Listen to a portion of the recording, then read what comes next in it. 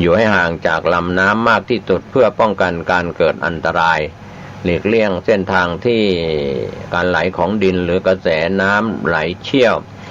เพราะกระแสน้ำทำให้พัดจมได้หากพัดตกน้ำให้ยึดเกาะต้นไม้ปีนให้พ้นน้ำห้ามว่ายน้ำหนีเด็ดขาดเพราะอาจทำให้จมน้ำเสียชีวิตได้อย่างไรก็ตามสำหรับการขับรถผ่านเส้นทางเสี่ยงดินถล่มผู้ขับขี่ควรตรวจสอบข้อมูลสภาพอากาศและก็เส้นทางไม่ขับรถเร็วและชิดไหลทางสังเกตสภาพแวดล้อมริมทางระดับน้ำและก็สีดินภูเขาร่องรอยดินสไลด์ตามไหลทางกรณีดินถล่มปิดทับเส้นทางให้โทรศัพท์แจ้งหน่วยงานที่เกี่ยวข้องเพื่อขอความช่วยเหลือจะช่วยลดความเสี่ยงอันตรายจากดินถล่มควรติดตามพยากรณ์อากาศและประกาศเตือนภัยรวมทั้งปฏิบัติตามคำแนะนำของภาครัฐอย่างเคร่งครัดเพื่อความปลอดภัยและความเสี่ยงต่อการได้รับอันตรายจากดินโคลนถล่มได้ขอบคุณทีมข่าวคุณสวนัทมูลสมจากสวท.เชียงใหม่ที่ได้รายงานข่าวนี้กันเข้ามาครับช่วงนี้ทุกๆจังหวัดนะครับติดตามการพยากรณ์อากาศไม่ว่าจะเป็นพื้นที่ใดๆของภาคเหนือภาคตะวันออกเฉียงเหนือภาคกลางภาคตะวันตกตะวันออกหรือภาคใต้ก็ตามนะครับเรื่องของช่วงฤดูฝนเข้ามานั้นอาจจะมีเรื่องเหตุเพศภัยเรื่องของฝนฟ้าที่ตกลงมาหนาแน่นอาจทำให้เกิดเรื่องของปัญหาของดินโคลนถล่มน้ำท่วมฉับพลันน้ำป่าไหลหลากได้นะครับท่านผู้ฟังอันนี้ก็เป็นส่วนหนึ่งที่เราเอาออกมาเตือนกันนะครับส่วนข่าวในพื้นที่ภาคเหนือเราก็มีทีมข่าวรายงานเพิ่มเติมกันเข้ามาในวันนี้ข่าว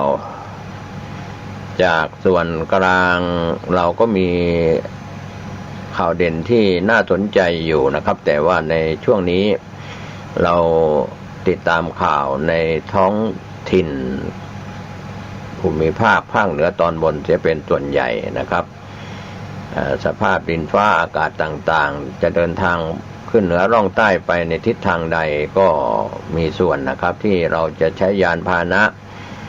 เดินทางขึ้นเหนือร่องใต้ด้วยความปลอดภัยถ้าเราได้ติดตามการพยากรณ์อากาศจากกรมอุตุนิยมวิทยาหรือว่าศูนย์อุตุนิยมวิทยาของแต่ละภูมิภาคก็จะพยากรณ์อากาศประจำภูมิภาคนั้นให้ท่านได้รับรู้รับทราบกันครับก็ส่วนหนึ่งของข่าวชาวบ้านวันนี้ผมเกษตรเพชรสำริดบรรณาธิการข่าวก้าวหน้านิวก็ขอบคุณในส่วนพี่น้องสื่อมวลชนที่ได้รายงานข่าวกันเข้ามาเป็นประจำในแต่ละพื้นที่นะครับที่เราได้รับรายงานก็ในส่วน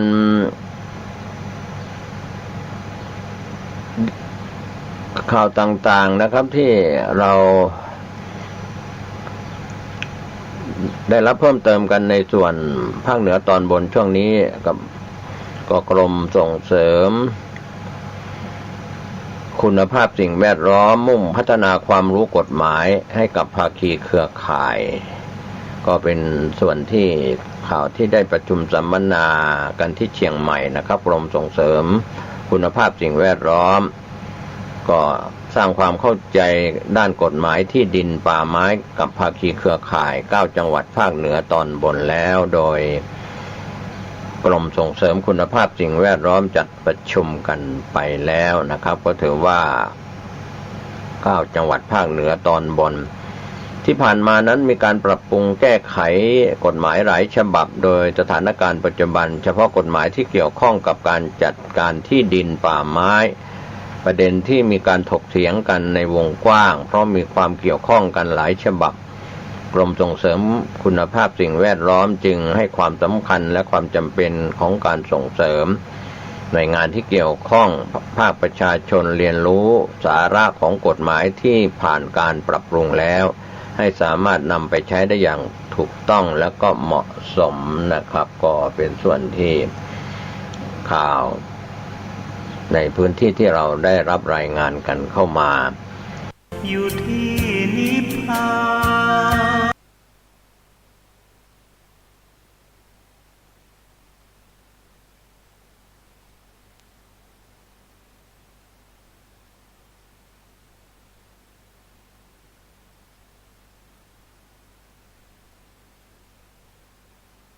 ประธานกรรมการคนที่3แล้วก็คณะ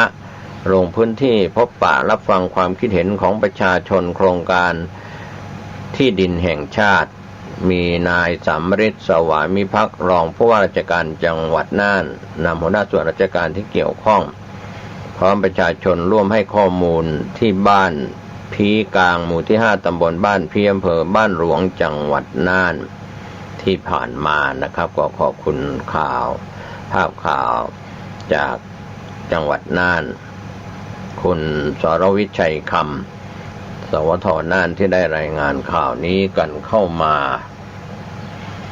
ในส่วนกรมธนารักษ์สนองนโยบายรัฐบาลแก้ไขปัญหาที่อยู่อาศัยและที่ดินลดการเหลื่อมล้ำทางสังคม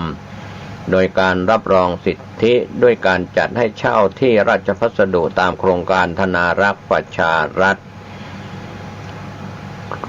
27 สิงหาคมที่ผ่านมานายธำรงทองตันผู้อำนวยการสูงรักษาการตำแหน่งนักวิเคราะห์นโยบายและก็แผนส่งคุณวุฒิพร้อมด้วยเฉลยวงบัณฑิตผู้อำนวยการส่วนสำรวจและก็ส่งเสริมการรังวัด1กองเทคโนโลยีการสำรวจและฐานข้อมูลที่ราชพัสดุนางปิยาพรภาสนาวุฒิพงษ์คลังจังหวัดเชียงรายนายมนตรีบุญญาพงษ์พันธ์ธนารักษ์พื้นที่จังหวัดเชียงรายก็การร่วมกันทำพิธีมอบสัญญาเช่าที่ดินราชพัสดุตามโครงการธนารักษ์ประชารัฐที่หอประชุมที่แม่ราวตำบลทานทองอำเภอพานจังหวัดเชียงรายก็มีพี่น้องประชาชนร่วมกิจกรรมรับมอบสัญญาเช่าที่ราชพัสดุของจังหวัดเชียงรายที่ราชพัสดุแปลงหมายเลขทะเบียนชร287ตำบลทานทองอำเภอพานจังหวัดเชียงรายเนื้อที่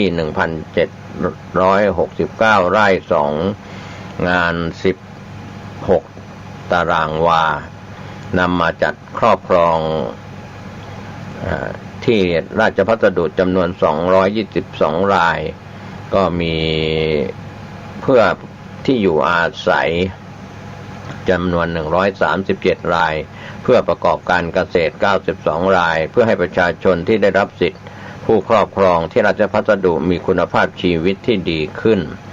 เรื่องนี้ทางนายเฉลยวงบัณฑิตผู้อำนวยการส่วนสำรวจและก็ส่งเสริมการรังวัด1กองเทคโนโลยีการสำรวจและฐานข้อมูลที่ราชพัสดุชี้แจงกับทีมข่าวตอน1ว่าโครงการธนารักษ์ประชารัฐเป็นนโยบายของรัฐบาลมีนโยบายบริหารทรัพย์สินของประเทศเพื่อลดความเหลื่อมล้ำของสังคมเพิ่มคุณภาพชีวิตของประชาชนก็แก้ไขปัญหาเรื่องที่ดินเพื่อที่อยู่อาศัยและที่ดินทำกินของราษฎรก็เป็นส่วนที่ผู้ครอบครองที่ราชพัสดุที่ครอบครองอยู่มาก่อน4ตุลาคม2546ก็จะในส่วนของที่ราชพัสดุเพื่อเป็นที่อยู่อาศัยและเป็นที่ทำกินอันเป็นการสร้างความมั่นคงให้กับคุณภาพชีวิตของพี่น้องประชาชนสนองนโยบายบริหารทรัพย์สินของประเทศลดความเหลื่อมล้ำของสังคมด้วยนะครับก็เป็นส่วนที่ทีมข่าวเราได้รับรายงานจากคุณพรประภัยติวาทินจากสำนักงานประชาสัมพันธ์จังหวัดเชียงรายที่ได้รายงานข่าวนี้กันเข้ามาครับในส่วนข่าวสสว.จับมือหอการค้าจัดงานเชียงใหม่นะครับหวังกระตุ้นเศรษฐกิจหลังโควิด -19 เป็นบรรยากาศ27 สิงหาคมช่วงเย็นที่บริเวณโครงการตลาดอนุสารณ์ย่านการค้าไนท์บาซ่าจังหวัดเชียงใหม่นายวิรุณพันเทวีรองผู้ว่าราชการจังหวัดเชียงใหม่เปิดงานสสว.เกี่ยวกับหอการค้าแฟร์โดยสำนักงานส่งเสริมวิสาหกิจขนาดกลางและขนาดย่อมสสว.ร่วมกับสภาหอการค้าแห่งประเทศไทยหอการค้าจังหวัดเชียงใหม่จัดขึ้นโครงการพัฒนาศักยภาพช่องทางตลาดเชิงลึกสำหรับผู้ประกอบการ SME ปีงบประมาณ 2563 ระหว่าง 27 ถึง 30 สิงหาคมนี้ก็เป็นการช่วยเหลือส่งเสริมสินค้าเกษตรการซื้อขายเกิดการหมุนเวียนเศรษฐกิจในจังหวัดเชียงใหม่ทำให้เศรษฐกิจกลับมาดีหลังจากสถานการณ์การแพร่ระบาดของเชื้อไวรัสโควิด -19 การจัดงานครั้งนี้ผู้ประกอบการค้า SME ในพื้นที่กว่า 300 กิจการด้านอาหารสินค้าเกษตรแปรรูปงานหัตถกรรมและก็สินค้าที่มีความโดดเด่นจำนวนมากร่วมออกบูธจัดจำหน่ายและแสดงสินค้าภายในงานก็มีการจับคู่ธุรกิจระบบออนไลน์ฟื้นฟูเศรษฐกิจให้หมุนเวียนเพิ่มขึ้นในอนาคตอันใกล้นี้โดยทางหอการค้าจังหวัดเชียงใหม่ก็มีการคาดหวังว่าผู้เข้าร่วมงานกว่า 50,000 คนจะมียอดจำหน่ายสั่งซื้อภายในงานมากกว่า30 ล้านบาทก็ขอบคุณภาพข่าวจากทีมข่าวคุณนันทิกากิจปาโรจากสำนักงานประชาสัมพันธ์จังหวัดเชียงใหม่ที่ได้รายงานข่าวนี้กันเข้ามานะครับก็เป็นส่วนข่าวในพื้นที่ที่เราได้รับรายงานเป็นข่าวเด่นข่าวดังในรอบวันครับในส่วนข่าวสารเพื่อการประชาสัมพันธ์พี่น้องสื่อมวลชนที่รับรู้รับทราบก็ดีหรือภาคผู้บริโภคข่าวสารข่าวชาวบ้านนะครับที่จะส่งข่าวสารบริการสาธารณะเกี่ยวกับข่าววัดบ้านราชการสถานศึกษาก็ส่งเข้ามายังผู้บริหารสถานีที่ท่านรับฟังอยู่นี้นะครับไม่ว่าจะเป็น FM 92.25 เมกะเฮิรตซ์ของวัดป่าแดงมหาวิหาร 104.50 เมกะเฮิรตซ์ของวัดฝายหินตำบลสุเทพอำเภอเมืองเชียงใหม่จังหวัดเชียงใหม่ทั้ง2สถานีและในพื้นที่ที่ท่านรับฟังอยู่ในพื้นที่ใดจะมีข่าวสารบริการสาธารณะก็ฝากเข้ามายังผู้บริหารสถานีทางผู้บริหารสถานีแต่ละแห่งก็จะส่งข่าวสารมายังส่วนผู้ดำเนินรายการทางช่องทางไม่ว่าจะเป็นเฟซบุ๊กหรือว่าไลน์ช่องทางต่างๆที่เป็นข่าวสารบริการรวมไปถึงสปอร์ตสาธารณะการกุศลเกี่ยวกับวัดบ้านราชการสถานศึกษาท่านส่งเข้ามาได้วันนี้เวลาของรายการข่าวชาวบ้านหมดเวลาลงผมเกษตรเพชรตำเนิดบรรณาธิการข่าวก้าวหน้านิวก็ขอบคุณ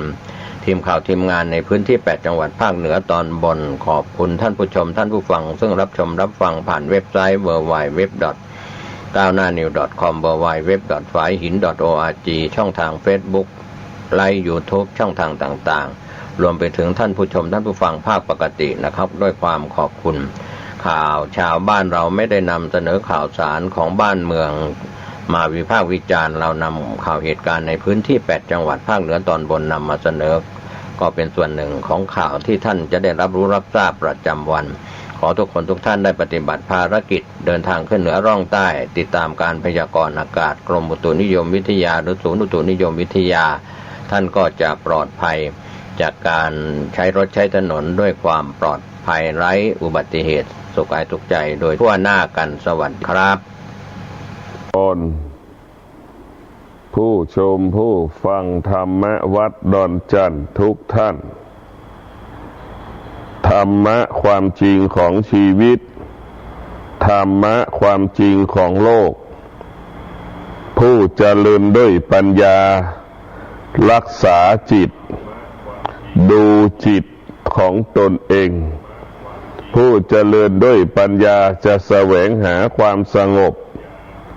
นี่คือความจริงอันสูงสุด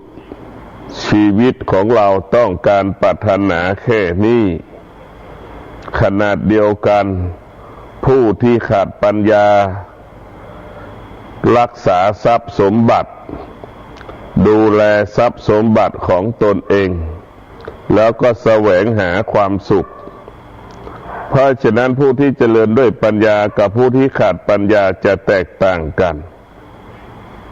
ผู้เจริญด้วยปัญญาจะรักษาจิตทุกขณะลมหายใจให้จิตนั้นเกิดความสงบผู้เจริญด้วยปัญญาจะควบคุมจิตให้จิตอยู่ในอารมณ์หายใจเข้าออกตลอดเวลาพิจารณาลมหายใจเข้าออก ตลอดเวลาทุกลมหายใจผู้เจริญด้วยปัญญาแสวงหาความสงบมอบความสงบให้กับชีวิตตนเองตรงข้ามกับผู้ที่ขาดปัญญา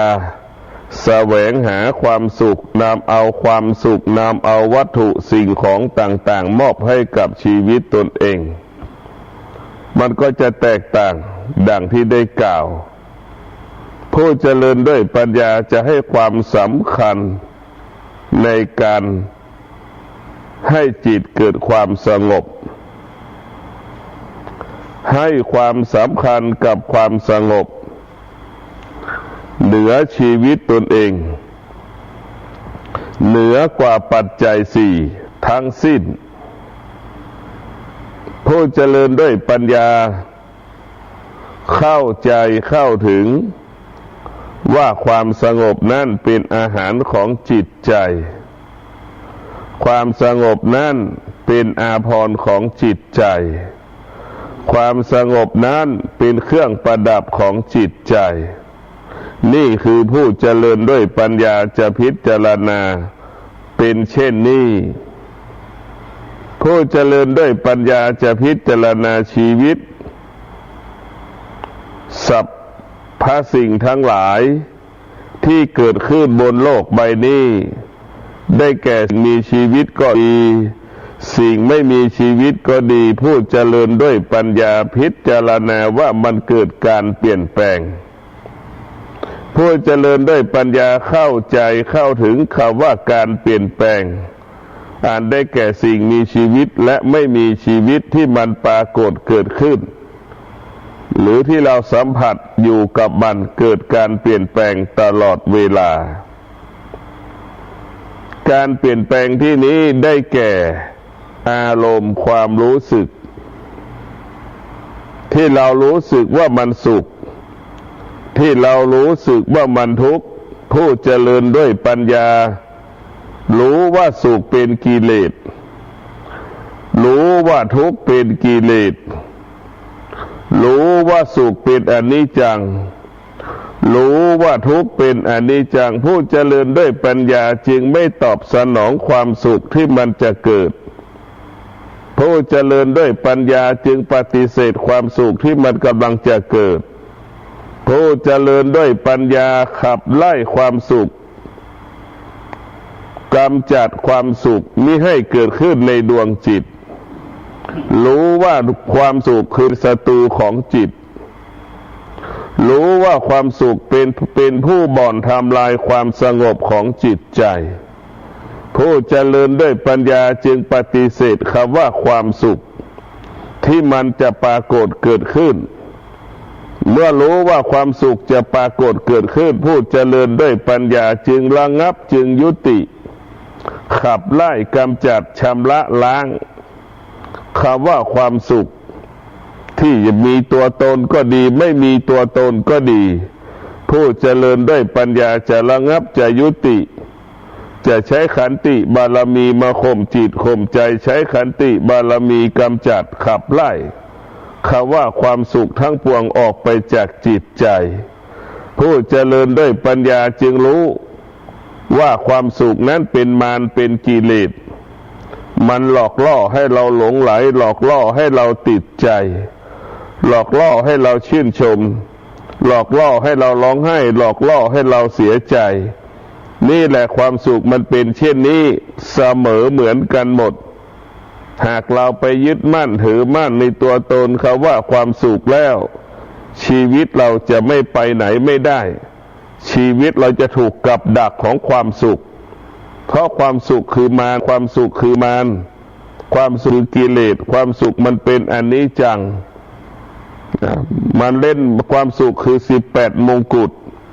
ที่มันหลอกเรามาตลอดเวลาเพราะฉะนั้นผู้เจริญด้วยปัญญาจึงรู้ว่าความทุกข์ก็เป็นอนิจจังมันก็หลอกล่อให้เราหลงว่าความเกลียดความทุกข์หลอกล่อให้เราเกลียดความทุกข์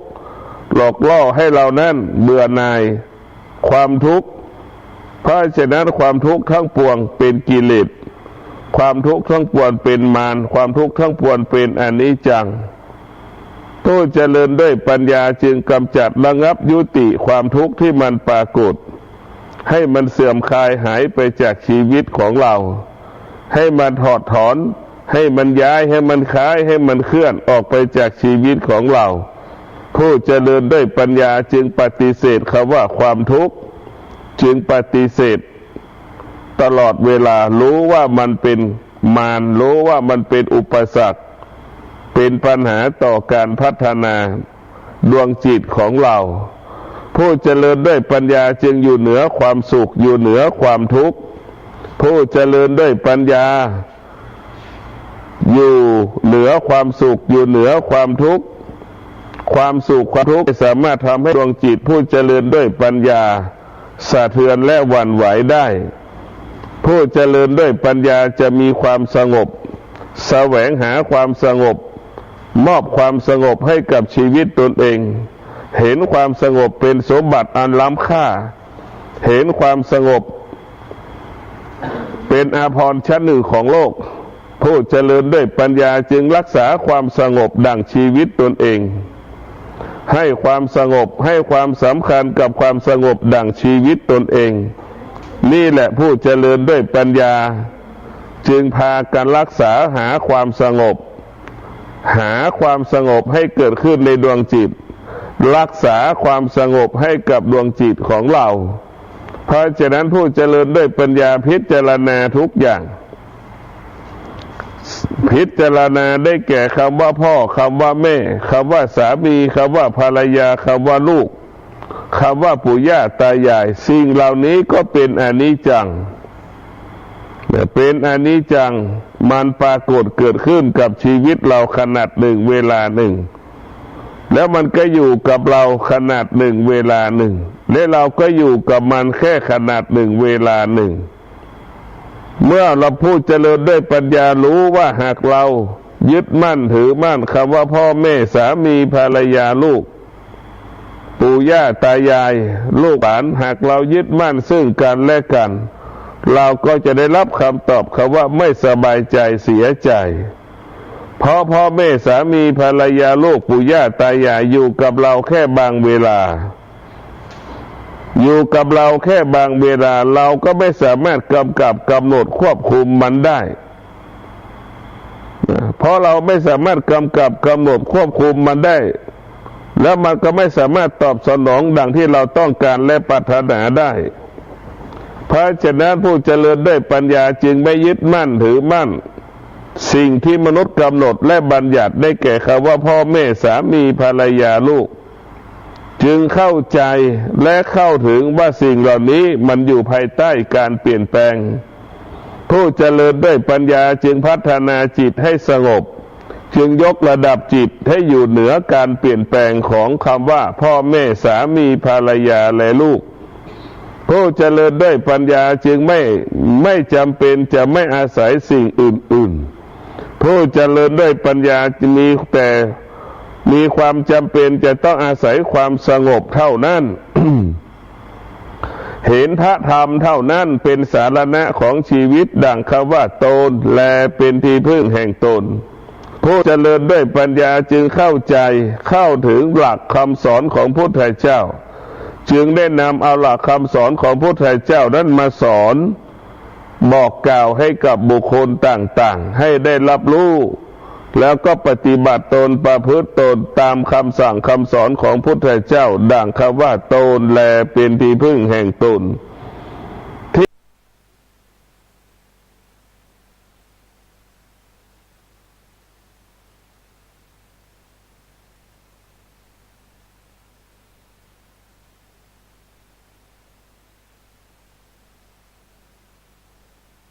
ที่สุดคนทุกคนจะต้องดูแลตัวเองที่สุดคนแต่ละคนจะเข้าใจชีวิตตนเองคนแต่ละคนจะรู้ว่าเราเจ็บเราป่วยเราจำเป็นต้องดูแลรักษาของตนเองดังพระพุทธเจ้ารู้ว่าตนแลเป็นที่พึ่งแห่งตนด้วยจิตสำนึกที่พุทธเจ้าเป็นพระพุทธเจ้ามาทุกภพทุกชาติพอเกิดมาเป็นพระพุทธเจ้าพอเกิดมาเป็นเจ้าชายสิทธัตถะ และหนีออกบวชไปบำเพ็ญเพียรสำนักต่างๆจนถึงที่สุดรู้ว่าสิ่งที่สำนักต่างๆอบรมสั่งสอนไม่ใช่แก่นสาระของความเป็นจริงเมื่อรู้แล้วจึงหนีออกจากสำนักต่างๆจึงหนีพระองค์จึงหนีออกจากสำนักต่างๆไปบำเพ็ญเพียรภาวนาด้วยตัวพระองค์ท่านเองที่รู้ว่าตนแลเป็นที่พึ่งแห่งตนทฤษฎีนี่แหละหลักการนี่แหละจะทำให้พระพุทธเจ้าได้บรรลุเป็นพระพุทธเจ้าที่สุดพระพุทธเจ้าก็ได้บรรลุธรรมเป็นพระพุทธเจ้าด้วยคำว่าตนแลเป็นที่พึ่งแห่งตนนี่แหละพระผู้เจริญด้วยปัญญาจึงรู้ว่าจึงดำเอาคำสอนของพระพุทธเจ้าเช่นความอดทนมากำกับมากำหนดควบคุมการดำเนินชีวิตของเราผู้เจริญด้วยปัญญาจึงนำเอาความสงบรู้ว่าจึงนำเอาความอดทนมาควบคุมในการดำเนินชีวิตในการปฏิบัติหน้าที่ในการปฏิบัติธรรมผู้เจริญด้วยปัญญาจึงรู้ได้ว่าบุคคลใดๆที่ประสบความสำเร็จต้องอาศัยความอดทนเท่านั้นความสำเร็จจึงจะเกิดแก่บุคคลนั้นเรียกว่าความอดทนเป็นบ่อเกิดแห่งความสำเร็จเมื่อเรามีความอดทนแล้วความสำเร็จต่างๆที่เรากระทำนั้นย่อมเกิดขึ้นได้โดยง่ายเพราะฉะนั้นผู้เจริญด้วยปัญญาจึงให้ความสำคัญกับธรรมะได้แก่คำว่าความอดทนจึงใช้ความอดทนไปหยุดยั้งยับยั้งอารมณ์ความรู้สึกที่มันปรากฏเกิดขึ้นให้มันระงับให้มันยุติให้มันเสื่อมคลายใช้ความอดทนไปแก้ไขอารมณ์ความรู้สึกที่มันปรากฏเกิดขึ้นกับชีวิตของเราเพราะฉะนั้นพวกเราทั้งหลายจึงหันมาสนใจใส่ใจกับความสงบเราต้องมาสร้างความสงบให้มันเกิดขึ้นในชีวิตจิตใจของเราพระพุทธเจ้าจึงบอกแล้วความสงบนั้นเป็นความสุขอันประเสริฐดังที่ได้กล่าวแล้วว่าบัณฑิตหรือผู้เจริญด้วยปัญญานำเอาความสงบมาเป็นความสุขจึงฝากให้พวกเราทั้งหลายได้โปรดพินิจพิจารณาว่าผู้เจริญด้วยปัญญาจึงแสวงหาความสงบเอาสิ่งที่เป็นพระธรรมเท่านั้นมาสู่ในดวงจิตใจของเราดังคำว่าสัจจะบารมีสัจจะบารมีนี้เราเอามากำกับในการดำเนินชีวิตของเราดังเช่นวันนี้เราจะเป็นใบ้ครึ่งวันตั้งแต่8 โมงถึงเที่ยงเราจะไม่พูดเราจะไม่คุยกับบุคคลใดบุคคลหนึ่งนี่เรียกว่าสัจจะบารมีเป็นการฝึกอบรมจิตใจของเราเป็นการหยุดยับยั้งความรู้สึกที่เรารู้สึกได้แก่ความทุกข์ก็ดีความสุขก็ดีที่บันปรากฏเพราะฉะนั้นพวกเราทั้งหลายสัจจะเนี่ยบารมีเนี่ยมันจะให้เราต้องกำหนดให้เรารู้เลยจะทำลายความสุขจะทำลายความทุกข์สัจจะบารมีเพื่อจะไม่ให้ความสุขเกาะติดกินใจเราเพื่อไม่ให้ความทุกข์บ่อนทำลายจิตใจร่างกายของเราเนี่ยสัจจะบารมีเราจะต้องมีสัจจะและเราจะต้องทำลายมันเมื่อมีสัจจะเราก็เป็นเครื่องป้องกันเราจะป้องกันวันนี้เราจะไม่ให้ความสุขเกิดวันนี้เราจะไม่ให้ความทุกข์บันเกิดเราจะต้องเดินจงกรมเมื่อเราเดินจงกรมแล้วสภาวะจิตเราอยู่เท้าขวาเท้าซ้ายเมื่อสภาวะจิตเรายึดเท้าขวาเท้าซ้ายแล้วสภาวะจิตเราก็จะเกิดความสงบเมื่อเกิดความสงบแล้วคำว่าสุขก็ไม่ปรากฏความทุกข์ก็ไม่ปรากฏการเดินจงกรมเข้ากับเราปฏิเสธความสุขความทุกข์การเดินจงกรมเป็นมีเท่ากับเราไล่ความสุขความทุกข์เท่าเรากำจัดความสุขความทุกข์เพราะฉะนั้นการเดินจงกรมนี้เป็นสิ่งที่เราขับไล่สิ่งที่เป็นกิเลส มันเป็นบ่อเกิดแห่งความรู้สึกเราเดินจงกรมเท่าไหร่จะเป็นบ่อนทำลายกิเลสที่มันอยู่ในจิตใจของเราให้มันฝ่อให้มันอ่อนแอให้มันหวั่นไหวให้มันไม่เข้มแข็งให้มันไม่แข็งแรงท้ายสุดกิเลสมันก็จะตายไปจากชีวิตของเราท้ายสุดกิเลสมันก็จากชีวิตเราไปในที่สุดผู้เจริญได้ปัญญาจึงใช้สัจจะบารมีวันนี้จะต้องเดินจงกรมให้ได้5 ชั่วโมงจะต้องเดินจงกรมจัดระเบียบชีวิตเดินจงกรมทั้งวัน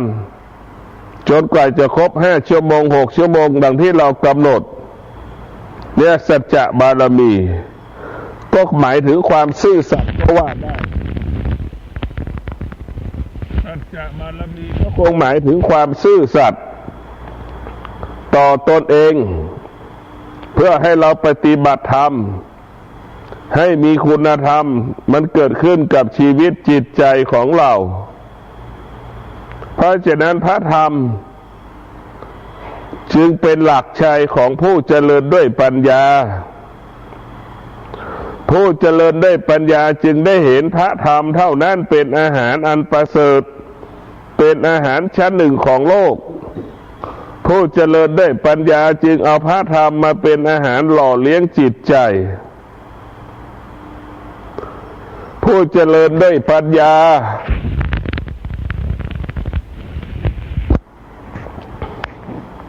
ผู้เจริญด้วยปัญญาจึงพิจารณาว่าความตายเป็นอาหารชั้นหนึ่งของโลก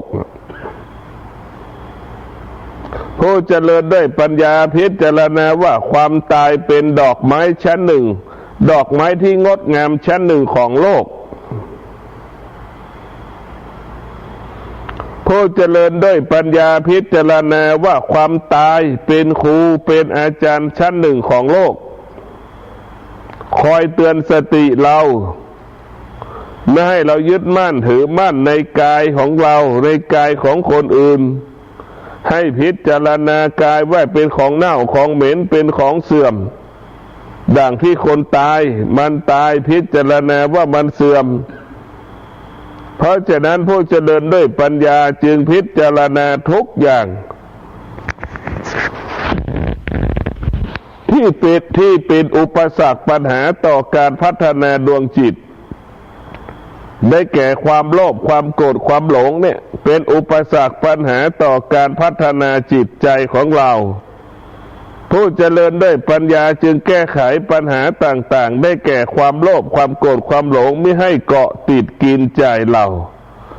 แก้ไขความโลภความโกรธความหลงอันเป็นกิเลสที่มีตัวตนก็ดีไม่มีตัวตนก็ดีให้มันออกไปจากจิตใจของเราออกไปจากครอบครัวของเราออกไปจากร่างกายของเราเพราะฉะนั้นผู้เจริญด้วยปัญญาเนี่ยจะต้องฆ่าจะต้องกำจัดสิ่งต่างๆที่มันปรากฏที่เราครอบครองไว้น่ะมันเป็นอุปสรรคปัญหามันทำลายความสงบเป็นเหตุให้เราไม่ให้เกิดความสงบผู้เจริญได้ปัญญาจึงรู้และเข้าใจ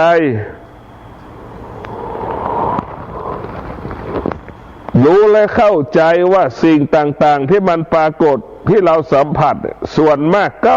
99% มันเป็นอาธรรมมันเป็นอกุศลมันเป็นกิเลสมันเป็นมันทั้งสิ้น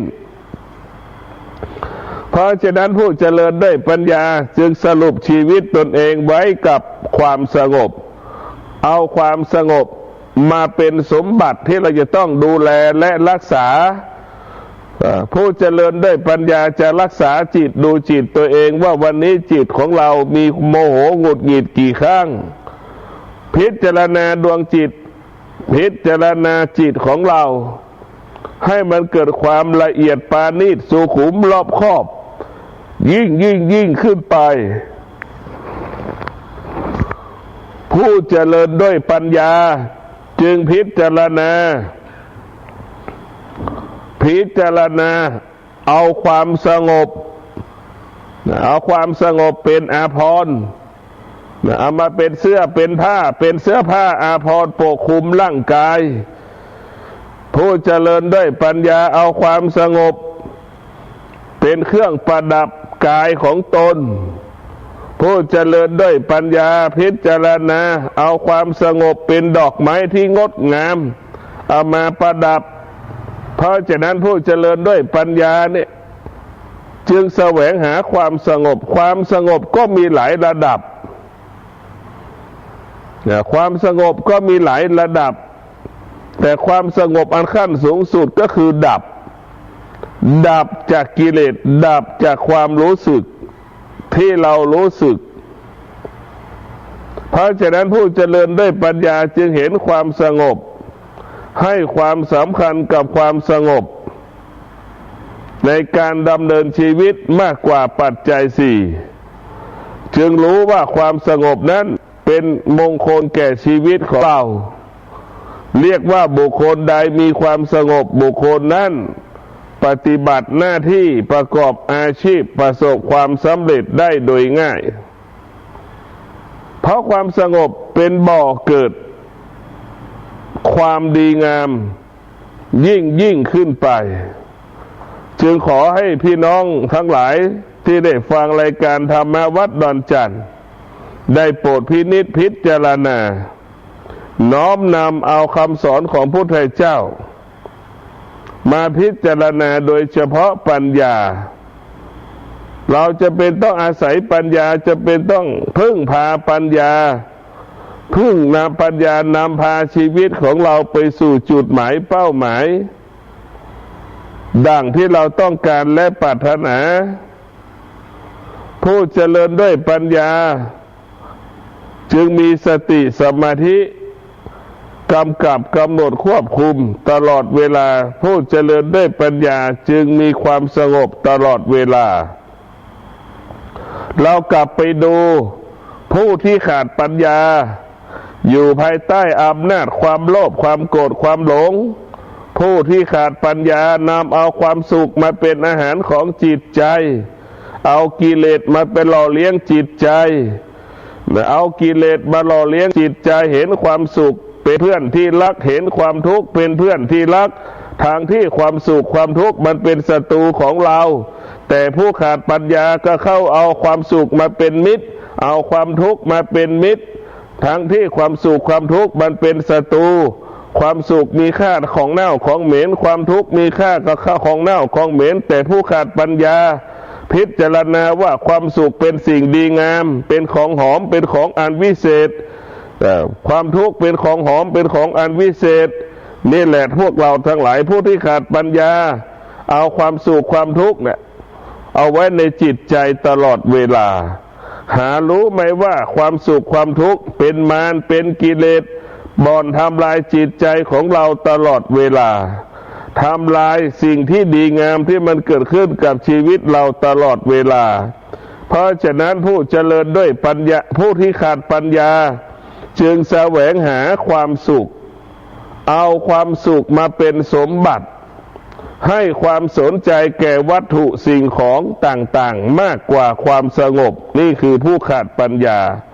เอาความสุขมาเป็นเรียกว่าเอาวัตถุสิ่งของมาเป็นความสุขผู้ที่ขาดปัญญาเอารถใหม่1 คันมาเป็นความสุขได้ใส่เสื้อใหม่1 ผืนมาเป็นความสุขได้ไปเที่ยวต่างจังหวัดเอามาเป็นความสุขนี่เอาวัตถุสิ่งของกฎเกณฑ์กติกามาเป็นความสุขผู้ที่ขาดปัญญาจะเป็นเช่นนี้จะเป็นแบบนี้เพราะฉะนั้นผู้ที่ขาดปัญญากับผู้ที่เจริญด้วยปัญญาจะแตกต่างผู้เจริญด้วยปัญญานั้นให้ความสำคัญกับความสงบดั่งชีวิตตนเองผู้ที่ขาดปัญญาจะให้วัตถุสิ่งของสำคัญเหนือกว่าชีวิตตนเองเพราะฉะนั้นพวกเราทั้งหลายขอให้พินิจพิจารณาเรื่องแก่นสาระของพระธรรมขอให้ท่านทั้งหลายได้น้อมนำเอาพระธรรมมากำกับกำหนดควบคุมดวงจิตของเราขอให้พวกเราทั้งหลายเอาความสงบมาเป็นความสุขเอาความสงบเป็นผู้พัฒนาจิตใจของเราให้เกิดคำว่าเจริญรุ่งเรืองงอกงามก้าวหน้ายิ่งขึ้นไปขอเจริญพร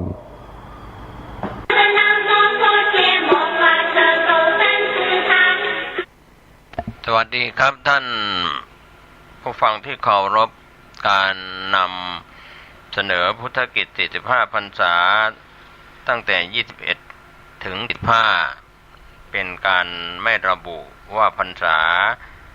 ที่21ถึง45นั้นเป็นการหยุดจำพรรษาที่ใดก็มีเรื่องราวที่นำมาเล่าต่อท่านผู้ฟังครับก็ถือว่าวันนี้ผมเกษตรเพชรมิตรวิทยากรก็นำเล่าเรื่องของมิคาระเศรษฐีได้ฟังพระธรรมเทศนา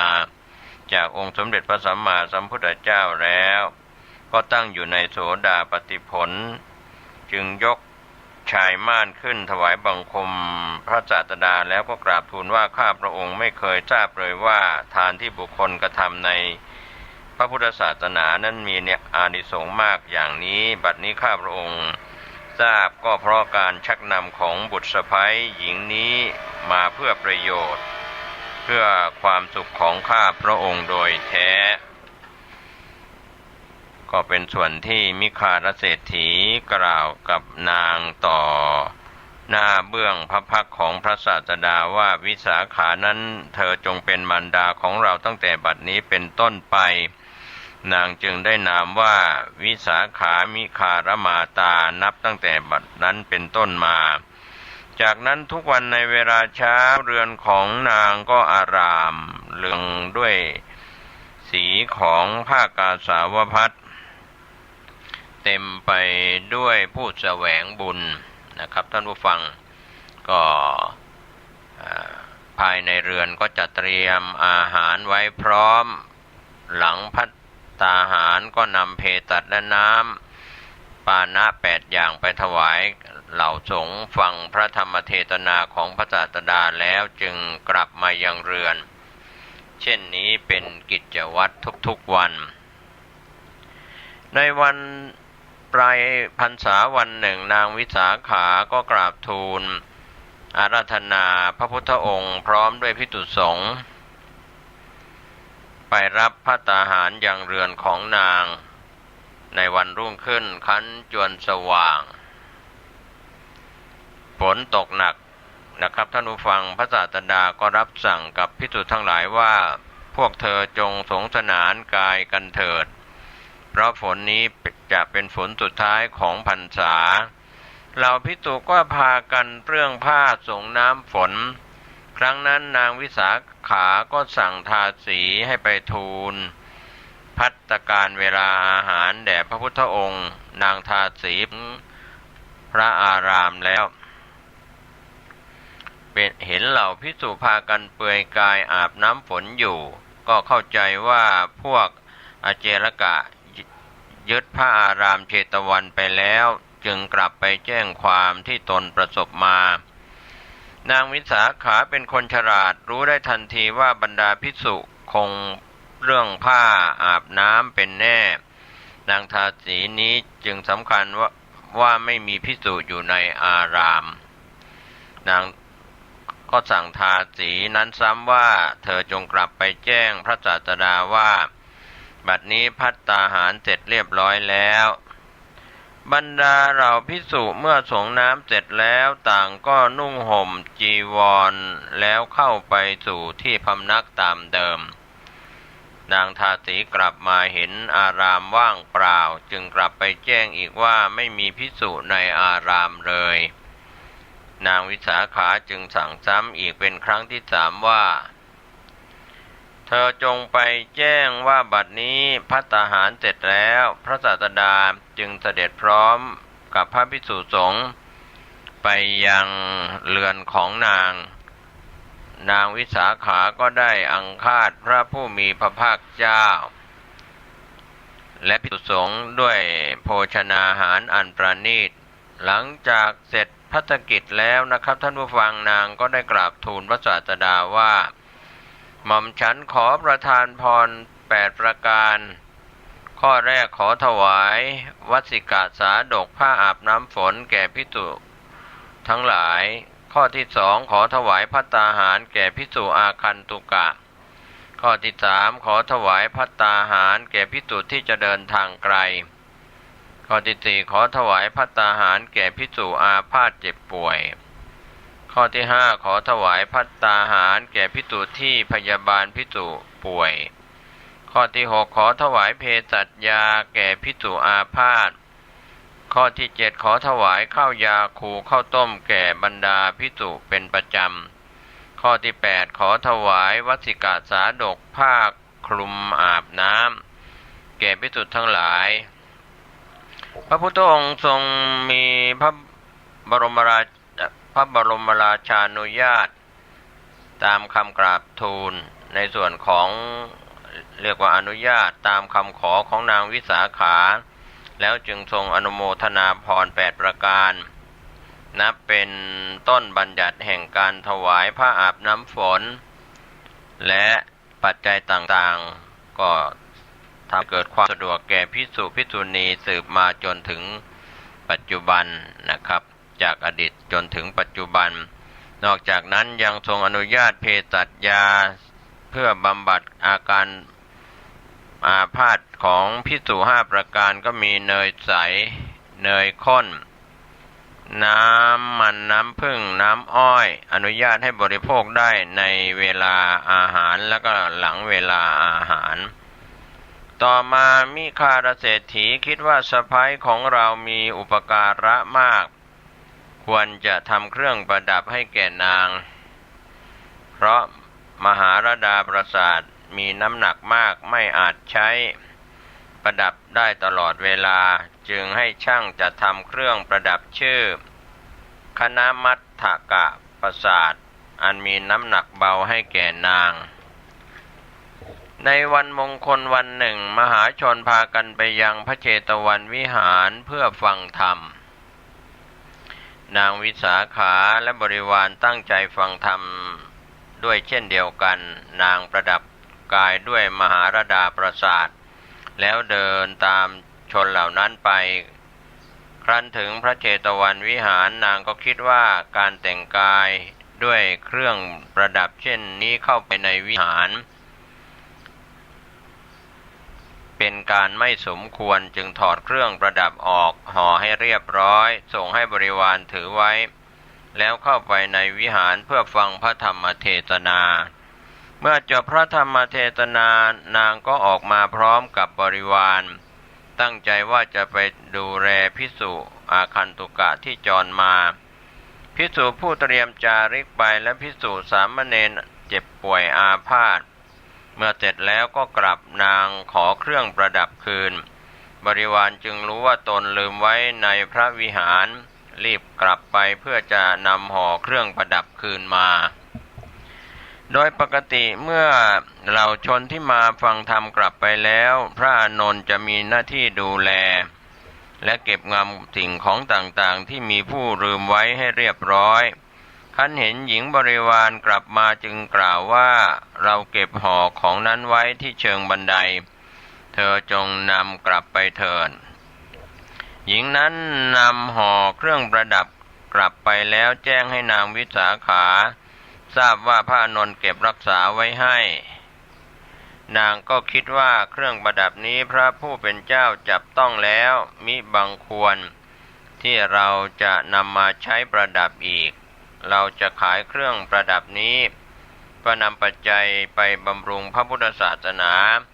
จึงให้ประกาศเปล่าร้องหาผู้ที่จะซื้อแต่ก็ไม่มีผู้ใดกล้าสู้ราคาเพราะมีมูลค่าสูงมากดังนั้นนางจึงซื้อเครื่องประดับเสียเองแล้วให้ขนกหาปณะใส่เกวียนนำไปยังพระเชตวันวิหารกราบทูลพระศาสดาว่าบัดนี้หม่อมฉันนำกหาปณะที่ได้จากการขายมหาราดาปราสาทมาน้อมถวายหม่อมฉันสมควรจะถวายไว้ในปัจจัยใดพระเจ้าข้าพระศาสดาทรงแนะนำว่าเธอควรนำไปสร้างที่พำนักสำหรับสงฆ์ที่ใกล้ประตูเมืองทางทิศตะวันออกเถิดนางจึงไปซื้อที่ส่วนหนึ่งของอุทยานบุพารามด้วยเงินค่าขายเครื่องประดับจำนวน9 โกฏแล้วก็เริ่มก่อสร้างปราสาท พื่อให้เป็นที่ประทับของพระผู้มีพระภาคเจ้าและเป็นที่พำนักของภิกษุสงฆ์บนที่ดินผืนนั้นด้วยเงินค่าก่อสร้างอีกจำนวน9 โกฏนะครับก็คันออกพรรษาแล้วพระผู้มีพระภาคมีพระประสงค์จะเสด็จจาริกเมื่อนางวิสาขาทราบจึงรีบมากราบทูลว่าหม่อมฉันสร้างวิหารนี้เพื่อถวายแด่พระองค์ขอโปรดเสด็จกลับเถิดพระเจ้าข้าพระศาสดาตรัสว่านี้เป็นการออกจาริกของเรานางวิสาขาก็คิดว่าพระผู้มีพระภาคเจ้าคงทรงเป็นเห็นบุคคลที่จะสมควรโปรดจึงทูลขอภิกษุที่เข้าใจเรื่องการก่อสร้างไว้รูปหนึ่งพระพุทธองค์ตรัสว่าเธอพอใจภิกษุรูปใดจงรับบาตรของภิกษุรูปนั้นเถิดแม้นางจะเคารพพระอานนท์เถระก็จริงแต่คิดว่าการงานนี้จะสำเร็จลงได้ก็ด้วยอาศัยพระมหาโมคคารลานะจึงรับบาตรพระเถระไว้พระผู้มีพระภาคเจ้าจึงรับสั่งให้พระโมคคัลลานะพาภิกษุสงฆ์กลับพระเถระก็ได้ช่วยเหลือให้การก่อสร้างสำเร็จลุล่วงไปโดยปราศจากอุปสรรคแม้กระนั้นก็ยังต้องใช้เวลาก่อสร้างถึง9 เดือนจึงแล้วเสร็จต่อมานางวิสาขาทราบว่าขณะนี้พระศาสดาเสด็จกลับจากจาริกมาถึงกรุงสาวัตถีแล้วจึงไปเฝ้ายังพระเชตวันวิหารทูลอาราธนาให้พระพุทธองค์ไปประทับที่มิคารมาตุปราสาทเป็นเวลา4 เดือนเพื่อทำการฉลองพระศาสดาทรงรับโดยดุษณีภาพตั้งแต่นั้นนางก็ถวายทานแก่พระศาสดาและพระสงฆ์สาวกตลอดจนถึงตลอดเวลาระยะยาวถึง4 เดือนวันสุดท้ายนางได้ถวายผ้าสาดกแก่ภิกษุใหม่เพื่อทำจีวรและถวายเภสัชยาแก่ภิกษุทุกรูปการฉลองครั้งนี้สิ้นทุนทรัพย์อีกจำนวน9 โกฏรวมทั้งสิ้น27 โกฏหลังจากการฉลองนางวิสาขากระทำประทักษิณรอบมิคารมาตุปราศาสตร์เปล่งอุทานด้วยความสมนัสว่าเราเคยปรารถนาว่าจะถวายปราสาทใหม่เป็นวิหารทานถวายเตียงตั่งเป็นต้นเป็นเสนาสนะทานถวายตรักภัตเป็นโภชนทานถวายผ้ากาสิกภัตเป็นจีวรทานถวายเนยใสน้ำผึ้งเป็นต้นเป็นเภสัชทาน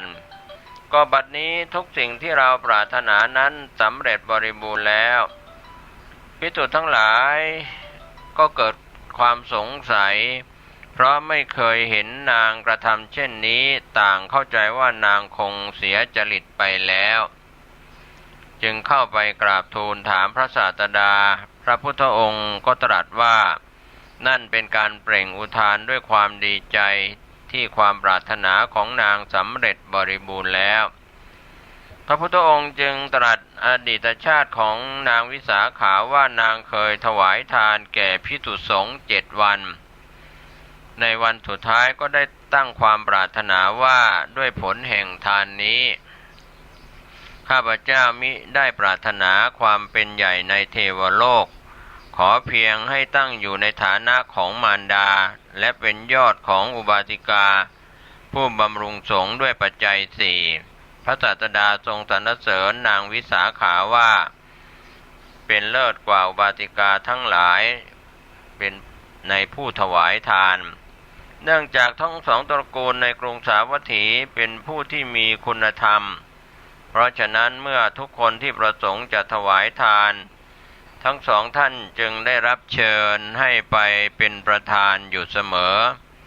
จนไม่มีเวลาที่จะได้อังคาดดูแลภิกษุทั้งหลายในเรือนของตนอนาถบิณฑิกาเศรษฐีได้ตั้งธิดาทั้ง3 ของท่านให้เป็นผู้คอยดูแลภิกษุสงฆ์ ส่วนนางวิสาขาก็อบรมบุตรหลานและได้มอบหมายหน้าที่ให้หลานสาวชื่อสุทัตตีเป็นผู้ดูแลภิกษุสงฆ์ที่มายังเรือนต่อมาหลานสาวสิ้นชีวิตลงนางวิสาขาได้ทำการเผาสรีระหลานแล้วไม่อาจกลั้นความโศกเศร้าไว้ได้เข้าไปเฝ้าพระศาสดาด้วยน้ำตานองหน้าร้องให้พรรณนาถึงความรักที่มีต่อหลานพระศาสดาก็ตรัสว่าวิสาขาในกรุงสาวัตถีนี้มีชนประมาณเท่าใดนางวิสาขาทูลตอบแล้วพระพุทธองค์ก็ตรัสว่าหากชนในกรุงสาวัตถีทำการะตายลงทุกวันเธอจะพึงร้องไห้เศร้าโศกอยู่ทั้งกลางวันและกลางคืนเช่นนั้นละหรือวิสาขาเธออย่าเศร้าโศกนักเลยแล้วก็ตรัสพระคาถาว่าความรักทำให้เกิดความโศกความรักทำให้เกิดภัยคือความกลัวผู้ไม่มีความโศกภัยคือความกลัวจะมีแต่ที่ไหนหลังจากจบการแสดงธรรมนางวิสาขาก็กราบทูลว่าหม่อมฉันทราบแล้วพระเจ้าข้าชนเป็นอันมากได้บรรลุอริยผลทั้งหลายมีโสดาปัตติผลเป็นต้นขณะที่พระศาสดายังประทับอยู่ณบุพารามนางวิสาขาก็เข้าไปหาอุบาสิกาผู้รักษาอุโบสถในวิหารถามว่าแม่ทั้งหลายพวกท่านรักษาอุโบสถเพื่ออะไรหญิงแก่ก็ตอบว่าพวกเรารักษาอุโบสถเพราะปรารถนาทิพยสมบัติหญิงกลางคนตอบว่าพวกเรารักษาอุโบสถเพราะไม่ต้องการอยู่ร่วมกับสามีหญิงรุ่นสาวก็ตอบว่าพวกเรารักษาอุโบสถเพราะต้องการบุตรชายในครรภ์เป็นคนแรกหญิงวัยรุ่นตอบว่าพวกเรารักษาอุโบสถเพราะต้องการไปสู่สกุลสามีในวัยสาวนางวิสาขาก็พาพวกหญิงเหล่านั้นไปสู่ที่ประทับของพระศาสดากราบทูลความปรารถนาที่แตกต่างกันของหญิงเหล่านั้นให้ทรงทราบพระศาสดาตรัสว่าวิสาขาธรรมดาสภาวธรรมทั้งหลายมีชาติการเกิดย่อมส่งสรรพสัตว์ไปสู่วัยชราจากวัยชราส่งไปสู่พยาธิการเจ็บป่วยจากพยาธิการเจ็บป่วยก็ย่อมส่งไปสู่มรณะความตายมรณะความตายย่อมตัดชีวิตเหมือนบุคคลตัดต้นไม้ด้วยขวานสัตว์ทั้งหลายมุ่งปรารถนาแต่วัฏฏะการเวียนว่ายตายเกิดไม่ปรารถนานิพพานแล้วก็ตรัสคาถาว่านายโคบาลย่อมใช้ท่อนไม้ต้อนโคไปสู่ที่หากินฉันใดความแก่และความตายย่อมต้อนอายุของสัตว์ทั้งหลายไปฉันนั้นในเวลาจบพระธรรมเทศนาชนเป็นอันมากบรรลุอริยผลทั้งหลายมีโสดาปัตติผลประมาณพรรษาที่21ประทับจำพรรษาณกรุงสาวัตถีก็กล่าวถึงขณะที่พระพุทธองค์ประทับอยู่ณมิคารมาตุปราสาท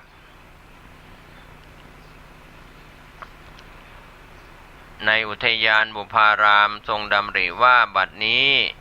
อัปมงคลเกิดขึ้นแก่เหล่าภิกษุสงฆ์แล้วบริษัทผู้ไม่บริสุทธิ์มีอยู่ในที่ประชุมตถาคตทั้งหลายย่อมไม่แสดงอุโบสถแก่บริษัทผู้ไม่บริสุทธิ์เมื่อตถาคตไม่แสดงอุโบสถ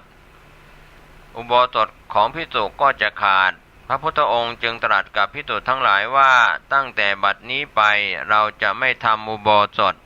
ไม่แสดงปาติโมกข์พวกเธอพึงทำอุโบสถพึงแสดงปาติโมกข์กันเองในหมู่สงฆ์เพราะมิใช่ฐานะมิใช่โอกาสที่ตถาคตจะพึงทำอุโบสถหรือแสดงปาติโมกข์ในบริษัทผู้ไม่บริสุทธิ์ด้วยกายวาจาและใจความหมายของปาติโมกข์มีสองอย่างโอวาทปาติโมกข์ปาติโมกข์คือโอวาทอนาปาติโมกข์โอวาททั้งสองปาติโมกข์นั้นโอวาท ปาติโมกข์นั้นเป็นปาติโมกข์ที่พระพุทธเจ้าทรงแสดงด้วยพระองค์เองประกอบด้วยพระโอวาท3คาถากึ่งทรงแสดงแก่พระอรหันต์ 1,250 รูปนะวัดเวรุวันป่าไผ่ครั้งแรกเรียกว่าวันจตุรงคสันนิบาตที่พระเวรุวันวิหารกรุงราชคฤห์และทรงแสดงในวันประชุมสงฆ์ทุกกึ่งเดือนตลอดมาจนถึงพรรษาที่20จึงรับสั่งให้สงฆ์ทำอุโบสถและแสดงปาติโมกข์กันเองในส่วนอานาปาติโมกข์ก็คือปาติโมกข์ที่สงฆ์แสดงกันเองในที่ประชุมสงฆ์ทุกกึ่งเดือนพระพุทธองค์โปรดให้สงฆ์แสดงอานาปาติโมกข์เริ่มตั้งแต่พรรษาที่21สืบต่อมาจนถึงปัจจุบันอันเป็นวินัยของสงฆ์ประกอบด้วยข้อบัญญัติทั้งหมดรวม227สิกขาบทนะครับอันนี้ก็โอวาทปาติโมกข์พระพุทธองค์ทรงแสดงเองอานาปาติโมกข์ก็พระสงฆ์ทรงแสดงเป็นปาติโมกข์ที่พระสงฆ์กระทำกันเองในส่วนที่เราได้รู้ได้ทราบกันโอวาทที่เป็นอานาปาติโมกข์นั้นก็มีศีล227คือปาราชิก4สังฆาทิเศษ13อนิยต2นิสสักขิยปาจิตตี30สุทธิกะปาจิตตี92ปฏิเทตนิยะ4เสขียวัตร75อธิกรณสมถะ7การล่วงละเมิดสิกขาบทเรียกว่าอาบัติมีทั้งหมด7กองมีปาราชิกสังฆาทิเศษทุลใจปาจิตตีปฏิเทตนิยะทุกกฎทุพภาสิทธิอาบัติก็แยกออกเป็น2ประเภทคฤกาบัติอาบัติหนักปาราชิกและสังฆาทิเศษละหูกาบัติอาบัติเบาก็คืออาบัติอีก5กองที่เหลือการแสดงอานาปาติโมกข์หรือการทำอุโบสถนี้นะครับท่านผู้ฟังเรียกว่าสังฆอุโบสถภิกษุ4รูปขึ้นไปประชุมกันต้องแสดงปาติโมกข์ปาริสุทธิอุโบสถ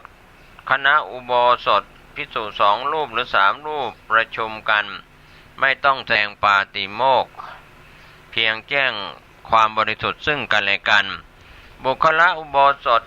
เป็นการอธิษฐานอุโบสถภิกษุเพียงรูปเดียวให้กำหนดใจ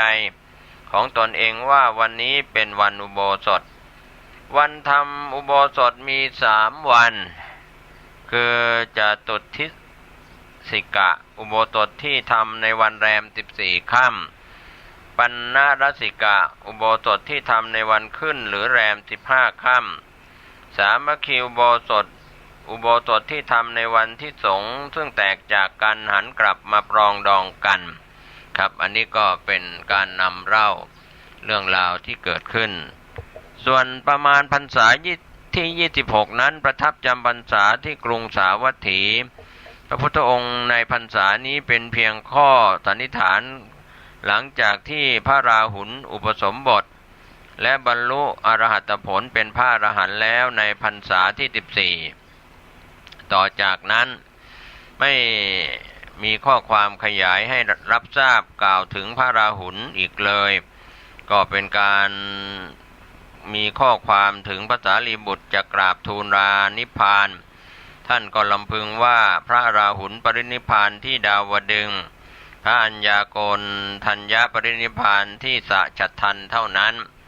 ในส่วนที่กล่าวถึงพระราหุลเถระไม่เคยเหยียดหลังบนเตียงเลยตลอดเวลา12ปีหลังจากสำเร็จเป็นพระอรหันต์ทำให้เป็นที่เข้าใจว่าท่านคงจะปรินิพพานหรือท่านจะนิพพานในขณะที่มีพระชนมายุ32พรรษาจึงสันนิษฐานว่าพระราหุลคงนิพพานในพรรษาที่26ก็เป็นการอ้างอิงกล่าวถึงพระราหุลเถระที่พยากรณ์พระราตผลได้กล่าวคาถาว่าเราเป็นโอรสของพระพุทธเจ้าบริบูรณ์ด้วยชาติสมบัติและปฏิบัติสมบัติเป็นผู้มีปัญญาเห็นอมตะธรรมพ้นจากข่ายคือตัณหาปกคลุมแล้ว ถอนรากเครือวิชาความไม่รู้หมดแล้วเป็นผู้มีความเยือกเย็นดับสนิทด้วยสัตราคืออริยมรรคพระราหุลนิพพานด้วยอนุปาทิเสสนิพพานอธิธาตุของท่านก็มิได้กล่าวว่าบรรจุไว้ณที่ใดนะครับก็เป็นเรื่องราวที่นำเล่าในพุทธกิจ45พรรษามาถึงพรรษาที่26โดยประมาณก็ในระหว่างนี้ก็อาจจะไม่ได้เรียงพรรษานะครับท่านผู้ฟังวันนี้ผมเกษตรเพชรสำริดวิทยากรนำเล่าแบ่งปันเรื่องราวเกี่ยวกับพุทธกิจ45พรรษาเวลาของรายการหมดลงก็ขอให้ท่านได้ศึกษาเรื่องราวของการหยุดจำพรรษาของพระพุทธเจ้า45พรรษาจนกว่าพระพุทธองค์จะเสด็จดับขันธปรินิพพานวันนี้ขอให้ท่านได้ปฏิบัติภารกิจสุขกายสุขใจสร้างบุญบารมีบรรลุมรรคผลนิพพานโดยทั่วหน้ากันสวัสดีครับ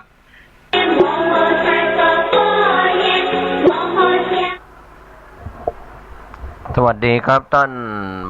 ผู้ฟังที่เคารพการนำเสนอพุทธกิจ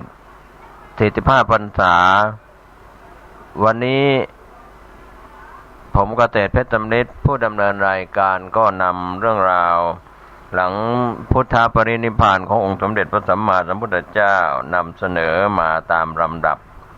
ก็เป็นเรื่องราวที่เราแบ่งปันความคิดดีๆสู่ท่านผู้ฟังกันนะครับก็มาถึงสังคายนาครั้งที่3หลังพุทธปรินิพพานแล้วสงฆ์ได้คัดเลือกภิกษุ4รูปมีสัพพกามีพระสาระหะพระอุชฌโสภิตะและพระวาสภคามิกะเป็นภิกษุฝ่ายอธรรมวาทีและอีก4รูปมีพระเรวตะพระสัมภูตะสานวาสีพระยสกากันทกบุตรและพระสุมาณะเป็นภิกษุฝ่ายธรรมวาทีแล้วก็พากันไปยังวารุการามเพื่อวินิจฉัยอธิกรณ์นั้นสมัยนั้นพระอชิตะมีพรรษา10เป็นผู้แสดงปาติโมกข์การสังคายนาพระธรรมวินัยครั้งที่2นี้กระทำที่วารุการามกรุงเวสาลีพระราชาชื่อการาโศกทรงรับเป็นองค์อุปถัมภ์มีพระยสกากันทกะบุตรเถระเป็นองค์ประธานพระเรวตะเถระเป็นผู้ตั้งคำถามพระสัพพกามีเถระเป็นผู้ตอบพระวินัยทั้งนี้เพื่อระงับอธิกรณ์ที่เกิดขึ้นในยุคนั้นก็ถือว่าเป็นการวินิจฉัยภิกษุทั้งหลายได้ชำระมลทินแห่งพระศาสนาทั้งปวงจากนั้นพระเถระทั้งหลายก็ได้ทำการสังคายนาพระธรรมและพระวินัยทั้งหมดด้วยอำนาจปิฎกนิกายองค์และก็ธรรมขันธ์ซ้ำอีกเช่นเดียวกับที่พระมหากัสสปะเถระสังคายนาแล้วการสังคายนาครั้งนี้เรียกว่าสัตตะสตะสังคีตะเพราะทำการสังคายนาโดยพระเถระ700รูปเรียกว่าทุติยสังคี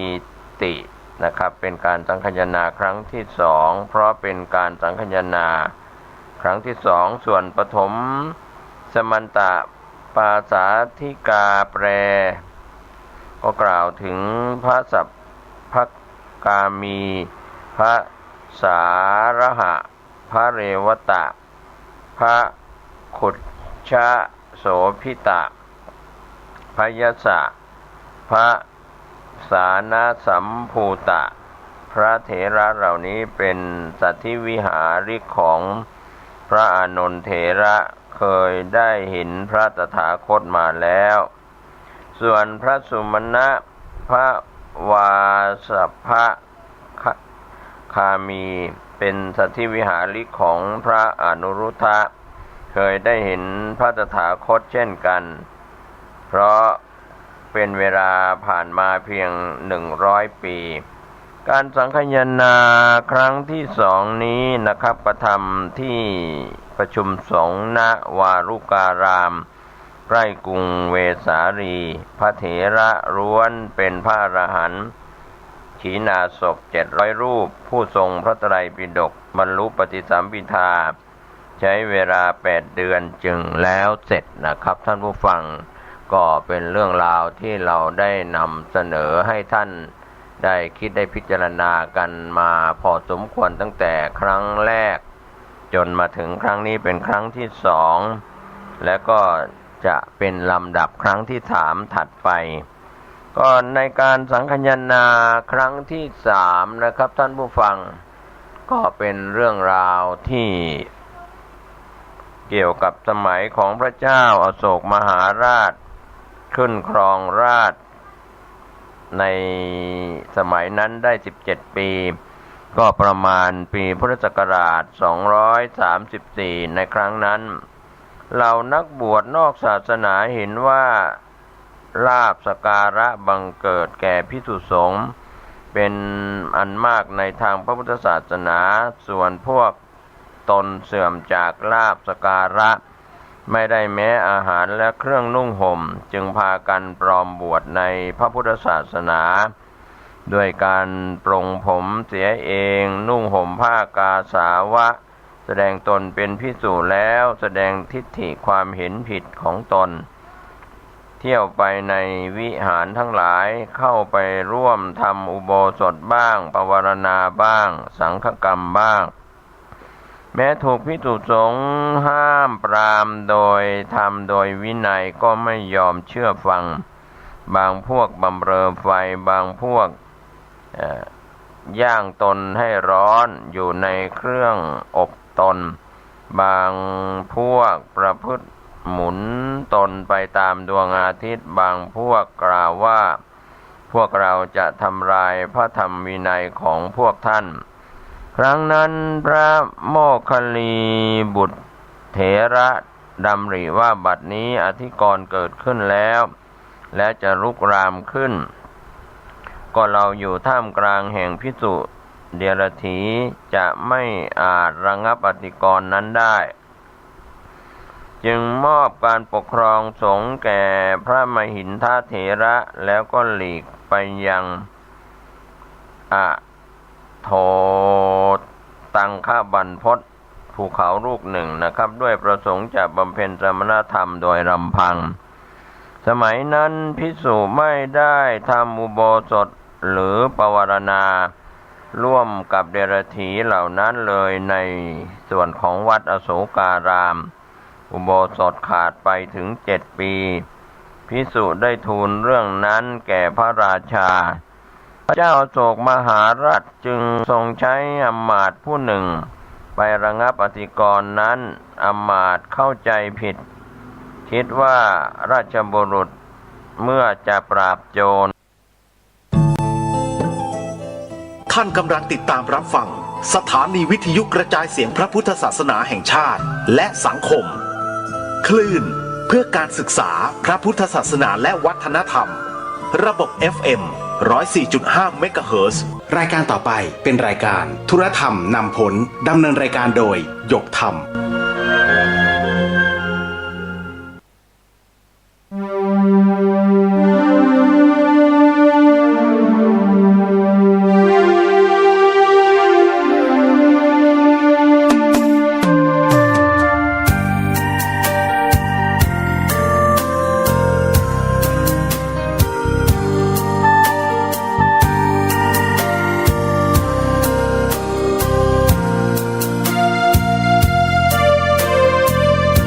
หยุดนิ่งเย็นในไม่มีโต้ตอบสอบผ่านสบายฝึกจิตภายในได้มรรคผลธรรมสร้างสมบารมีมิให้ตกต่ำสภาวะธรรมส่องนำชีวิต มปลงอนิจจังวางลงทุกสิ่งเมื่อจิตเรานิ่งเห็นธรรมทันทีแจ่มแจ้งรู้จริงพร้อมวิหารสี่จุดหมายเรามีอยู่ที่นิพพานทุรธรรมนำพ้นล้นด้วยปัญญายกธรรมเมตตานำพาสื่อสาร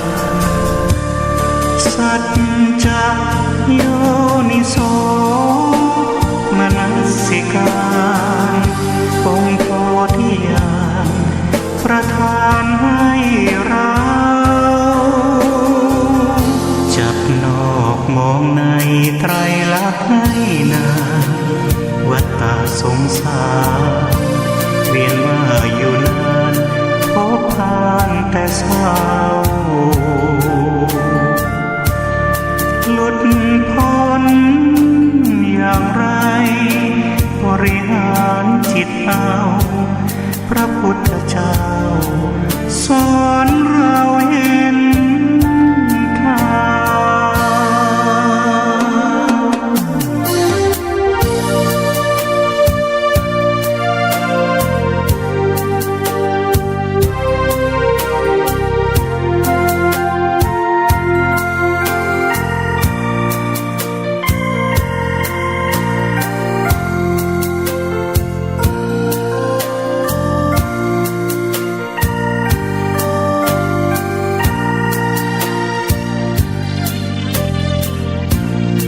ทุรธรรม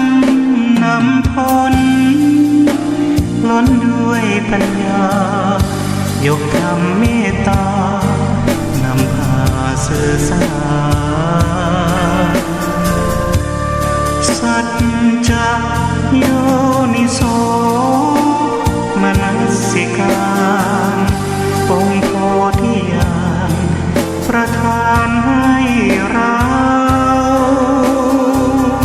จับนอกมองในไตรลักษณ์ให้นานวัฏฏะสงสารเวียนว่าอยู่นานพบผ่านแต่เศร้า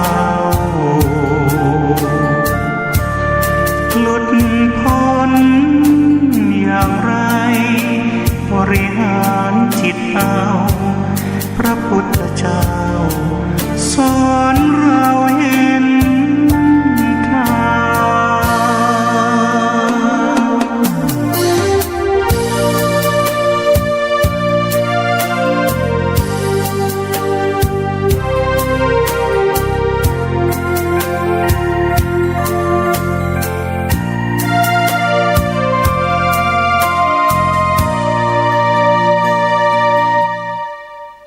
อยู่ที่นิพพา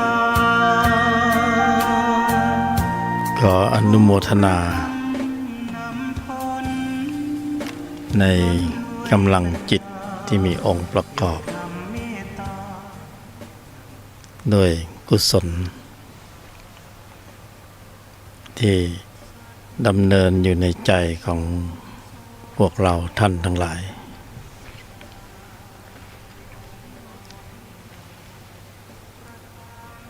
ที่มีความระลึกนึกขึ้นได้ในเรื่องของการเจริญปัญญา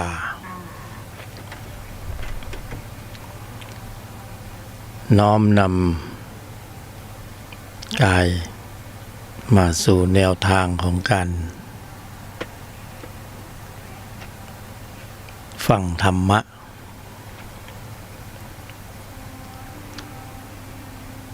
ก็อนุโมทนาที่ความระลึกนะก็คือสติระลึกนึกขึ้นได้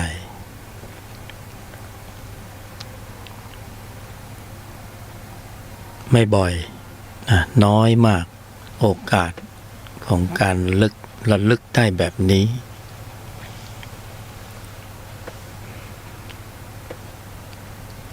ในใจเราก็มีข้อมูลจิตอันหลากหลาย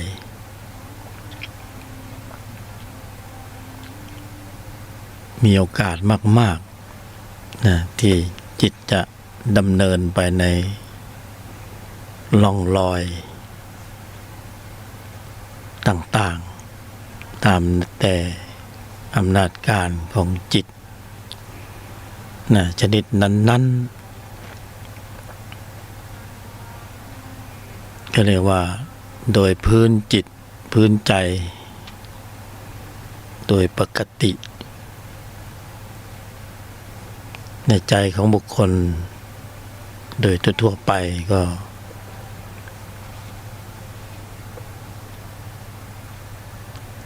ปรารภ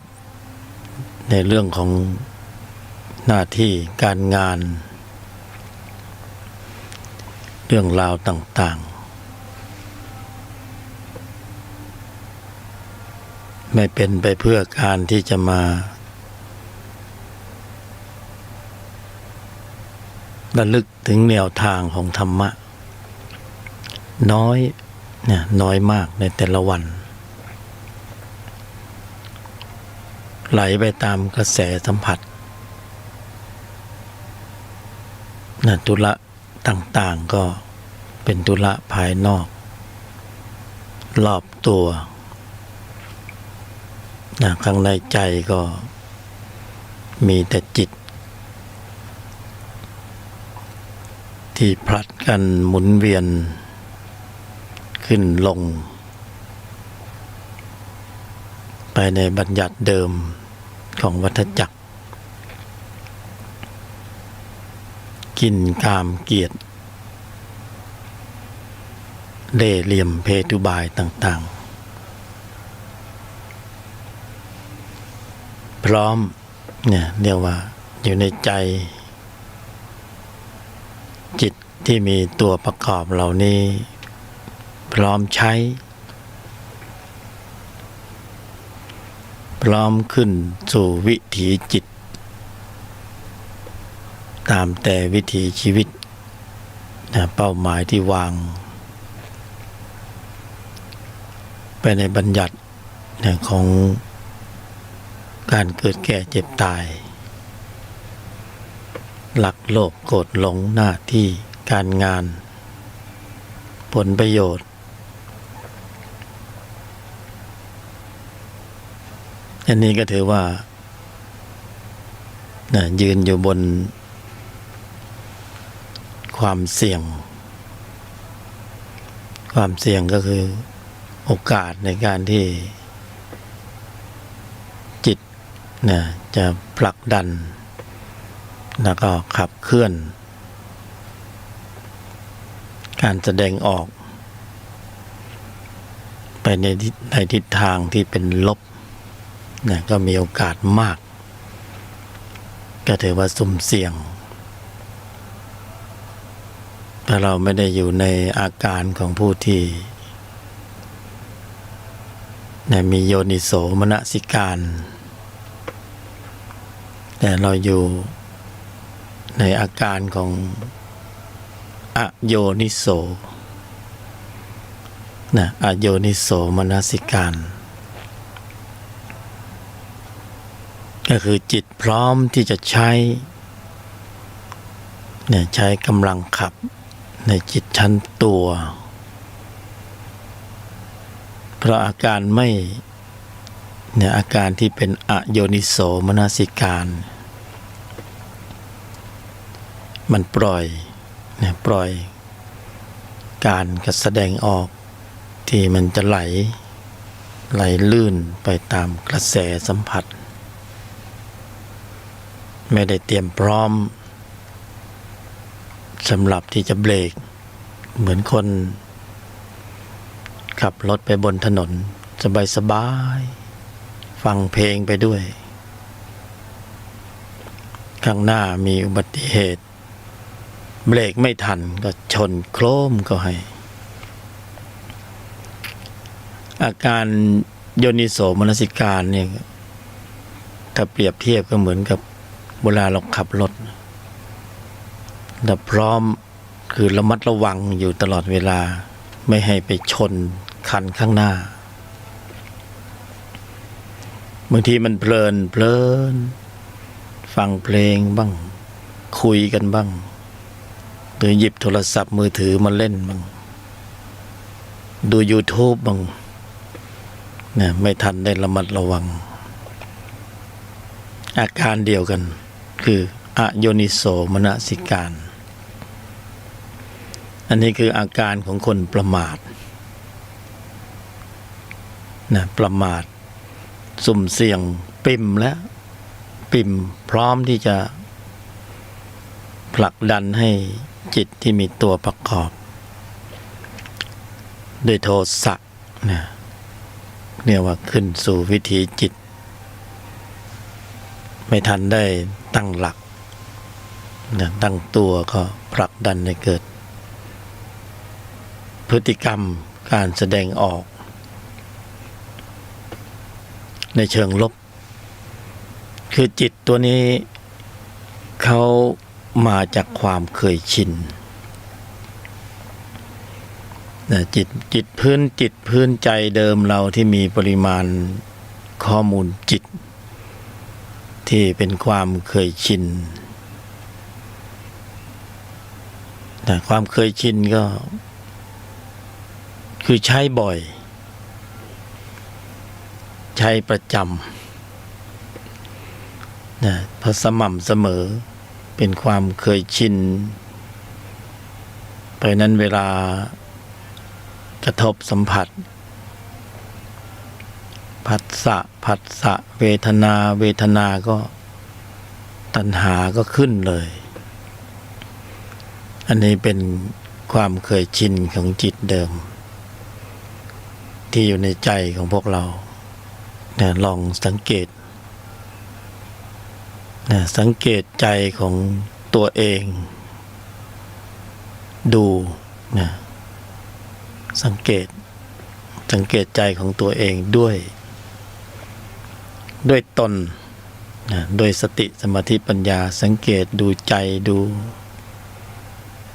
อ๋อมันขึ้นแบบนี้มันมีคันลองแบบนี้นะทิศทางของมันก็เป็นแบบนี้อยู่โดยปกตินะปกติวิสัยเป็นอย่างเนี้ยตั้งแต่เด็กจนเป็นผู้ใหญ่ใจก็เป็นอย่างนี้มีเส้นทางเดินแบบนี้กระทบสัมผัสนะผัสสะเวทนาตัณหาความโกรธก็เป็นอยู่อย่างนี้ แล้วก็เป็นอย่างนี้ตลอดนะก็รู้อยู่ว่ามันเป็นอย่างเนี้ยแล้วมันก็ไม่เป็นผลดีแล้วมันก็สุ่มเสี่ยงเวลาที่มันขึ้นสู่วิถีจิตในแต่ละครั้งเพราะเป็นอย่างนี้เนี่ยแหละที่มันสร้างปัญหา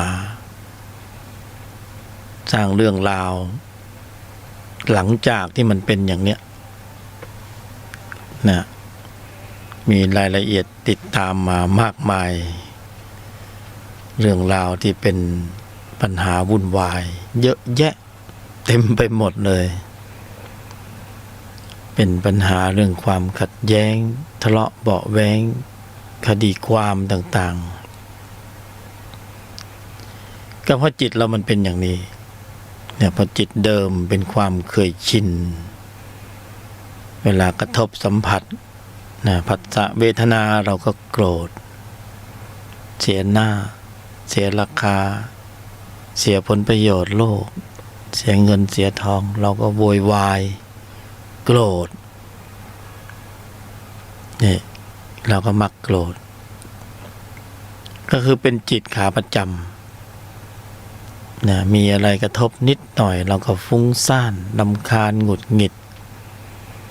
นะจู้จี้ขี้บ่นปากเราก็รัวพูดนะไม่รู้จักหยุดจักหย่อนพูดอยู่นั่นนะก็พูดแต่เรื่องเก่าๆเดิมๆ ไม่รู้ ใจใครก็ไม่รู้นะ มันเป็นอย่างนั้น ก็คือจิตเดิมนิสัยเก่า นิสัยเก่านิสัยดั้งเดิมนิสัยที่นำพาให้พวกเรามาเกิดในโลกมนุษย์มีกายสังขารเป็นมนุษย์แต่ก็แสดงว่าเรามีส่วนดีอยู่ถึงได้มาเกิดเป็นมนุษย์ถ้าส่วนดีมีน้อยกว่านี้มันก็คงอาจจะไม่ได้มีฐานะเป็นมนุษย์อาจจะไปอยู่ในฐานะอย่างอื่นทีนี้นิสัยเก่าเนี่ยโอกาสของเราดีมากตอนเกิดเป็นมนุษย์เนี่ยเพราะอย่างที่เคยบรรยายเราสามารถที่เราจะแก้ไขนิสัยเก่านะแก้ไขได้หรือเราชอบนิสัยเก่าๆแบบนี้เราก็ไม่ต้องแก้ไขเราก็อนุรักษ์อนุรักษ์นิสัยเก่าดังเดิมเพราะไม่ต้องไป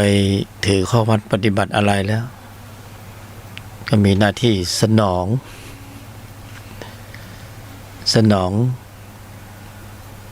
มันมีสัมผัสมาเสนอเราก็สนองไปเลยไม่ต้องไปเบรกอยากใช้จิตตัวไหนก็สนองอารมณ์เข้าไป ไปตามกระแสสัมผัสมีเหตุปัจจัยให้โกรธก็ไม่ต้องไปคิดอะไรมากโกรธไปเลยแล้วก็ฉุนเฉียวเกลียวกราดขาดความเมตตาวาจาล่วงหล่นไอ้อีมึงกูเนี่ยนิสัยเก่านิสัยดั้งเดิมของเก่าที่เราเคยชินของเก่าที่เราเคยใช้เราก็จะอนุรักษ์มันไว้เราก็ชินกับมันเราก็วันนั้นก็ใช้ต่อไปแล้วกันเคยชินเคยใช้กระทบสัมผัสทางทวารต่างๆเสียหน้าเสียราคาเสียผลประโยชน์เสียความรู้สึกแล้วก็โกรธดุยแหลกแตกหักเนี่ยของเก่าใช้อยู่ทุกวันประจำขาประจำ มาตลอดผัสสะเวทนามาตลอดของเก่าฟุ้งซ่านรำคาญหงุดหงิดแต่ละวันนะบางวันก็หลายรอบบางวันก็ฟุ้งซ่านรำคาญหงุดหงิดอึดอัดขัดเคืองหวาดกลัววิตกกังวลคุ้นคิดเหนื่อยหน่ายท้อแท้โกรธเวลากระทบสัมผัสโกรธคือไม่มีแนวทางไม่มีความคิดที่จะแก้ไขใจของตัวเองปล่อยไปตามกระแสสัมผัสคนก็บอกธรรมะดีมันก็บอกว่าเงินดีกว่าธรรมะไปปฏิบัติธรรมไม่ไปหาเงินดีกว่าปฏิบัติธรรมแล้วท้องไม่อิ่มเนี่ยมันก็คิดไปคนละมุมก็สะสมไปตามลำดับนิสัยเก่าเรามองคนในสังคมรอบด้านทุกคนก็มีข้อมูลตัวนี้ อยู่ในใจกันทั่วหน้าซ้ายขวาหน้าหลังบนล่างมีแต่มนุษย์ที่มีข้อมูลจิตแบบเดียวกันหมดเลยปริ่มแล้วพร้อมที่จะกระทบกระทั่งกระทบกระทั่งปะทะกันก็โกรธกันทะเลาะเบาะแวงกัน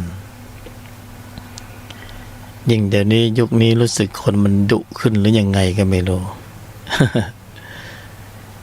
ธรรมะไม่ระคายผิวแต่ว่าอนุสัยต่างๆมีกำลังมากขึ้นตามลำดับรู้สึกว่าแดดมันร้อนก็ไม่เหมือนแดดเมื่อก่อนพายุมันมาแรงๆก็ไม่เหมือนพายุสมัยก่อน แต่สมัยก่อนมันก็มานานๆแต่เดี๋ยวนี้มาบ่อยเดี๋ยวนี้แดดเนี่ยความร้อนของแดดแสงแดดไม่เหมือนสมัยก่อนเดี๋ยวนี้ร้อนแบบแดดนะรู้สึกว่าโอ้โหมันแสบด้วยเจ็บด้วยมันร้อนแบบไหนภายนอกนะธาตุจิตมนุษย์ก็เช่นเดียวกันโอ้เดี๋ยวนี้มันโกรธนะรู้สึกความโกรธมันมีกำลังมากขึ้นกระทบสัมผัสเป็นไม่ได้เลยผัสสะเวทนาตัณหาอุปทานความโกรธแล้วรู้สึกว่าอัตตานะอัตตาตัวกูนี่โอ้โหแตะไม่ได้เลยไม่รู้ไปแตะใครบ้างอัตตาตัวกูนี่แก่กล้าเข้มข้นตัวอัตตาก็รวมอยู่ในนั้นน่ะจิตที่มีตัวประกอบด้วยอัตตาตัวกูความยึดมั่นถือมั่นว่าเป็นอัตตาตัวกูเนี่ยอัตตาเวลาต้องแสดงบทบาทก็อัตตาเข้มเลยเนี่ยอัตตาตัวกูจิตที่มีตัวประกอบด้วยโทสะก็อยู่ในนี้แหละแต่มีอัตตามาก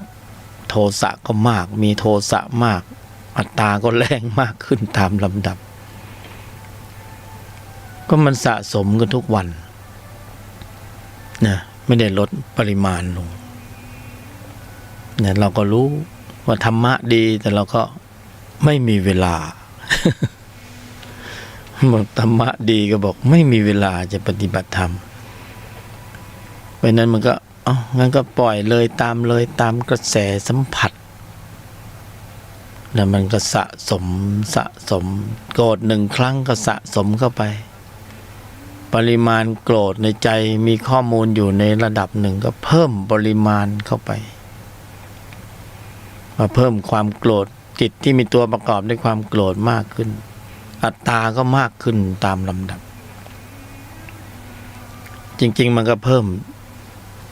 ทุกสัดส่วนนะไม่เฉพาะแค่จิตที่มีตัวประกอบด้วยความโกรธแต่เราพูดถึงว่าจิตที่มีตัวประกอบด้วยความโกรธมันเป็นตัวแทนของจิตทุกตัวนั่นแหละอยู่ในนั้นหมดตัวจิตที่มีตัวประกอบด้วยโลภะโมหะ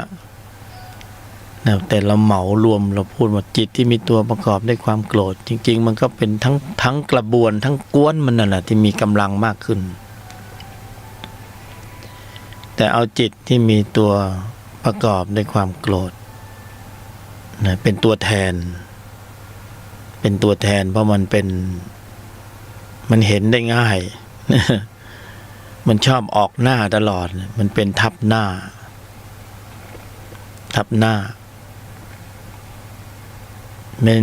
มันก็มีจิตที่มันมาแก้กันอยู่นะธรรมชาติก็มีของมาแก้กัน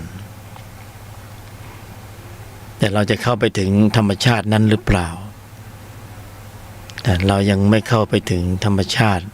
ที่มีแก้กันตรงนั้นเราก็ยังไปไม่ถึงหรือเข้าไปแล้วก็เข้าใจว่าถึงแต่ยังไม่ใช่ไม่ตอบโจทย์นะโกรธมันก็ยังมีเหมือนเดิมนั่นก็ยังไม่ลดปริมาณลงสักทีนั่นนะเพราะนั้นข้อมูลเหล่านี้มันก็ยังอยู่ในใจของพวกเรานั้นอยู่มาก่อนที่เราจะมาเกิดเป็นมนุษย์สะสมมาทุกภพทุกชาติแต่ละภพแต่ละชาติได้ใช้ก็สะสมมาตามลำดับมาเกิดเป็นมนุษย์ในครั้งนี้ก็จิตพวกนี้ก็มาอยู่ปฏิสนธิจิตมาอยู่ในกายมนุษย์กายมนุษย์ก็ได้แสดงข้อมูลจิตว่าจะเปิดดูข้อมูลจิตที่มีตัวประกอบด้วยความโกรธ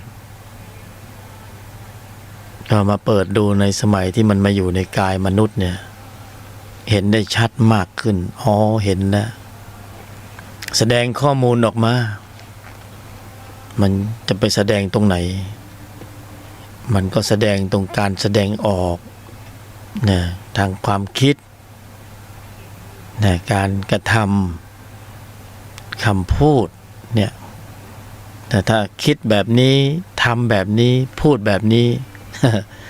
พวกเราก็รู้ใช่ไหมพวกเราดูออกเนี่ยพวกเราเป็นมันพื้นน่ะพื้นพวกเราก็ดูออกอ๋อไอ้นี่แสดงออกแบบนี้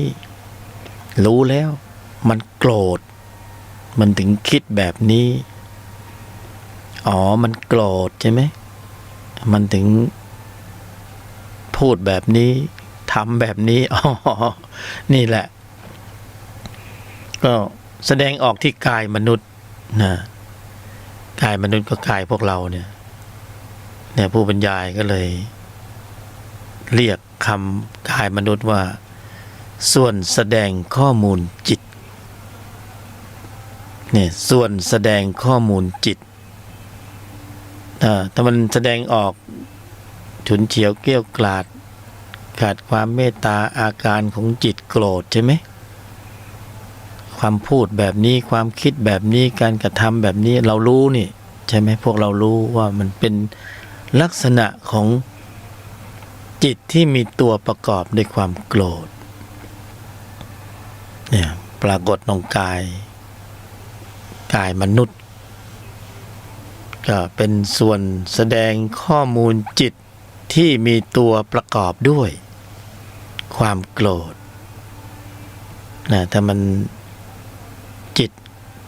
นะตัวอื่นมันก็จิตที่มีตัวประกอบด้วยความโลภนะก็แสดงออกไปอีกแบบหนึ่ง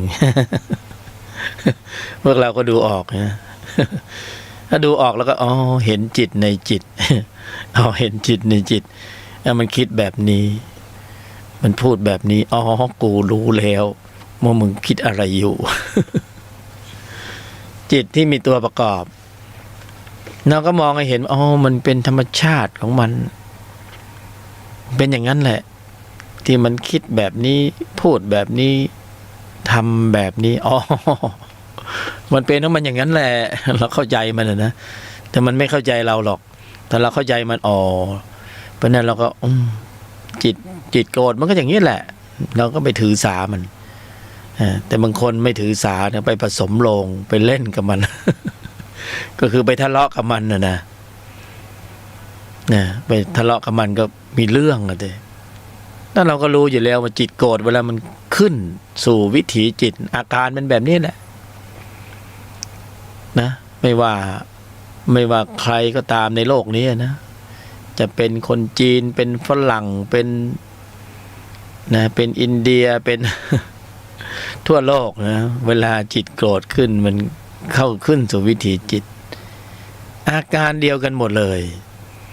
ฉุนเฉียวเกลี้ยวกราดขาดความเมตตาฟุ้งซ่านรำคาญหงุดหงิดอึดอัดขัดเคือง วาจาล่วงหล่นสีหน้าท่าทางดูไม่ได้ นะมันก็ผีโทสะไง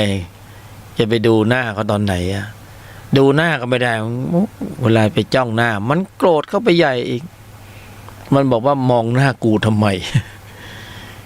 พวกวัยรุ่นมันไปกินข้าวกันในร้านอาหารไปเจอกัน2 โต๊ะหนึ่งมองหน้าอีกโต๊ะหนึ่งอีกโต๊ะหนึ่งมองหน้ามองไปมองมาเอายกไม่ต้องกินกันแล้วเพราะมันไม่ได้กินยังไงมันพังร้านละพังร้านข้าวต้ม จบเฮงผมจะไปกินข้าวที่ไหนได้ก็ไปพังร้านเขามองหน้านะจิตโกรธจิตที่มีตัวประกอบด้วยความโกรธพอมองหน้าไปกระทบโกรธก็เด้งไปสะท้อนไปเจออัตตาตัวกูโอ้ อัตตาใหญ่ใช่ไหมก็เอาเรื่องเลยทีเนี้ยจิตโกรธสามีภรรยาอยู่ในครอบครัวเดียวกันนี่กระทบกระทั่งกระทุ้งกระเทือนเธอก็มีจิตโกรธฉันก็มีจิตโกรธทุกคนก็พกจิตที่มีตัวประกอบด้วยความโกรธเกิดลูกออกมาก็ไม่รู้ว่าไปทำอีท่าไหนไปบรรจุข้อมูลโกรธให้ลูกตอนไหนก็ไม่รู้ลูกก็มีความโกรธมาด้วยแต่จริงๆเขาก็มียังเข้ามาอยู่ก่อนแล้ว เพียงแต่เขามีสัญญามาเกิดร่วมเดียวกับพ่อแม่เดียวกัน จิตโกรธมันก็สะสมข้ามเนี่ยว่าทะลุภพมาจนถึงวันนี้มาเกิดเป็นมนุษย์ก็มีส่วนแสดงข้อมูลจิตนะคือกายมนุษย์มันก็จะแสดงข้อมูลออกมาได้ว่าอ๋อความโกรธเป็นอย่างนี้นะหน้าตาเป็นอย่างนี้ให้เราเข้าใจวิเศษลักษณะของความโกรธเนี่ยเราเข้าใจแล้วเราเห็นว่าไม่เข้าท่าขืนอนุรักษ์ไว้มีแต่ปัญหานะเพราะฉะนั้นเราก็หาทางที่จะกำจัดจุดอ่อนนะกำจัดความโกรธจะกำจัดยังไงหรือว่าเราจะอนุรักษ์มันไว้เพราะเราชอบนะเอาไว้เบ่งใช่ไหมเอาไว้เบ่งแล้วมีอัตตาตัวกูแก่กล้าแล้วก็ใช้ความโกรธเบ่งมันซะหน่อยนะโอ้โหนะดูแล้วเป็นยังไงเข้มเลย หรือจะอนุรักษ์ไว้นะถ้าอนุรักษ์ไว้ก็ไม่ต้องฟังธรรมะนะปิดไปฟังอย่างอื่นแทน ถ้าฟังไปทำไมฟังแล้วก็ไม่มีประโยชน์นะไม่เป็นความจริงไม่ดีไม่มีประโยชน์ไม่ถูกการเวลาผู้ฟังแล้วมันไม่ช่วยอะไรได้เพราะเราต้องการอนุรักษ์เนี่ยผีโทสะตัวนี้ไว้ในใจอยู่ตลอดกาลจิตที่มีตัวประกอบด้วยความโกรธเราอยากจะอนุรักษ์ไว้เหลือเกินนะอนุรักษ์ไว้ เพราะนั้นก็ไม่ต้องฟังธรรมนะเปิดไปฟังรายการอื่น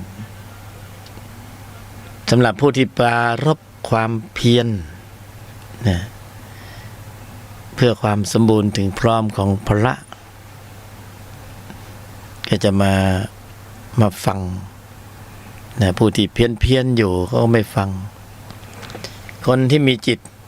ที่มีประกอบด้วยนะจิตที่มีตัวประกอบด้วยความโกรธหรือจิตที่ประกอบด้วยอัตตานะโลภะโทสะพวกนี้ถือว่าเพี้ยนนะในทางธรรมะถือว่าเราปกติเพี้ยนนะ เพี้ยนจากความเป็นจริงสภาวธรรมตรงตามความเป็นจริงเพราะเรายึดมั่นถือมั่นว่าเป็นอัตตาตัวกูนะเพี้ยนแล้วนะ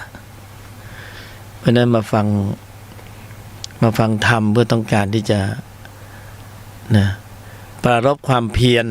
เพื่อที่จะไปแก้ไขความเพี้ยนนะปรารภความเพียรเพื่อที่จะให้มีกำลังของพระอันได้แก่ศรัทธาความเพียรสติสมาธิและปัญญาให้มีความสมบูรณ์ถึงพร้อมเนี่ยเรียกว่าสมบูรณ์ถึงพร้อมของพละเพื่อความสมบูรณ์ถึงพร้อมโดยเยี่ยงอย่างนี้ก็จะไปนะขจัดความเพี้ยนทีละหน่อยจากความยึดมั่นถือมั่นที่เป็นอัตตาตัวกูจากการที่มีปริมาณข้อมูลจิตที่มีตัวประกอบด้วยโทสะโลภะโมหะมีปริมาณความเข้มข้นสูงนะก็จะได้บรรเทาเบาบางลงบ้างทีละนิดทีละหน่อยนะบรรเทาเบาบางลงบ้างพอเริ่มบรรเทาลงก็เริ่มเห็นนะเห็นอะไรหลายๆอย่างความเพี้ยนก็เริ่มลดลงเริ่มเห็นสัจธรรมมากขึ้นเริ่มเห็นธรรมเริ่มเห็นความจริงมากขึ้นนะแล้วความเพี้ยนมันก็ลดลงตามลำดับเพราะนั้นปฏิบัติธรรมก็เพื่อที่สมบูรณ์ถึงพร้อมแห่งพละเพื่อลดความเพี้ยนเพราะนั้นเพี้ยนหมดในโลกในสังคมโลกปัจจุบันทุกคนเพี้ยนหมดนะแต่คนที่ไม่เพี้ยนเราดูเขาไม่ออกหรอกเพราะมันเป็นเรื่องของในใจของเขาข้างนอกอาจจะทำท่าทำทางดูลักษณะอากัปกิริยาแล้วเพี้ยนแล้ว แต่เขาอาจจะไม่เพี้ยนก็ได้ข้างในใจของเขาเราดูไม่ออก บางทีเขาอาจจะเป็นข้อสอบมาสอบเราดูมาลองเราดู ลองแต่งตัวมอมแมมมอซอดูสิดูคนเขาจะว่ายังไงอย่างเงี้ยมีอริยะที่เขาฝึกแบบนี้มีฝึกความเป็นอริยะเขาทดลองสอบความเห็นของคนสอบความคิดของคนดูว่าเขาเป็นยังไงเขาว่าเรายังไงในใจเขาก็พร้อมจะทนต่อการกระทบสัมผัสบางคนก็ดูถูกดูแคลนโอ้ยดูไม่ได้เลยนะเขาก็ทดสอบดูว่ายังมีอัตตาอยู่ไหมแต่ถูกกระทบกระทั่งกระทุ้งกระเทือนคนดูถูกดูแคลนคนว่าคนเขาว่าเป็นคนเก็บขยะบ้างเป็นคนสกปรกบ้างดูซิว่ากระถูกกระทบแล้วอัตตาเราขึ้นไหมเขาก็นี่เขาฝึกแบบนี้มีอริยะเขาฝึกแบบนี้เนี่ยบางที3 วัน 7 วันไม่นอนไม่ใช่ไม่นอนก็จริงไม่นอนก็มีไม่กินข้าว ไม่แต่งตัวไม่อาบน้ำปล่อยผมลุงลิงลุงหลังหนวดเครายาวเฟ้ยเขามาสอบอารมณ์ดูว่าเราเห็นเขาผิดไหมบางคนไม่เท่าทันน่ะอริยะเขาฝึกเขาต้องการจะเก็บบารมีเขาก็ไปล่อความรู้สึกคนเล่นพอคนนั้นวิพากษ์วิจารณ์ปั๊บนะเสียบารมีเลย เขาก็ได้เลย พอวิพากษ์วิจารณ์นิดหนึ่งก็เสียบารมีนะเสียบารมีก็นะเขาได้บารมีเขาเก็บบารมีคนบางคนทำความดีมาทั้งวันนะตอนเย็นๆออกความดีได้10 คะแนนเผลอไปวิพากษ์วิจารณ์นะผู้บำเพ็ญแป๊บเดียวความดีหายแวบไปเลยจาก10เหลืออยู่1แล้วความดีไปไหนก็ไปว่าใครคนนั้นเขาก็ได้แต่เขานิ่งอยู่อุเบกขาอยู่เงี้ยเสียบารมีก็มาสอบมาลองแล้วก็มาทดสอบดูคนมีอัตตาไหมมีโทสะไหมเพราะนั้นก็ลองดูอริยะมีนะเขาฝึกแบบนี้ฝึกในชีวิตประจำวันนี่แหละอยู่ในสังคมปัจจุบันบางทีเขาเก็บขยะอยู่อย่าไปมองเขาแต่งตัวสมๆมึงอย่าไปว่าเขานะ เขากำลังฝึกความเป็นอริยะอยู่เขาจะไปรู้ ไม่ใช่มาสวยหรูแบบ เลิศนะสะอาดเอี่ยมอ่องนี่ไม่ใช่นะมาภาคพื้นดินนะมากับดินนะไม่ใช่ลอยนะแต่งองค์ทรงเครื่องมาเหมือน อริยะเขาฝึกเขาลดอัตตาแต่ต้องการลดอัตตาเพราะว่าอัตตาเนี่ยมันต้องถูกแรงกระทบก็แล้วแต่ร่องรอยจริตแต่ละรูปแต่ละนามเนี่ยตอนนี้เรามีโทสะอยู่ในใจเราจะทำยังไงจัดการกับมันนะหรือใครเห็นว่าจะอนุรักษ์ไว้ก็ไม่ต้องนะไม่ต้องค้นคว้าแล้วนะหรือจะอนุรักษ์ไว้อยู่เหมือนเดิมนะอนุรักษ์นิยมดีเด่นคอนเซอร์เวทีฟชอบอนุรักษ์ของเก่านะจิตโกรธนี่เป็นของเก่านะของดั้งเดิมเราฝึกมาทุกภพทุกชาติมันก็แก่กล้าเข้มข้นในปริมาณที่เข้มข้นคือกระทบกระทั่งกระทุ้งกระเทือนแตะไม่ได้นะเข้าทางหูทางตาเราไม่สำรวมเลยแล้วก็จิตพวกนี้ไม่เปิดโอกาสให้โยนิโสมนสิการเพราะมันปริ่มมันพร้อมจะผลักดันพฤติกรรมการแสดงออกอยู่ตลอดเวลาอันตรายมากแต่เราไม่ฝึกอันตรายมากเพราะว่าผลจากภายในที่ตัวเนี้ยคุมมันไม่อยู่เนี่ยมันก็อย่างที่รู้อยู่นะเรื่องราวต่างๆในสื่อที่เราเห็นก็เป็นผลงานของจิตที่มีตัวประกอบด้วยความโกรธเสียเป็นส่วนมาก จิตที่มีตัวประกอบด้วยโลภะก็ไม่ใช่ย่อยเหมือนกันนะโกงบ้านโกงเมืองกินน่นกินนี่สารพัดคอร์รัปชัน ระบาดยิ่งกว่าโควิดอีกนะประเทศแต่ละประเทศในโลกเนี่ยปัญหาคอร์รัปชันนี่ระบาดยิ่งกว่าโควิดอีกนะโควิดยังไปเป็นหย่อมๆนะแต่จิตตัวนี้เนี่ยมันล้ำลึกมันอยู่ข้างในมองไม่เห็นตัวมันนะ เขาเรียกว่าเชิงนโยบายล้ำลึกแต่มันสะสมอย่างเงี้ยมันสะสมมากๆเนี่ยมันก็ไม่เป็นผลดีนะถ้าคนที่เขารู้ธรรมเนี่ยรู้สูงก็รู้เสียวแต่รู้ธรรมแล้วก็โอ้โหจะอยู่ยากเพราะขยับหน่อยเนี่ยมันจิตมันข้อมูลมันเก็บหมดเลยไม่สนใจมันจะเป็นใครนะเขาไม่มองสมมติบัญญัติภายนอกสะสมก็คือสะสมทำกรรมก็คือทำกรรมจิตก็เก็บข้อมูลก็คือเก็บข้อมูลแล้วก็ไปกลั่นนะสุดท้ายมันก็ย้อนกลับมาทิ่มแทงตัวเราเองอีกมันเป็นอย่างนั้นเพราะฉะนั้นข้อมูลต่างๆเนี่ยไม่หนีการเก็บโดยจิตนะพฤติกรรมการแสดงออกภายนอกที่เราเผลอไปคิดไปพูดไปทำไปนะภายนอกกับภายในเขาสัมพันธ์กันภายนอกแสดงออกภายในมีจิตเกิดขึ้นรับจิตชนิดไหนก็ชนิดนั้นน่ะถ้าจิตโกรธก็ข้อมูลจิตโกรธก็มีปริมาณมากขึ้นนะจิตก็เก็บข้อมูลเขามีหน้าที่ในการเก็บข้อมูลเขาเป็นเจ้าเนี่ยเจ้าพ่อเจ้าแม่เลยเจ้าแห่งการสะสมเนี่ยจิตนี่นะเป็นเจ้าแห่งการสะสมเราจะไปถืออัตตาตัวกูว่าเราเป็นเจ้าของจิตนี้แล้วจะไปสั่งจิตไม่ได้ ไม่อยู่ในฐานะที่จะทำได้ สั่งไม่ได้เขาเก็บข้อมูลเข้าไปงั้นน่ะแสดงออกไปเถอะไม่หนีไปไหนหรอกถ้าเราศรัทธาเชื่อมั่นในเรื่องของกรรมนะมีผลตอบแทนหมดเลยพอเรารู้เราจะเริ่มโอ้โหถ้าเป็นอย่างนี้เราก็ต้องหาทางนะ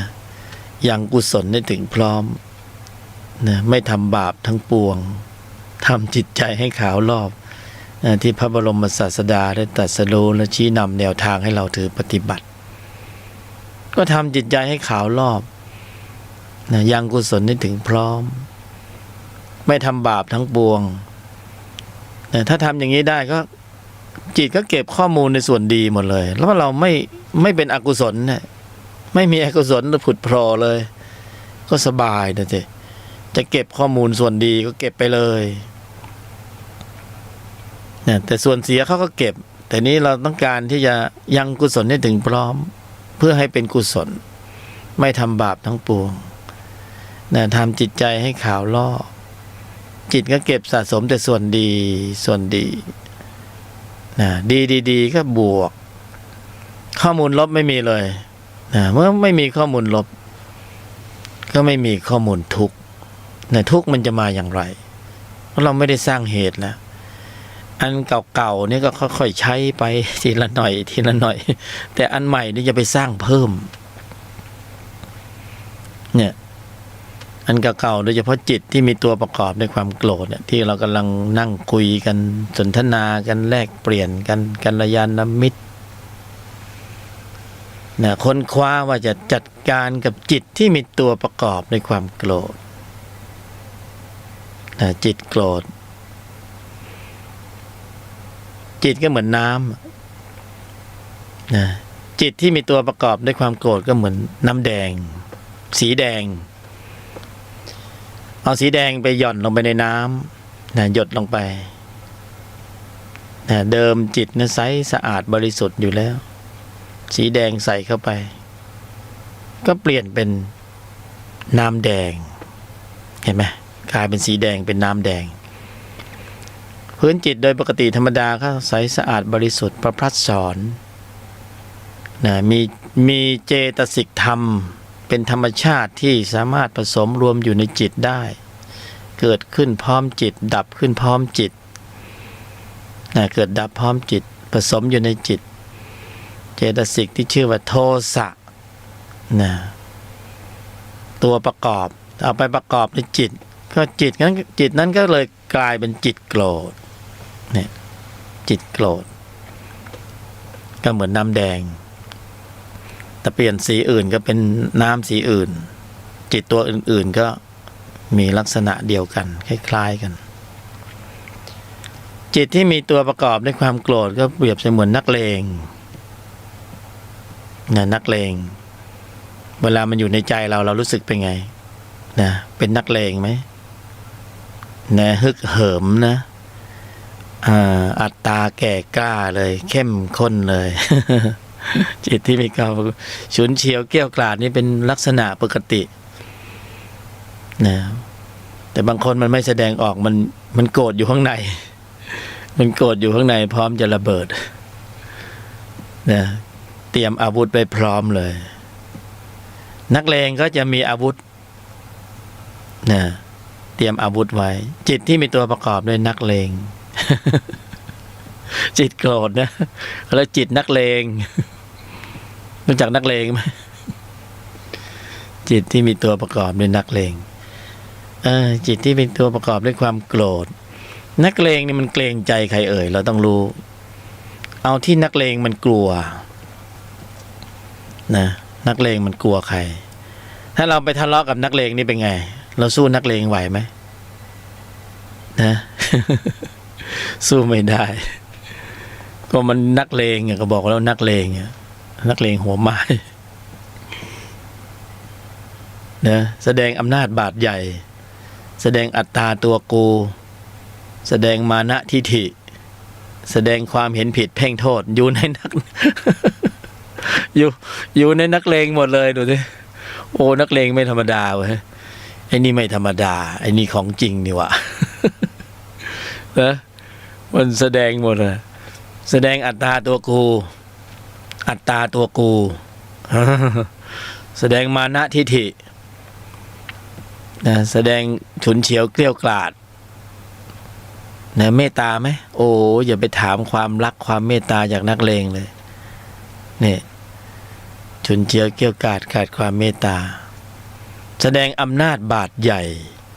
เนี่ยนักเลงนี่เราทะเลาะกับนักเลงไหวไหมเวลานักเลงมาทวง หัวปิงปองมาทวง120อ่ะหัวปิงปองมาแล้วทวง120นะนักเลงมาแล้วไหวไหมต้องรีบควักเงินจ่ายเนี่ยไม่งั้นนักเลงถอดเอาหมวกกันน็อกฟาด เพราะนั้นก็เลยไม่กล้าสู้กับนักเลงนักเลงมันจะกลัวลูกพี่มันวันนั้นนักเลงมีลูกพี่เรารู้เราต้องไปหาลูกพี่นักเลง เขาบอกลูกพี่ขอเว้นไว้หน่อยช่วงนี้เศรษฐกิจไม่ดีลูกพี่ก็จะไปสั่งนักเลงเฮ้ยไอ้ลูกน้องไอ้นักเลงเบามือหน่อยนะลายนี้เขาเคลียร์แล้วเนี่ยลูกพี่มันสั่งทีนี้นักเลงมาตอนหลังนักเลงมาหาเราก็ไม่ทะเลาะกับนักเลงหรอกนักเลงสุภาพมากขึ้นเยอะเพราะอะไรเพราะลูกพี่เบรกมันไว้แล้วจิตโกรธก็เช่นเดียวกันเรารู้ไหมว่าจิตโกรธมีลูกพี่อยู่ แต่มีอยู่แต่ว่าลูกพี่ของจิตโกรธเนี่ยจิตที่มีตัวประกอบด้วยความโกรธมีลูกพี่แต่ลูกพี่ของความโกรธยิ่งหนักข้อเข้าไปใหญ่ไม่มีความปราณีหรอกแต่ลึกมากไปกว่านั้นธรรมชาติให้มาเนี่ยธรรมชาติให้มานะเราไปทะเลาะกับจิตที่มีตัวประกอบด้วยโทสะตรงๆเนี่ยไปไล่มันน่ะตรงๆมันไปไหมไม่หมูนะเอาสมถะที่นั่งอัดเข้าไปสินะกำหนดบริกรรมภาวนาเข้าไปจิตโกรธมันแวบไปพักหนึ่งนะนิวรณ์5ดับไปแป๊บหนึ่งแต่จิตที่มีตัวประกอบด้วยความโกรธมันอยู่ข้างในมันไม่ได้สมุดเฉดไม่ได้หมดไปตามกับนิวรณ์ไม่ใช่มันดับโดยชั่วคราวที่เป็นนิวรณ์แต่จิตที่มีตัวประกอบด้วยความโกรธยังอยู่ กูยังอยู่นะต่อให้กรรมฐานสมถะเข้มจนตัวเหาะได้กูก็ยังอยู่ในใจ จะลดง่ายๆไหมไม่ง่ายเนี่ยไม่ลดด้วยต่างหากไม่ลดด้วยต่างหากเรานั่งสมาธินี่เราโอ้โหขันติอดทนอุเบกขานั่งเป็นชั่วโมงนะปฏิบัติธรรม นั่งโอ้โหขาก็เป็นเหน็บแล้วก็เฉยพยายามข้ามมันเจ็บก็ปล่อยให้มันเจ็บนะเป็นชั่วโมงปฏิบัตินะได้นะวิตกวิจารปิติสุขเอกคตาขนลุกขนพองนะนิ่งสงบเย็นเบาสบายอิสระโปร่งโล่งถึงแล้ว นึกว่าถึงแล้ว ยังได้ฌานนะยังเนี่ยเราก็นึกว่าโทสะมันคงจะไปหมดแล้วก็ไม่เห็นมันขึ้นมาเนี่ยตอนที่เราเข้าฌานอยู่สงบระงับดับ หายแวบเงียบปิ้งเลยท่าทางจะบรรลุละมั้ง คิดเอาเองสงสัยเราถึงผลแล้วเคยเป็นไหม ใครไม่เคยเป็นผู้บรรยายเคยเป็น สงสัยถึงผลแล้วที่ไหนได้เอาเสียผลประโยชน์โลกตาเห็นรูปหูได้ยินเสียงจมูกได้กลิ่นผัสสะเวทนาเอาโทสะมันขึ้นมาอีกมันไปไหนเมื่อกี้มันนั่งสมาธิหลับหลบไปอยู่ตรงไหนแล้วทีนี้ขึ้นมาอีกไอเนยังไงกันนะศักยภาพของพละในระดับฌานนี่ไม่มีกำลังหรือไงนี่ทำยังไงดีมันยังขึ้นมาอีกเหมือนเดิมเนี่ยวันนี้ก็ยังอยู่ตอนนี้ก็ยังอยู่ อยู่ในใจของเรานะบรรยายธรรมะอยู่จิตที่มีตัวประกอบด้วยความโกรธมันก็ยังอยู่ในใจอยู่ดีอะไรกันนักกันหนาชาตินี้สงสัยนะจนแก่จนตายแล้วก็คงไม่มีทางที่จะสามารถเอาชนะมันได้ไอ้นักเลงประจำใจตัวเนี้ยจิตที่มีตัวประกอบด้วยความโกรธนะนักเลง อยู่ในใจตลอดกาลเลยเริ่มค้นคว้าเข้าไปเห็นแล้วรู้แล้วเข้าใจแล้ว ว่าพละระดับของฌานน่ะไม่พอมือสู้มันไม่ได้มีอำนาจการเหนือจิตที่มีตัวประกอบด้วยโทสะไม่ได้นะจิตที่เราปฏิบัติสมถะเราได้จิตที่มีตนประกอบด้วยพละเป็นผลนะเป็นผลเราฝึกแล้วเราปฏิบัติแล้วเราขันติอดทนอุเบกขาสารพัดวิธีการกำหนดภาวนาอะไรต่างๆก็ภาวนาเข้าไปเอาเก็บหมดอะบุญเล็กบุญน้อยชั่วโมงทำเก็บได้กำลังจิตที่มีองค์ประกอบด้วยพละในระดับหนึ่งพอจะดับนิวรณ์ห้าได้ชั่วครั้งชั่วคราวในบางเวลานะที่พละลำดับขับเคลื่อนกำลังอยู่ในภายในนิวรณ์ห้าขณะนั้นไม่ขึ้นสู่วิถีจิตนะจิตของเรามีองค์ประกอบด้วยจิตที่ประกอบด้วยตนนะสงบระงับนะวิตกวิจารปีติสุขเอกคตาคุมอยู่ในระดับหนึ่งชั่วครั้งชั่วคราวนะใครจะเล่นฌานเล่นฤทธิ์ต่อก็เล่นต่อไปเลยจะเอาไปทิศทางไหนแต่ว่าอนุสัยกิเลสแค่ระคายผิว ระคายเคืองผิวมารพยามารบอกว่าอะไรมาระคายผิวนะยังไม่สามารถที่จะถอดถอนอำนาจการของจิตที่มีตนประกอบด้วยพละรู้แล้วเนี่ยเราค้นคว้าเราเริ่มรู้แล้วนักเลงเกรงใจนะ มีของแก้กันเพราะนั้นไปทะเลาะกับนักเลงตรงๆจิตโกรธมันขึ้นพยายามที่จะดับมันพยายามจะดับมันได้ไหมประจันหน้ากับนักเลงไหวไหมไม่ไหวต้องไปหาลูกพี่ของนักเลงหรือผู้ที่มีอำนาจการเหนือกว่านักเลง เหนือกว่าจิตที่มีตัวประกอบด้วยความโกรธเจอแล้วยังนะพวกเราเจอแล้วยังจิตที่มีอำนาจการเหนือ เหนือก็คือครอบคลุมถ้ามีศักยภาพของจิตที่มีองค์ประกอบกำลังระดับนี้นะจิตที่มีตัวประกอบด้วยความโกรธมันจะหงอไปฝ่อไปหงอไปฝ่อไปมันมาด้วยความเคยชินนะนักเลงเนี่ยจิตที่มีตัวประกอบด้วยความโกรธเพราะนั้นการจะฝึกนะเรารู้แล้วจะเพิ่มกำลังของจิตที่มีตนประกอบด้วยพละเนี่ยพละห้าให้มีความสมบูรณ์ถึงพร้อมเนี่ย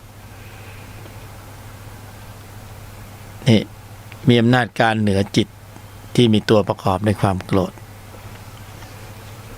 เป็นของแก้กันก็คือพละที่มีกำลังสูงกว่ามากกว่าระดับของสมถกรรมฐานนะกำลังพละระดับนั้นไม่มีกำลังต่อกรต้องเป็นกำลังของพละที่ผ่านกระบวนการในการฝึกฝนในแนวทางของอริยมรรคมีองค์8อริยมรรคมีองค์8เป็นเหตุต้องการผลคือพละที่มีกำลังสูงกว่าระดับฌานขึ้นไปอันเนี้ยเหนือกว่านะเป็นลูกพี่ของนักเลงได้มีอำนาจการเหนือจิตที่มีตัวประกอบด้วยความโกรธก็คือการฝึกพละให้มีตนประกอบด้วยศรัทธาความเพียรสติสมาธิปัญญาจิตที่มีตัวประกอบด้วยความโกรธมาจากความเคยชินนะเคยชินเพราะเราใช้ทุกวันใช่ไหมเราใช้บ่อยมันก็กำลังมันก็เลยแข็งแกร่งแข็งแรงแก่กล้าแล้วมันก็อยู่ในใจตลอดกาลเพราะว่ามันใช้บ่อยสุดท้ายมันก็เลยกลายเป็นนักเลงประจำใจเลยกลายเป็นคนขี้โมโห ขี้โมโหไม่มีอะไรจะใช้ได้ดีกับคำว่าขี้โมโหโทสะคนขี้โกรธคนมักโกรธอ้าว นะแสดงว่านะเป็นนิสัยคนขี้โมโหอะไรนิดอะไรหน่อยก็ขี้โมโหก็มันใช้บ่อยแล้วมันใช้บ่อยๆทำไมต้องเป็นคนขี้เขาก็บอกว่าเป็นคนขี้โมโหก็ชอบนะคำเนี้ยนะเปลี่ยนได้ไหมเปลี่ยนได้ปรับเปลี่ยนได้ไหมเปลี่ยนได้ปรับเปลี่ยนได้ทำไมไม่เปลี่ยนทำไมไม่แก้ไขถ้าบอกเป็นคนขี้โมโหก็จะโมโหอยู่ตลอดยันตายเลยไหม พูดแรงนะ ก็โอกาสในการแก้ไขนิสัยมาถึงในยุคสมัยที่มีกายมนุษย์นะจะขี้โมโหไปถึงไหนก็เพราะมันมาจากความเคยชินในการใช้บ่อย ไม่ใช่อันนี้ไม่ใช่ว่าใช้ดีแล้วบอกต่อนะไม่เอานะอันนี้ใช้บ่อยไม่ดีนะต้องไม่โกรธนะไม่โกรธก็ต้องเริ่มโดยการใช้ความเคยชินไปล้างความเคยชินมาแล้วตนปฏิบัติการมาแล้วเนี่ยธรรมะปฏิบัติในชีวิตประจำวันนะตนปฏิบัติการหลักง่ายๆคือใช้ความเคยชินไปล้างความเคยชินต้องสร้างความเคยชินนะวันหนึ่งไม่ทำแล้วอีก3 วันหยุดแล้วอีก4 วันมาทำแล้วก็อีก4 วันหยุดไม่ได้ผลต้องใช้ความเคยชินมาล้างความเคยชินเคยชินโกรธแล้วก็เคยชินที่ไม่โกรธนะสร้างทีนี้ความเคยชินกับนิสัยชั้นสูงเนี่ยมันสร้างได้ยากก็ต้องเริ่มต้นด้วยการเก็บชั่วโมง เก็บชั่วโมงก็กำหนดเวลาเลย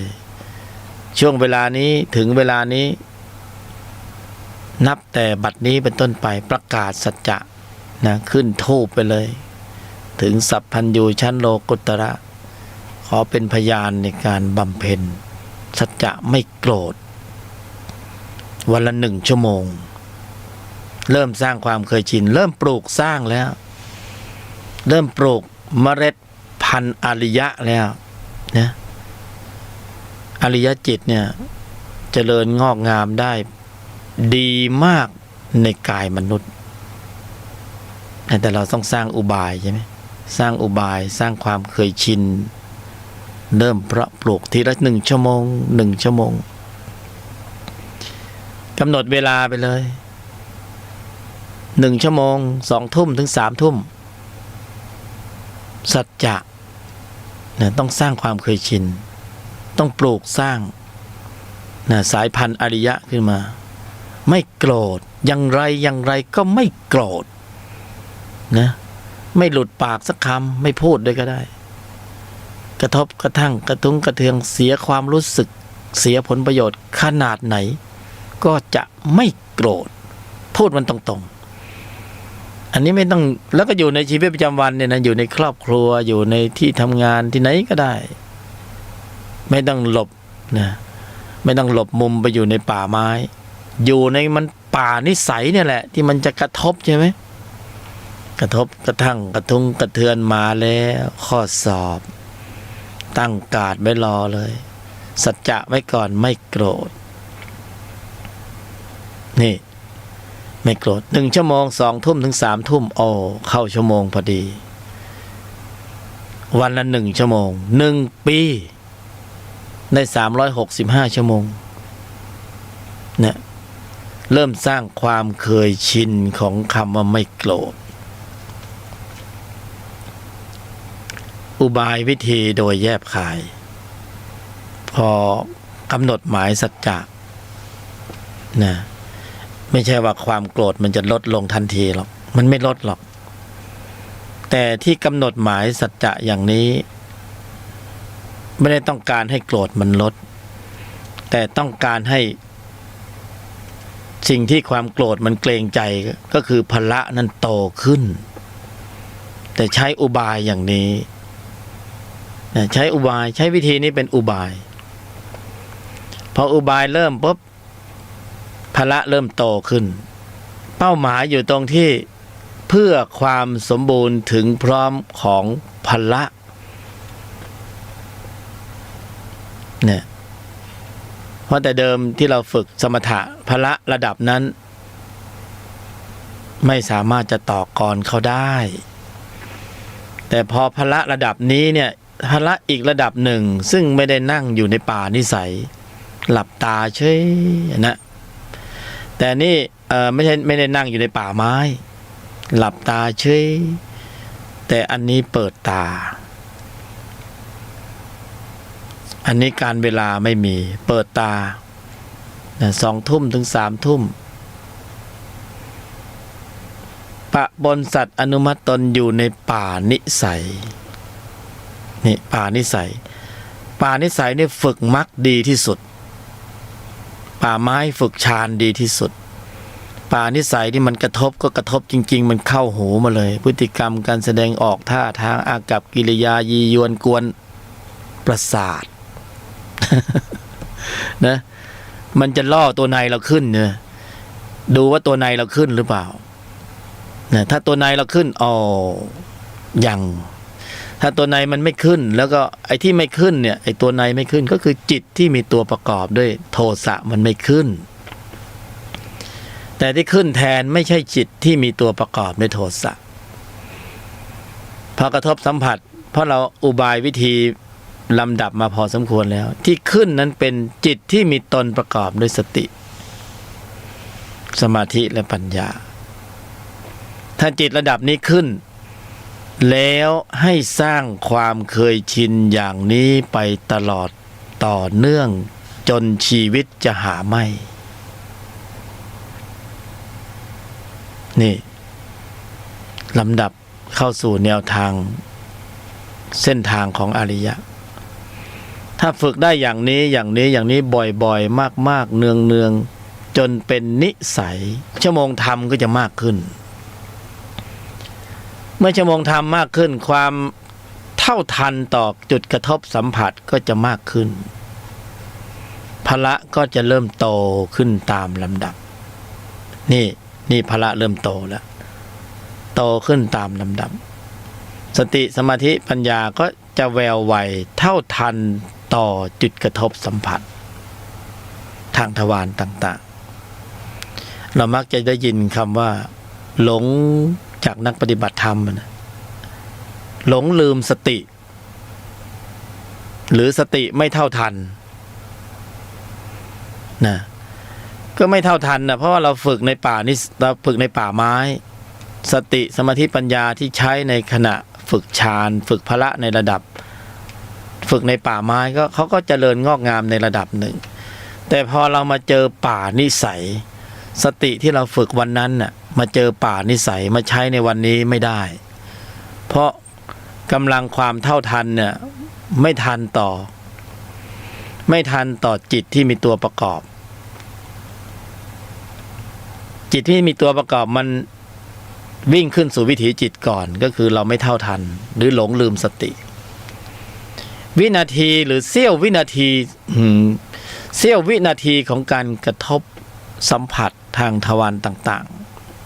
ๆมันจะมีจิตอยู่2 ชุดซึ่งแย่งกันวิ่งขึ้นสู่วิถีจิตเบียดกันอยู่แต่เราไม่รู้สึกเพราะว่าเราส่วนมากเราใช้ความเคยชินในจิตเดิมมันก็ขึ้นสู่วิถีจิตตลอดเวลาเพราะเราอยู่ในบัญญัติเดิมรักโลภโกรธหลงกินกามเกลียดโกงผลประโยชน์เห็นผิดเพ่งโทษฟุ้งซ่านรำคาญหงุดหงิดอึดอัดขัดเคืองจิตเดิมพวกนี้มันชินมากแล้วมันจึงวิ่งขึ้นสู่วิถีจิตได้ก่อนแต่พอเราเริ่มกำหนดหมายสัจจะเราจะเริ่มมองเห็นจิตอีกชนิดหนึ่งอีกระดับชั้นหนึ่งซึ่งเขาเริ่มมีกำลังของพละเริ่มโตขึ้นจะเริ่มมาแย่งซีนเริ่มเบียดกำลังจิตเดิมไม่ให้ขึ้นสู่วิถีจิตโดยสะดวกโยทินเหมือนแต่ก่อนเริ่มกระด้างกระเดื่องเริ่มโกรธไม่เต็มอารมณ์เคยเป็นไหมพอนึกจะโกรธเดี๋ยวจะไอ้จิตตัวโกรธมันหายไปโกรธไม่เต็มอารมณ์เลยคือโกรธแบบกระด้างกระด้างกระด้างกระเดื่องต่ออารมณ์โกรธเคยเป็นไหมจะโกรธแล้วนะทำไมมันไม่ผลักให้มันโกรธเหมือนแต่เดิมจะพูดให้มันแรงๆมันกับพูดไม่ออกจะทำให้อะไรอย่างเงี้ยคือจิต2 ชนิด2 ชุดนะเริ่มแย่งพื้นที่กันเริ่มแย่งเพราะกระทบสัมผัสทางทวารต่างๆผัสสะเวทนาก็ปกติแล้วตัณหาจะเอาพื้นที่ไปกินหมดเลยเขาจะได้พื้นที่ไปหมดผัสสะเวทนาก็จิตโกรธคือเป็นวงวานว่านเครือของจิตในฝ่ายวัฏจักรดั้งเดิมหมดเลยที่เขาขึ้นสู่วิถีจิตที่พอลำดับแนวทางของการบำเพ็ญสัจจะกำหนดหมายไม่โกรธพละเริ่มโตขึ้นนะเรากำหนดหมายนี่คือเราสร้างอุบายวิธีโดยแยบคายแค่นั้นเป้าหมายเราไม่ได้ต้องการไปหักตัวโทสะโดยตรงแต่เป้าหมายต้องการที่ใช้อุบายวิธีโดยแยบคายเพื่อที่จะให้พละอันได้แก่สติสมาธิปัญญานั้นเคลื่อนกำลังออกมาต้องให้เขาเคลื่อนกำลังออกมาโดยปกติแล้วเนี่ยจิตในฝ่ายของวัฏฏะเขามีกำลังพร้อมที่จะเคลื่อนกำลังทุกเวลาอยู่แล้วเขาล้อมกรอบไว้หมดเพราะนั้นส่งสัญญาณกระทบสัมผัสเวทนาปุ๊บจิตในฝ่ายวัฏฏะมันจะขึ้นสู่วิถีจิตเคลื่อนกำลังออกมาทันทีทันใดจิตในฝ่ายชั้นตนนั้นพละก็ไม่มีกำลังเพราะไม่ได้ฝึกไม่ใช่ไม่มีแต่ไม่มีกำลังทำไมไม่มีกำลัง ก็เพราะไม่ได้ฝึกเหมือนกันแต่ฝึกไม่ถูกวิธี ฝึกเหมือนกันแต่ฝึกโดยสมถกรรมฐานขึ้นสู่วิถีจิตเหมือนกันแต่กำลังก็ยังไม่พอสู้จิตในฝ่ายของวัตตะยังไม่ได้นี่แหละจึงเป็นเหตุผลที่พระบรมศาสดาปรารภว่ายังไม่ถึงที่สุดแห่งทุกข์ยังไม่ถึงที่สุดของธรรมมีอีกช็อตหนึ่งนะอีกระดับชั้นหนึ่งก็คืออริยมรรคมีองค์8เนี่ยพระองค์ก็กราบลาพระอาจารย์อุทกดาบทและอาลาลดาบทบ่ายหน้าสู่ป่าเดินสู่ความว่างเปล่าของชีวิตเพื่อค้นหาสัจธรรมต่อนะบ่ายหน้าสู่ป่าเดินสู่ความว่างเปล่าของชีวิตเพื่อค้นหาสัจธรรมต่อก็ได้บรรลุซึ่งอริยสัจสี่คือตรัสรู้นะอริยสัจสี่คือทุกข์สมุทัยเหตุแห่งทุกข์นิโรธความดับแล้วก็อริยมรรคมีองค์8ตรัสไว้ชัดเจนว่าเป็นธรรมที่ต้องกำหนดเจริญและทรงสรรเสริญองค์ธรรมกุศลจิตองค์หนึ่งนะผู้บรรยายก็เคยบรรยายไปแล้วองค์ธรรมที่ว่านี่คือองค์ธรรมกุศลจิตโยนิโสมนสิการนะโยนิโสมนสิการถ้าองค์ธรรมกุศลจิตองค์นี้ไม่ขึ้นเนี่ยโดยปกติชีวิตประจำวันพวกเราองค์ธรรมกุศลจิตองค์นี้จะไม่เกิดเพราะจิตเรามันไปในบัญญัติของวัฏจักรการเกิดแก่เจ็บตายนะหน้าที่การงานต่างๆแต่พอจะเป็นบัญญัติในการควบคุมระบบแสดงออกเขาถึงจะเกิดนะองค์ธรรมโยนิโสมนสิการเป็นองค์ธรรมที่เกิดขึ้นในใจแล้วมีหน้าที่ในการสกัดกั้นนะดำเนินคันลองของใจให้ไปสู่ในแนวทางที่ไม่เอื้อประโยชน์ให้ตัณหาและอุปทานเกิดเพราะนั้นจึงต้องขึ้นด้วยโยนิโสมนสิการกระทำไว้ในใจโดยแยบคายโยนิโสมนสิการก็รับนโยบายมาจาก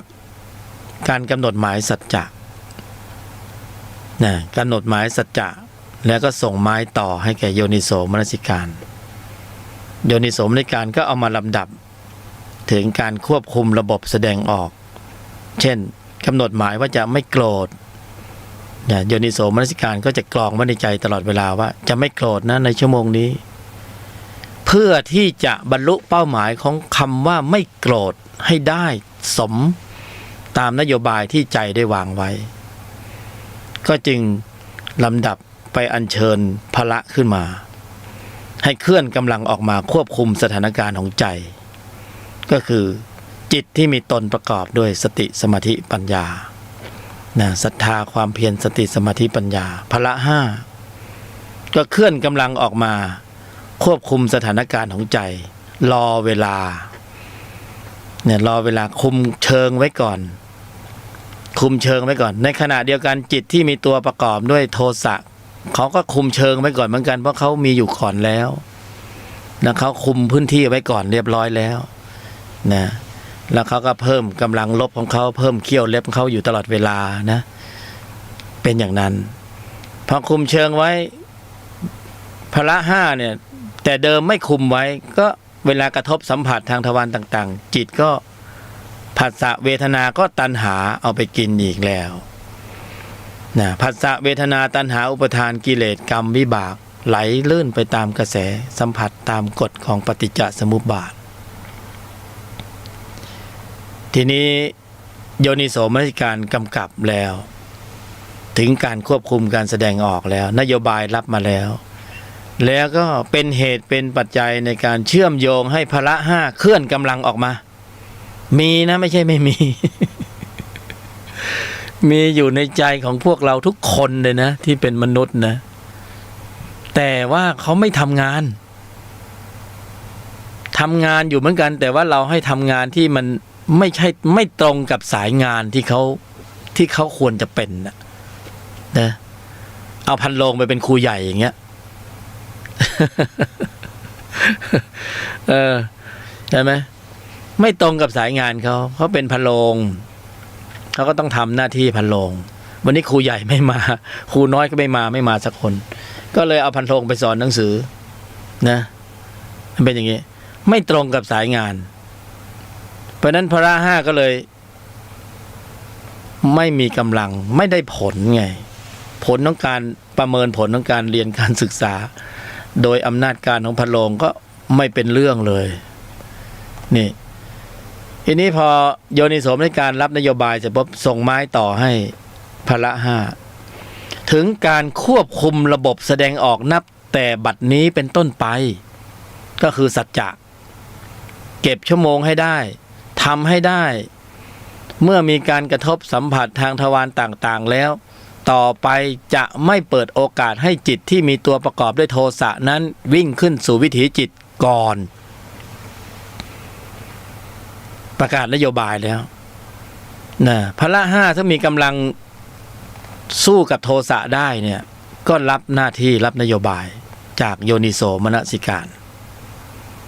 พอมีเหตุปัจจัยทางทวารต่างๆกระทบสัมผัส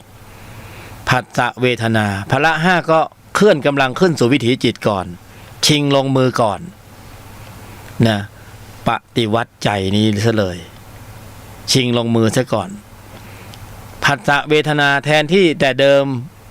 จิตโกรธเขาจะมาอยู่แล้วแต่เที่ยวนี้เขามาไม่ได้เพราะมีคนมาก่อนแล้วก็คือพระห้าขึ้นสู่วิถีจิตก่อนนะควบคุมสถานการณ์ของใจไว้ได้จิตโกรธก็ขึ้นไม่ได้ก็เป็นที่มาของคำว่าไม่โกรธนะพอทำได้นะทำได้แล้วก็ขณะสัมผัสเวทนาก็กลายเป็นไม่โกรธสิ่งที่อยู่ในใจที่ไม่โกรธได้ก็คือพละห้าควบคุมสถานการณ์ของใจไปหมดสติสมาธิปัญญาขึ้นสู่วิถีจิตก่อนขึ้นก่อนใจก็ไม่โกรธจิตโกรธก็ไม่โกรธระบบคิดพูดทำก็ไม่สามารถที่จะผลักดันภายใต้การนำของจิตดั้งเดิมอีกก็เป็นลักษณะของการสำรวมระมัดระวังอยู่ใช่ไหมเป็นอย่างนี้เพราะนั้นโดยปกติแล้วเนี่ยจิตในชั้นนี้เขาไม่มีความเคยชินที่จะขึ้นสู่วิถีจิตเพราะเราไม่ได้ฝึกเลยเพราะเราฝึกรักโลภโกรธหลงกินกามเกลียดโกงไม่ต้องอธิบายความมากก็เป็นงานกันหมดตัวเล็กตัวน้อย เป็นงานหมดเลยใช่ไหม ไม่ต้องบอกไม่ต้องสอนก็ทำเป็นแต่พอมาถึงขั้นตอนนี้ต้องบอกต้องสอนเพราะเราไม่มีความเคยชินในการลำดับกำลังจิตที่มีองค์ประกอบด้วยกุศลในระดับชั้นของมรรคนี้ขึ้นสู่วิถีจิตเขาไม่เคยชินเพราะฉะนั้นเราจึงต้องสร้างความเคยชินเราจึงต้องเก็บทีละ1 ชั่วโมงเพื่อสร้างความเคยชินไม่มีวิธีการอื่นที่ดีมากกว่านี้ไม่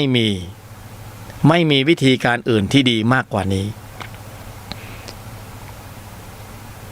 เพราะว่านี่คือ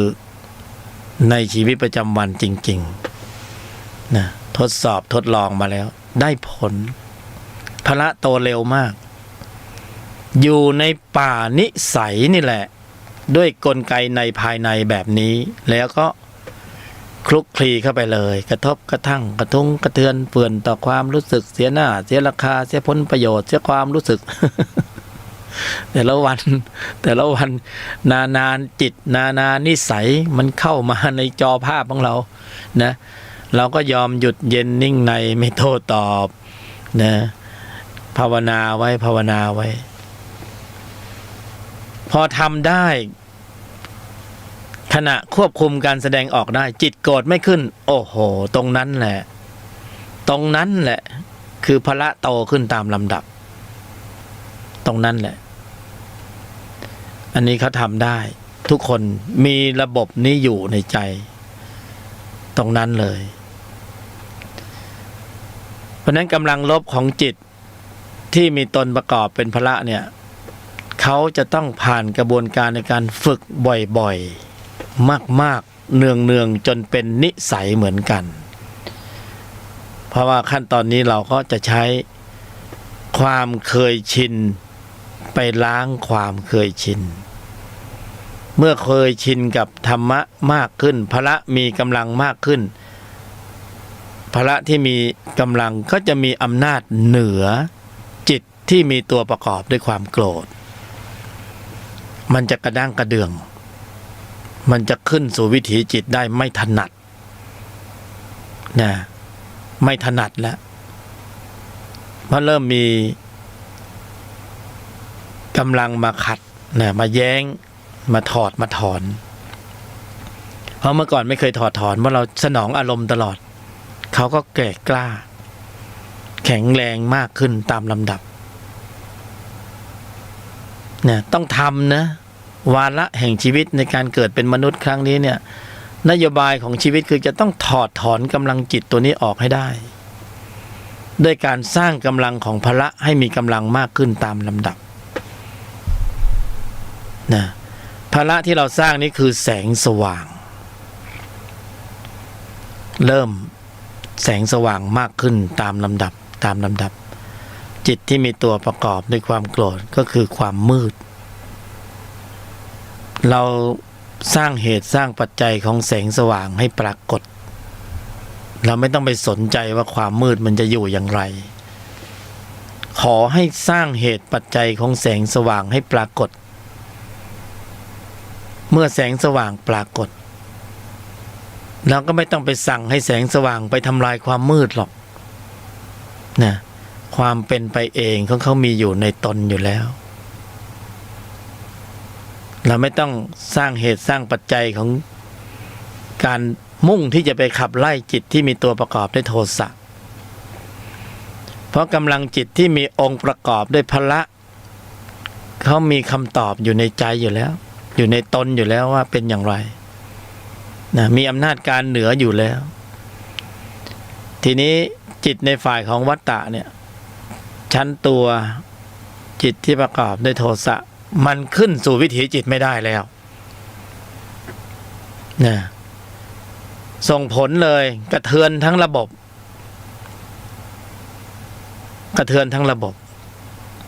จิตที่มีตัวประกอบเนี่ยมันก็คือตัวแทนของจิตในฝ่ายของวัฏจักรการเกิดแก่เจ็บตาย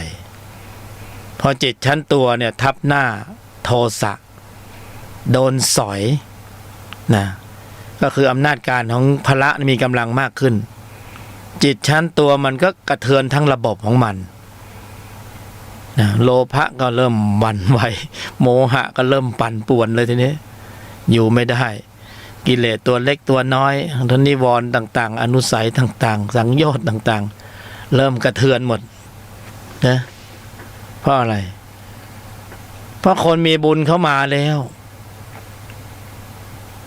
อยู่ไม่ได้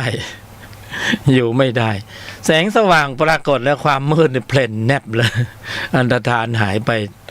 พริบตาเลยในพริบตาเลยอยู่ไม่ได้นะเพราะจิตที่มีตัวประกอบด้วยโทสะเนี่ยถ้าเป็นต้นไม้เนี่ยถ้าเราเล่นตัวนี้ก่อนเนี่ยก็คือเล่นรากมันรากเงาของมันถ้ารากมันเน่านะเดี๋ยวตัวข้างบนมันก็พังหมดอะต้นไม้มันจะดูงอกงามสวยแต่ข้างล่างรากมันเน่ารากมันเริ่มเน่านะเราเริ่มเจาะรากมันเพราะนั้นเดี๋ยวมันก็ล้มคลืนลงมาพละห้านี่เขาทำงานเนี่ย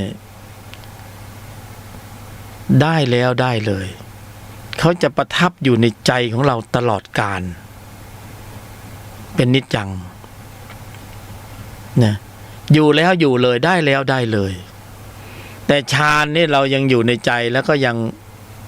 แวบหายใช่ไหม เราเล่นสมถะแวบหายวันไหนอารมณ์ดีก็เข้าฌานได้วันไหนโดน กระทบมาหมาดๆนะเข้าฌานไม่ได้แวบหายมันไม่เที่ยง แต่จิตที่มีองค์ประกอบด้วยกุศลในระดับชั้นของมรรคเนี่ยได้แล้วได้เลยอยู่แล้วอยู่เลยไม่มีหายได้แล้วได้เลยเนี่ยแล้วเขาก็นานวันในความเคยชินเนี่ยเขาเป็นอัตโนมัติธรรมเป็นเกียร์ออโต้ได้แล้วได้เลยพอกระทบสัมผัสปุ๊บเขาจะขับเคลื่อนกำลังขึ้นมาทันทีเนี่ยไม่มีตัวประกอบด้วยอัตตาเพราะว่าอัตตาจะเริ่มลดลงตามลำดับนะลดลงเริ่มมีสักกายทิฏฐิน้อยลงหมายถึงพละต้องโตขึ้นเรื่อยๆนะถ้าพละโตขึ้นเรื่อยๆอัตตาก็มานะทิฏฐิต่างๆก็เริ่มลด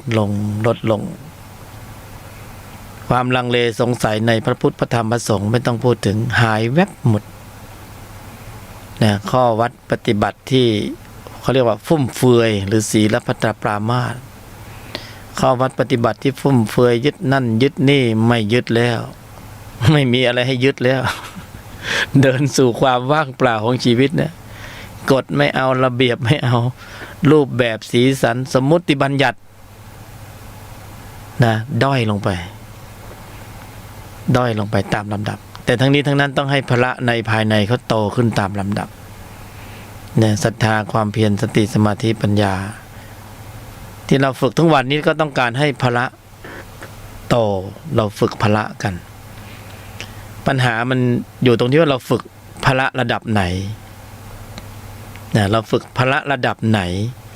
เนี่ยถ้าระดับพละระดับสมถะก็ได้ในระดับนั้นเนี่ยถ้าพละที่ฝึกในระดับของมรรคก็มีอำนาจการเหนือกว่าเนี่ยถ้าเราได้พละระดับของมรรคเนี่ยเราก็ไปเล่นพละระดับฌานมันก็ง่ายๆเนี่ยถ้าเราได้ข้างบนก่อนเราข้างล่างมันก็ไม่ยากเพราะฉะนั้นขึ้นอยู่กับว่าเราฝึกพละเนี่ยระดับไหนเราฝึกระดับไหนจริงๆปัจจุบันเนี่ยมนุษย์เนี่ยถือว่ามีความเจริญสูงสุดนะระดับอยู่ในจุดที่จะเรียกว่าเหมือนวัตถุนะวัตถุมีความเจริญมากในยุคนี้ก็เป็นผลงานของสติปัญญาของมนุษย์ที่ชาญฉลาดนะสติปัญญาของมนุษย์ที่ชาญฉลาดในขณะเดียวกันพละในภายในของมนุษย์ทุกรูปทุกนามถ้าเปรียบเทียบก็เหมือนความพร้อมเนี่ยความพร้อมที่จะบรรลุธรรมเนี่ยมีอยู่ในใจคนทุกคนมีความพร้อมหมดเราฝึกมาเนี่ยเรามีขันติอดทนอุเบกขาสารพัดกุศลผลบารมีต่างๆทานศีลภาวนาเราก็ฝึกมากันเยอะแยะมากมายก็เป็นองค์ประกอบพร้อมมูลแล้วแต่เหลือแต่ขั้นตอนสุดท้ายนิดหนึ่งนะถ้าปรุงถูกต้องถูกส่วนตรงตามความเป็นจริงนะได้กำลังของพละเร็วมากโดยเฉพาะยุคนี้เนี่ยมีจุดกระทบสัมผัสพร้อมมูลนะแต่เพียงแต่ว่าเราไปให้ความสนใจในสิ่งอื่นๆนอกตัวเรามองข้ามศักยภาพในภายในที่เรามีอยู่แล้วเราก็อาจจะลืมไปว่าถ้าเรามาปรุงเอาความขยันความขันติอดทนอุเบกขาต่างๆของเราตรงนั้นน่ะมาใช้ตรงนี้นี่นะพละโตเร็วมากแต่เราเอาไปใช้ผิดที่ผิดจุดถ้าเปรียบเทียบก็เหมือนกับว่าเราจะสร้างบ้านสักหลังหนึ่งเรามีองค์ประกอบพร้อมมูลเลยนะเรามีหินนะจะทำโครงสร้างของบ้านสักหลังหนึ่งเราก็มีองค์ประกอบพร้อมหมดหินนะหินกรวดหิน3-4แล้วก็มีเราก็เตรียมไปพร้อมนะโม่มาเรียบร้อยไม่ใช่เอาเป็นก้อนใหญ่ๆนะเราก็เตรียมไปพร้อมเลยทรายก ก็เป็นทรายละเอียดทรายหยาบที่ใช้สำหรับเทเสาเทคานแล้วก็มีนะเราก็คัดสรรมาอย่างดีเป็นทรายที่ไม่ปนดินนะถ้าปนดินมันก็จะทำให้ซีเมนต์มันจับตัวกันได้ไม่ดีปูนซีเมนต์เราก็มีเนี่ยแล้วก็เรามีพร้อมหมดแล้วน้ำเราก็มีบางทีเราจะใส่น้ำยาปูนฉาบน้ำยาปูนเทอะไรก็น้ำยากันซึมแล้วก็ใส่เข้าไปเนี่ยองค์ประกอบของเราเนี่ยมีหมดแต่สุดท้ายการที่เราจะเอาหินอย่างเดียวไปเทคานมันก็ไม่ได้เทเสาก็ไม่ได้นะเอาทรายอย่างเดียวก็ไม่ได้เราก็จำเป็นที่จะต้องเอามาผสมกันผสมสูตรที่เราจะผสมรวมเป็นหนึ่งเลยผสมเป็นเนื้อเดียวกันเติมน้ำเข้าไปเนี่ยผสมเราก็เห็นว่ามันดีแล้วล่ะผสมได้ถึงมาตรฐานของเขาแล้วเราก็เอาไปเทคานนะคานก็แข็งแรงเทเสาหรือจะเทพื้นเราก็จะมีสูตรของมันเราเอาหินไปอย่างเดียวก็ไม่ได้นะเอาทรายไปอย่างเดียวก็ไม่ได้ต้องเอามาผสมรวมกันเป็นหนึ่งนะแล้วถึงจะทำการงานได้ดี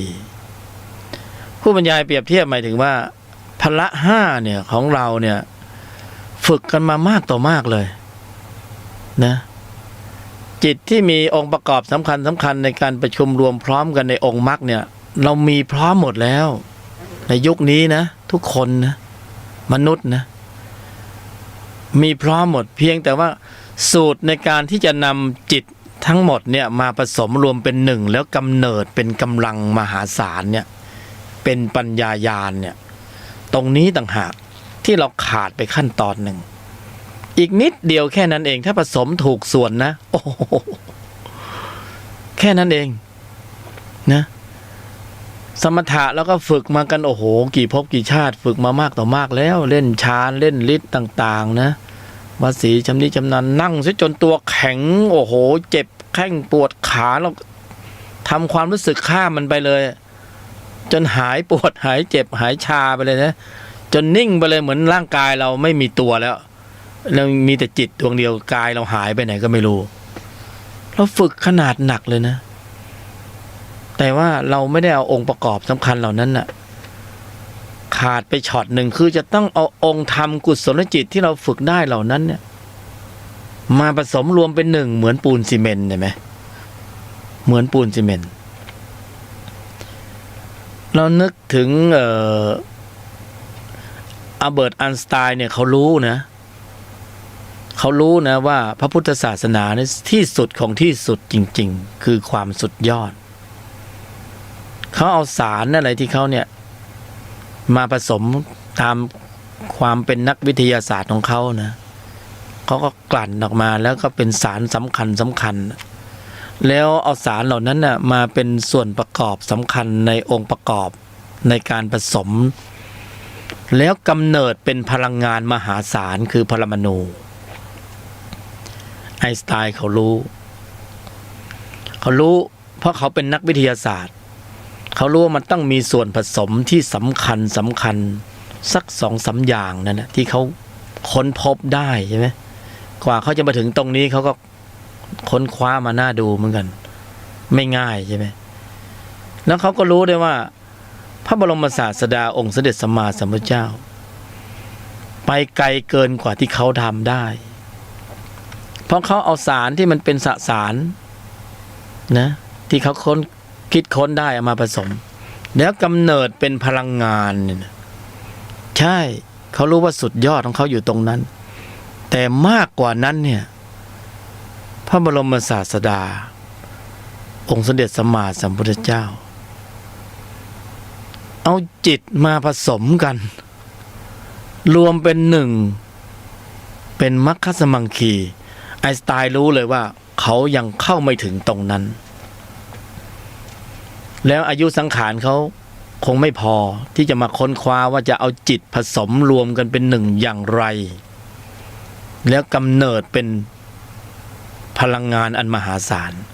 ของเขาทำได้ในลักษณะที่สร้างระเบิดปรมาณูนะทำลายล้างเสียเกลี้ยงเลยเอาไปหย่อนลงไปที่นางาซากิแล้วก็ฮิโรชิมานะลาบเป็นหน้ากองเลยแต่สุดยอดกว่านั้นก็คือการเอาจิตที่มีองค์ประกอบสำคัญมาผสมรวมเป็นหนึ่งตรงนี้ต่างหากที่เขาเข้าไม่ถึงนะเขาตามหลังพระบรมศาสดาอยู่พระพุทธเจ้าเอาจิตที่มีองค์ประกอบด้วยกุศลในระดับชั้นของมรรคมาผสมรวมเป็นหนึ่งเป็นเอกยมัคโคปฏิปทารวมเป็นหนึ่งด้วยอุบายวิธีอันแยบคายตรงนี้ต่างหากที่ต้องนำมาผสมรวมเป็นหนึ่งผู้บรรยายกำลังสื่อถึงพวกเราซึ่งถือข้อวัดปฏิบัติมามากมายเยอะแยะเต็มไปหมดแล้วผ่านกระบวนการฝึกฝนมามากต่อมากแต่ขั้นตอนสุดท้ายที่จะนำจิตที่มีองค์ประกอบด้วยกุศลระดับชั้นนี้เนี่ยมาผสมรวมเป็นหนึ่งแล้วกำเนิดกำลังเหมือนที่ไอน์สไตน์ค้นพบกำเนิดกำลังของปรมาณูแต่นี่ผสมรวมเป็นหนึ่งแล้วกำเนิดกำลังเป็นฌานปัญญาญาณกำเนิดกำลังเป็นฌานปัญญาญาณแต่ต้องผสมถูกต้องถูกส่วนตรงตามความเป็นจริงตรงนี้ต่างหากเนี่ยตรงนี้ต่างหากที่เราจะต้องอีกช็อตเดียวเท่านั้นเองที่จะต้องกำหนดหมายควบคุมระบบแสดงออกให้โยนิโสมนสิการเคลื่อนกำลังขึ้นมาแล้วเป็นตนนำให้พละห้าเคลื่อนกำลังออกมาเพื่อควบคุมระบบแสดงออกจึงจะเกิดการผสมรวมตนของพละแล้วกำเนิดกำลังขึ้นมาในที่นี้ก็คือแค่เราควบคุมระบบแสดงออกได้จิตที่มีตัวประกอบด้วยความโกรธไม่ขึ้นแสดงว่าพละรวมตนเรียบร้อยแล้วและควบคุมสถานการณ์ของใจไว้ได้ก็เป็นผลให้ความโกรธมันไม่ขึ้นแสดงว่าพละคุมอยู่นั่นแหละบ่อยๆมากๆเนืองๆจนเป็นนิสัยอันนี้ก็กำเนิดเป็นกำลังขึ้นมาเรื่องราวทั้งหมดเนี่ยที่สาธยายมาในวันนี้มันก็เป็นองค์ประกอบสำคัญที่มีอยู่แล้วในใจของพวกเราองค์ธรรมกุศลจิตที่สำคัญพร้อมที่จะนำมาผสมรวมเป็นหนึ่งนั้นมีอยู่แล้วในใจของพวกเรานะแต่พวกเราก็อย่างว่านะพวกเราคุ้นเคยในวัฒนธรรมในการปฏิบัติในดั้งเดิมกี่ภพกี่ชาติเวียนตายเวียนเกิดนะในช่วงยุคสมัยที่ว่างเว้นจากการตรัสรู้ของพระพุทธเจ้ามนุษย์เคยชินมากในเรื่องการฝึกฌานเพราะนั้นก็จะฝึกอยู่ในระดับฌานเพราะความเคยชินในจิตเดิมก็จะมีพอนึกถึงการปฏิบัติธรรมก็จะนั่งหลับตาเป็นหลักนะพอนั่งหลับตามากขึ้นธุระมากๆก็บอกไม่มีเวลาไปนั่งหลับตานะแต่ถ้าเป็นการผสมรวมตนของมรรคมีองค์8การเวลาจะหายไปนะคำว่าไม่มีเวลาไม่มีแต่กลายเป็นเวลาไม่มีนะไม่มีเวลาที่เราพูดไม่ได้พูดเลยนะเวลาไม่มีเพราะพอปรุงได้เนี่ยทุกอย่างมันว่างเปล่าไม่มีการเวลาที่เป็นสมมติบัญญัติอันนี้ก็เป็นเรื่องที่คนที่เกิดเป็นมนุษย์ในครั้งนี้เนี่ยจะปล่อยโอกาสนี้ผ่านไปไม่ได้เลยเพราะว่านี่คือความสมบูรณ์ถึงพร้อมมากที่สุดที่เรากว่าจะมีกายมนุษย์และกายนี้สามารถนะถึงที่สุดในการปรุงกำลังของจิตที่มีองค์ประกอบในกุศลในระดับชั้นของมรรคแล้วก็องค์ประกอบนะมีพร้อมหมดนะแต่ว่าเราปรุงไม่เป็นนะเราไม่มีอุบายวิธีโดยแยบคาย เรากำหนดนะเรากำหนดอยู่แต่ว่ากำหนดนะเจริญภาวนาในอุบายวิธีอื่นๆซึ่งไม่อยู่ในกรอบของการกำหนดหมายเพื่อควบคุมระบบแสดงออกโดยตรงถ้าเรากำหนดหมายเพื่อควบคุมระบบแสดงออกโดยตรงเนี่ยองค์ธรรมกุศลจิตโยนิโสมนสิการเขาก็ทำหน้าที่อยู่แล้วนะโดยธรรมชาติก็เป็นเหตุเป็นปัจจัยให้กุศลจิตในระดับชั้นของมรรคโดยเฉพาะพละนั้นเคลื่อนกำลังขอให้เคลื่อนกำลังแล้วความเป็นไปเองจะเกิดขึ้นเราก็ตอบไม่ได้ว่าผลมันจะปรากฏได้ในช่วงเวลาไหนเนี่ยต้องมาทดสอบดูว่าเวลากระทบสัมผัสแล้วเนี่ยจิตตัวเดิมมันมีกำลังขึ้นอยู่อีกหรือเปล่าเนี่ยมันคงไม่ดับสมุทเฉททันทีหรอกมันคงขึ้นอยู่แต่ว่าสติอาจจะเท่าทันหลังจากที่ฝ่ายวัฏจักรมันขึ้นแล้วค่อยมาตื่นทีหลังก็ค่อยๆลำดับไปตามลำดับจนกว่าคือภายในเขาจะค้นคว้าเขาเองว่าอ๋อเป็นอย่างนี้ในเหตุปัจจัยไม่ถึงพร้อมหลุดไปแล้วครั้งต่อไปกระทบสัมผัสจะวางจิตวางใจวางนโยบายอย่างไรเพื่อที่จะให้บรรลุเป้าหมายที่ได้ตั้งใจไว้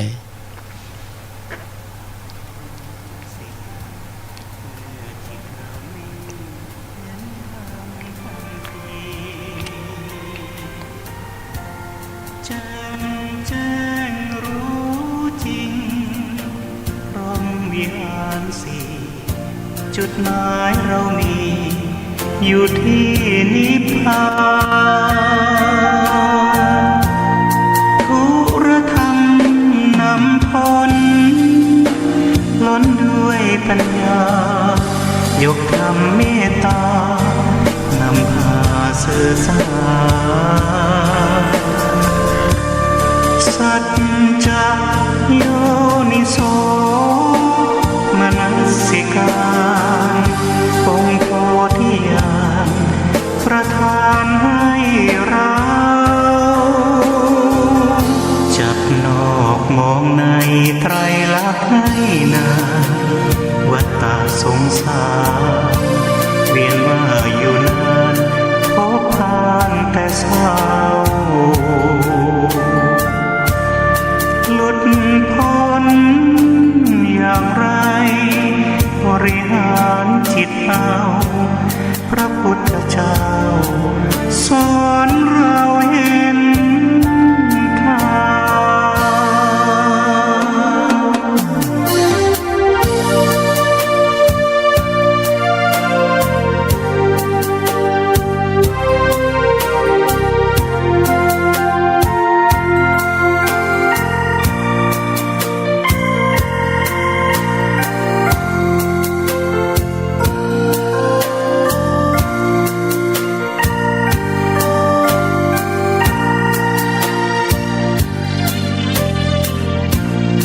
ทุรธรรมนำพ้นล้นด้วยปัญญายกธรรมเมตตานำพาสื่อสารสัจจะโยนิโสมนสิการองค์โพธิญาณประทานให้เรา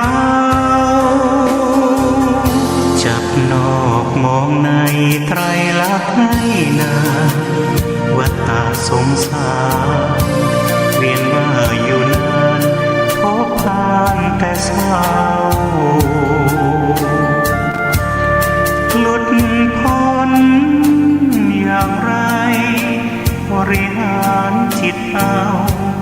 พระพุทธเจ้าสอนเรา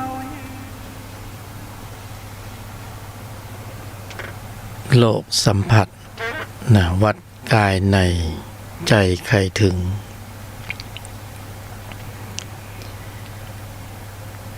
จริงๆก็มีคำถามมากมายที่คนเนี่ยสายตรงถึงผู้บรรยายบางคำถามก็จะนำตอบ ทางสถานีส่วนมากก็จะเป็นไปในทิศทางเดียวกันหมดว่าแล้วจะเนี่ยลงมือปฏิบัติด้วยวิธีการเยี่ยงอย่างไรส่วนมากจะออกรูปนี้เพราะคนปฏิบัติส่วนมากเขาเข้าใจในพื้นฐานเดิมจะเข้าใจว่าสมาธิต้องนั่งหลับตาจะออกรูปนั้นหมดแต่ว่าพอสิ่งใหม่ๆที่นำเสนอว่าถ้าเราไม่นั่งหลับตาเราอยู่ในชีวิตประจำวันเนี่ยจะทำอย่างไรเพราะว่ามันอยู่ในธุระโลกมากมายเต็มไปหมดเวลาจะปฏิบัติธรรมก็ไม่ได้นะเพราะเขาเข้าใจอย่างนั้นเพราะมันมีลักษณะทับซ้อนกันถ้าเราจะต้องหาเวลาไปนั่งหรือปฏิบัติไปสวดมนต์ไหว้พระอะไรก็แล้วแต่มันก็เลยมีความค้านแย้งว่ามันทับซ้อนกันนะเพราะว่าจะต้องทำการทำงานต่างๆในชั้นนี้นี่ก็แนะนำได้แต่เพียงว่าธุรธรรมที่เรานำเสนอเนี่ยมันแตกต่างจากข้อวัดปฏิบัติดั้งเดิมทั้งหมดเพราะเป็นเรื่องของในภายในล้วนๆถือภายนอกเนี่ยเราไม่อยู่ในกฎระเบียบรูปแบบสีสันนะอยู่ใช้ชีวิตธรรมดาปกติเนี่ยแหละแต่เพียงแค่กำหนดหมายในใจหรือบางคนถ้ายังไม่กำหนดหมายในใจเป็นที่หนักแน่นหน่อยเราก็ใช้อุบายอย่างเช่นเราก็ขึ้นธูปเลยก็ได้เวลามีคนสนใจอยากปฏิบัติก็จะแนะนำแบบเนี้ยเอาขึ้นธูปไป9 ดอกถึงสัพพัญญูโลกุตระกล่าวชื่อและสกุลจะกำหนดการบำเพ็ญสัจจะเอาไม่โกรธเลยเอาข้อเดียวนะกี่โมงก็กำหนดหมายไปเลยกำหนดหมายลงไปตรงๆบางคนก็8 โมงเช้าถึง9 โมงเช้าบางคนก็2 ทุ่มถึง3 ทุ่มนะไม่โกรธกำหนดระยะเวลาไปสัก3 เดือนทุกวันทุกวันวันละ 1 ชั่วโมงถึงเวลาก็นัดหมายเวลานัดหมายมาถึงก็ระลึกอยู่ในใจว่าชั่วโมงนี้เราไม่โกรธทำทุกวันเพราะว่าเป็นทำเที่ยงเนี่ยทำเคร่งทำหย่อนสู้ทำเที่ยงไม่ได้ทำเที่ยงคือทำทุกวันประจำสม่ำเสมอก็จะเป็นความเคยชินนะเอาความเคยชินไปล้างความเคยชินฝึกทุกวันแล้วถามว่าต้องนั่งสมาธิหลับตาไหมเราไม่ต้องนั่งยืนเดินนั่งนอนทำภารกิจหน้าที่การงานได้ตามปกติจะกินข้าวจะอาบน้ำจะดูหนังฟังเพลงทำอะไรได้หมดเล่น YouTube เล่นไลน์เล่นหมดแต่ในใจเนี่ยต้องกรองอยู่ตลอดเวลาพร้อมสำหรับการรับกระทบที่เราไม่เท่าทันเนี่ยที่เราไม่เท่าทันต่อการกระทบสัมผัสเพราะเราไม่ได้เตรียมพร้อมสำหรับการรับกระทบเพราะนั้นพอกำหนดหมายสัจจะเตรียมพร้อมสำหรับการรับกระทบทางทวารต่างๆในใจตั้ง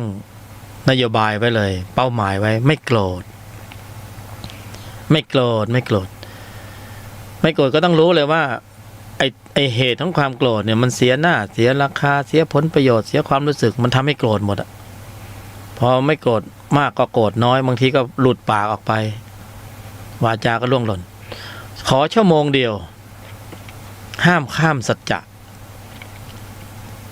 ขอชั่วโมงเดียวใน1 วันสติก็จะครองอยู่ตลอดเวลากรองไว้ในใจโดยตลอดเวลาโยนิโสมนสิการเขาจะขึ้นสู่วิถีจิตเขาจะทำหน้าที่เขาจะดึงกำลังของสติสมาธิปัญญาออกมาให้มาควบคุมสถานการณ์ของใจไว้คอยดูดีๆนะถ้ากระทบสัมผัสแล้วมีเหตุให้โกรธต้องเบรกอาการจิตโกรธไว้ให้ได้ต้องเบียดแย่งกันไม่ให้จิตตัวโกรธมันขึ้นสู่วิถีจิตค่อยๆเริ่มฝึกไปวันละ 1 ชั่วโมงเบรกสถานการณ์ตอนนั้นน่ะมันจะสร้างวีรบุรุษโลกสัมผัสเนี่ยจะสร้างอริยะได้เพราะ ขณะนั้นเราก็ไม่ได้นั่งอยู่กับที่ยืนเดินนั่งนอนทำภารกิจหน้าที่ตามปกติ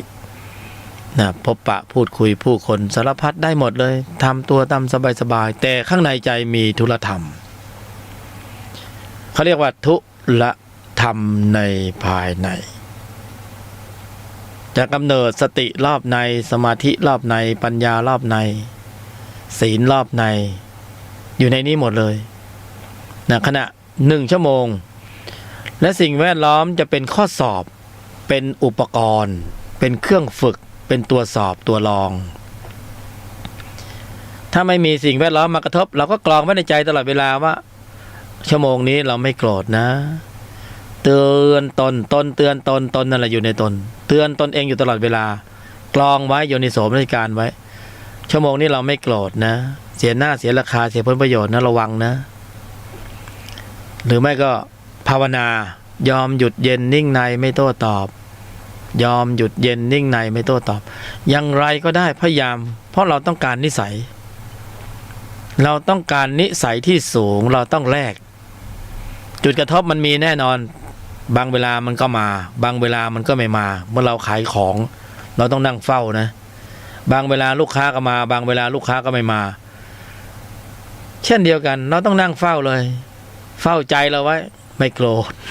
ธกรองไว้นะถ้ากรองได้ตลอดรอดฝั่งครบ1 ชั่วโมงเราจะรู้สึกเลยว่าความไม่ธรรมดานะมีจริงเราสัมผัสสภาวะเอาเองผู้บรรยายไม่ต้องอธิบายอะไรมากแล้วถ้า10 ชั่วโมงจะเป็นอย่างไร100 ชั่วโมงจะเป็นอย่างไรเราสัมผัสสภาวะเอาเองแล้วกันสัมผัสสภาวะเอาเอง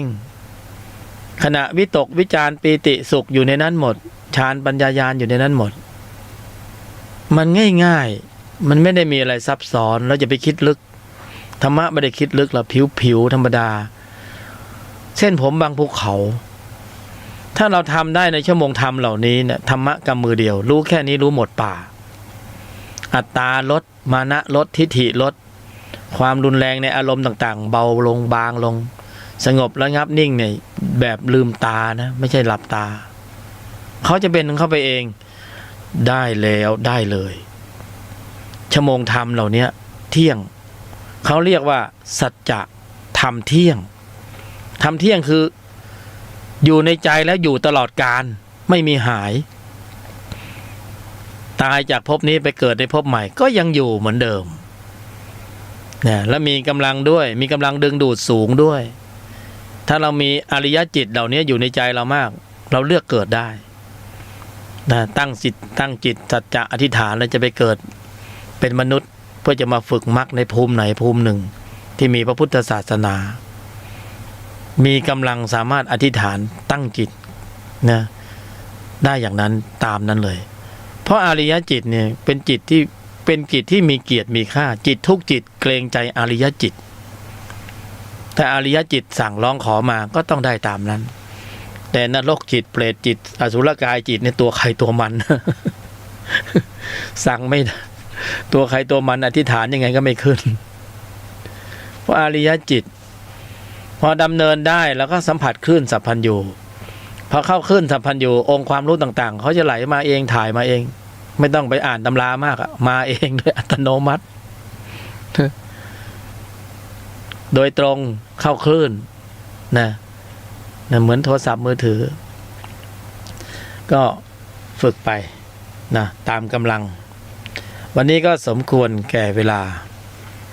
อนุโมทนาในกำลังของจิตที่มีองค์ประกอบโดยกุศลเป็นอันมากที่ได้เจริญเกิดขึ้นในใจของพวกเราทั้งหลายรัตนะมหันทโยสุขโสรัตนะหันตละสาธุตัง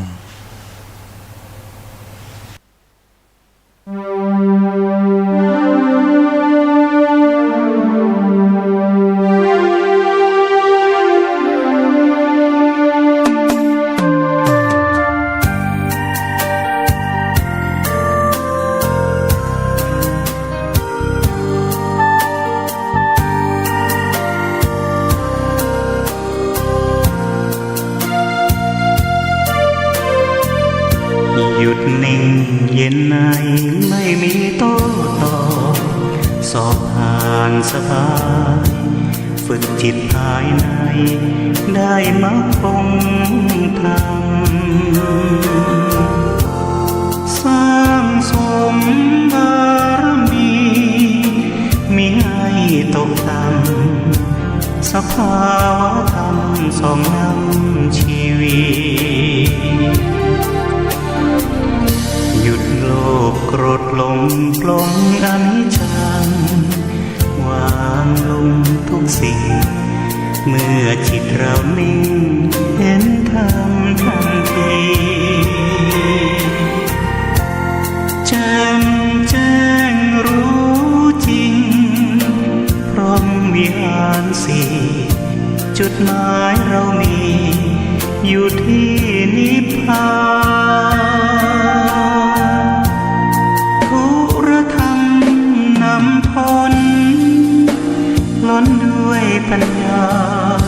ยกธรรมเมตตานำพาสื่อสารสัจจะโยนิโสมนสิการองค์โพธิญาณประทานให้เรา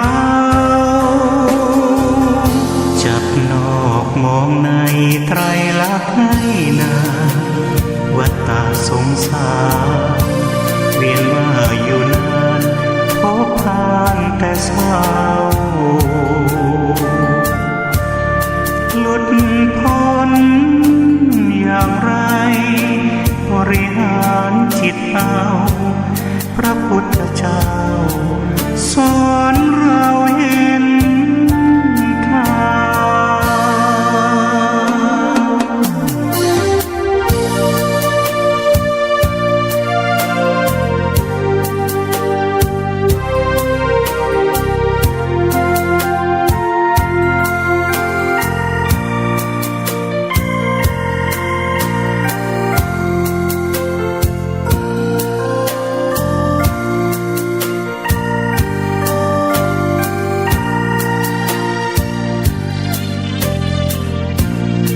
ทุรธรรม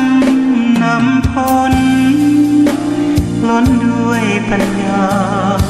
ยกธรรมเมตตานำพาสื่อสารสัจจะโยนิโสมนสิการองค์โพธิญาณประทานให้เราจับนอกมองในไตรลักษณ์ให้นาวัฏฏะสงสารเวียนว่าอยู่นานพบผ่านแต่เศร้าหลุดพ้นอย่างไรบริหารจิตเอาพระพุทธเจ้าสอนเราเห็นทาง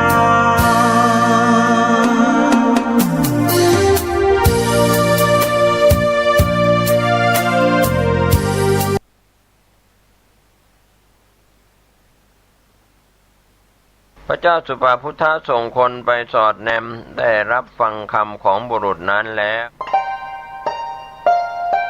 ท่านกำลังรับฟังสถานีวิทยุสาธารณะจังหวัดเชียงใหม่คลื่นพัฒนาคุณภาพชีวิต FM 92.25 เมกะเฮิรตซ์บริหารและจัดการโดยวัดป่าแดงมหาวิหารส่งกระจายเสียงจากเลขที่ 71 หมู่ที่ 14 บ้านใหม่หลังมอตำบลสุเทพอำเภอเมืองจังหวัดเชียงใหม่รหัสไปรษณีย์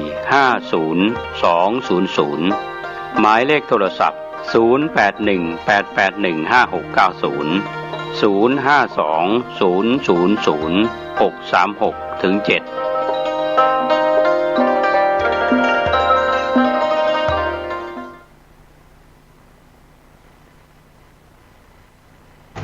สวัสดีครับท่านผู้ฟังที่เคารพข่าวชาวบ้านเสียงธรรมเสียงข่าว ผมเกษตรเพชรสำลิดบรรณาธิการข่าวก้าวหน้านิวทีมข่าวทีมงานกับการทำหน้าที่สื่อสารมวลชนของพี่น้องสื่อมวลชนในพื้นที่เชียงใหม่ลำพูนภาคเหนือก็เป็นการรายงานข่าวประจำวันต่อท่านผู้ชมและท่านผู้ฟัง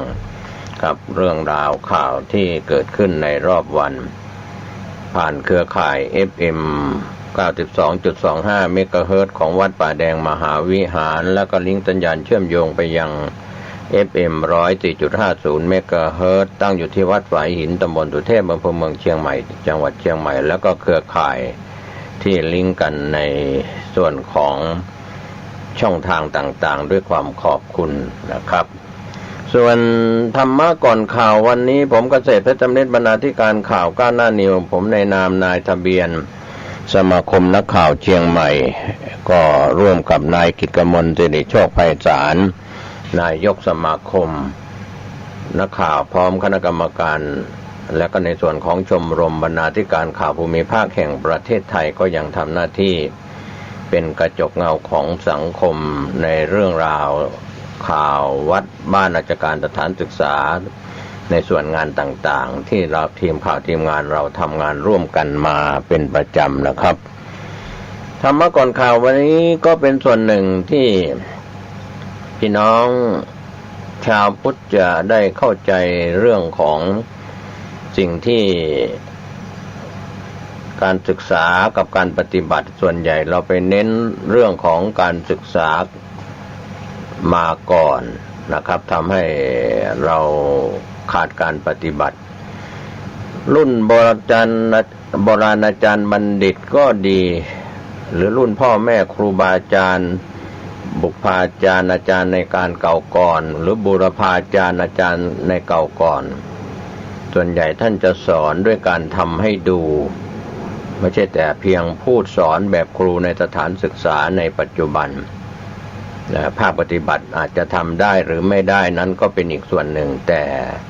เหมือนพี่น้องเกษตรกรชาวสวนชาวนาชาวไร่สอนลูกหลานทำนาทำสวนทำไร่ก็ลงมือ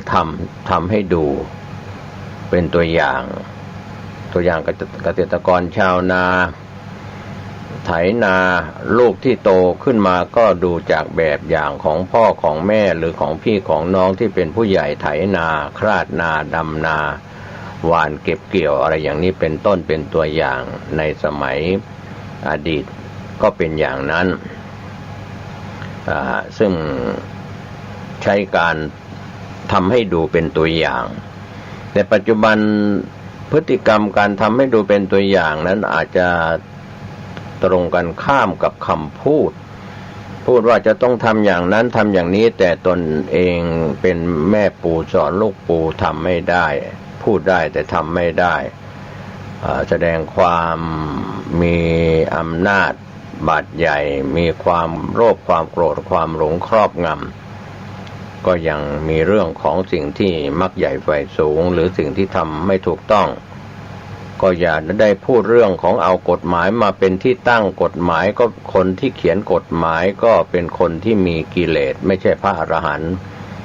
ในยุคการสังคายนาพระไตรปิฎกครั้งแรกซึ่งมีพระเจ้าชาติศัตรูเป็นผู้ประถมภกยกพระพุทธศาสนาในครั้งแรกแม้แต่พระอานนท์นะครับยังไม่ได้เป็นอเสขบุคคลยังไม่ได้เป็นอรหันต์ก็ต้องรอก่อนที่จะเป็นหนึ่งในพหูสูตรนั้นก็คือพระอานนท์หลังจากเวลาที่ปฏิบัติหลังจากการเสด็จดับขันธปรินิพพานของพระพุทธเจ้าแล้วก็มีการสังคายนาพระอานนท์ก็ยังไม่ได้บรรลุชั้นพระอรหันต์ก็ยังต้องปฏิบัติธรรมวันก่อนวันที่จะเข้าร่วมประชุมสังคายนาพระอานนท์ก็ได้บรรลุเป็นพระอรหันต์ในพระสงฆ์500 รูปล้วนเป็นพระอรหันต์ผู้บริสุทธิ์การสังคายนาพระไตรปิฎกพระสูตรพระวินัยพระอภิธรรมในยุคนั้นก็ถือว่าล้วนแล้วแต่เป็นผู้บริสุทธิ์ แสดงความคิดความเห็นออกมาเป็นพระวินัย 21,000 พระสูตร 21,000 พระภิธรรม 42,000 อะไรก็แล้วแต่ครับก็ปัจจุบันถ้าเราจะไปเทียบกับการร่างกฎหมายสสรใครก็ตามนะครับก็ยังมีกิเลสยังเอียงไปเอียงมาลำเอียงเพราะรักลำเอียงเพราะชังลำเอียงเพราะหลงลำเอียงเพราะกลัวอิทธิพลกลัวอะไรต่างๆก็แล้วแต่ข้อกฎหมายก็ตามแก้กันไม่มีที่สิ้นสุดไม่ใช่เฉพาะกฎหมายในประเทศไทยในต่างประเทศก็แก้กันไปตามยุคตามสมัยที่เป็นการปัจจุบันใช้มาได้เวลาหนึ่งสมัยหนึ่งก็ไม่ทันสมัยก็ต้องแก้เป็นกฎหมายแม่กฎหมายลูกอะไรต่างๆก็แล้วแต่วันนี้สอนเรื่องของศีลธรรมนั้นเป็นกลางๆคนจะมีกิเลสก็สอนได้คนหมดกิเลสก็สอนได้บรรพชิตก็สอนได้ฆราวาสเราก็สอนกันได้ก็ใครปฏิบัติได้แค่ไหนก็สอนกันตามแค่นั้นนะครับแต่จริงหนึ่งในภาคปฏิบัติที่เป็นเรียกว่าปฏิอันตรธานนี่เป็นอันตรายเพราะว่าเมื่อการปฏิบัติไม่มีการจะทราบซึ้งในคุณของพระพุทธเจ้าพระธรรมพระสงฆ์ก็หายไปด้วยก็เข้าไปอยู่ในข่ายทัพพีอยู่ในหม้อแกงมดแดงเฝ้ามะม่วงอะไรอย่างนั้นนะครับหรือเฝ้าวัดเฝ้าศาสนาก็ว่ากันไปนะครับก็เป็นการแบ่งปันความคิดดีๆเป็นการเตือนพวกเราว่าวันนี้เราจะนั่งสมาธิจะเดินจงกรมจะปฏิบัติกรรมฐานได้มากน้อยแค่ไหนชั่วช้างสะบัดหูชั่วงูแลบลิ้นก็ดีทั้งนั้นนะครับท่านจะอยู่ในเพศใดๆก็ทำเถิดครับเพราะว่าเป็นสิ่งที่เข้าถึงรสของพระธรรมทราบซึ้งในศีลสมาธิปัญญาก็แบ่งปันให้ท่านได้คิดเป็นธรรมะก่อนข่าวในข่าวชาวบ้านวันนี้ข่าวแรกเราเริ่มกันในส่วนของพื้นที่ที่พี่น้องสื่อมวลชนรายงานกันเข้ามานะครับในส่วนของเชียงใหม่ทีมข่าวได้รายงานกันเข้ามา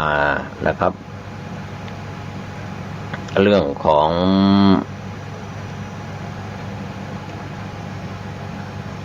มติคณะกรรมการ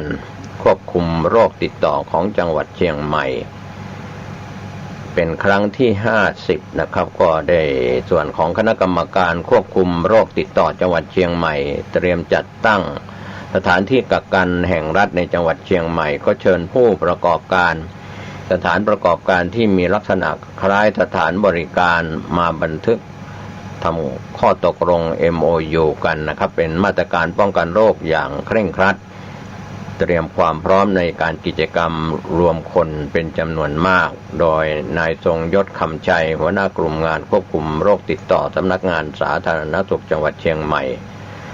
ในฐานะเป็นผู้ช่วยเลขานุการคณะกรรมการโรคติดต่อจังหวัดเชียงใหม่ชี้แจงกับทีมข่าวของเชียงใหม่ตอนหนึ่งว่าคณะกรรมการควบคุมโรคติดต่อจังหวัดเชียงใหม่รายงานความคืบหน้าการกักตัวแรงงานต่างด้าวที่ลักลอบเข้าเมืองจำนวน43คนจะครบกำหนดกักกันตัว14วันในวันที่1กันยายน2563โดยทางสาธารณสุขจังหวัดเชียงใหม่ตรวจหาเชื้อ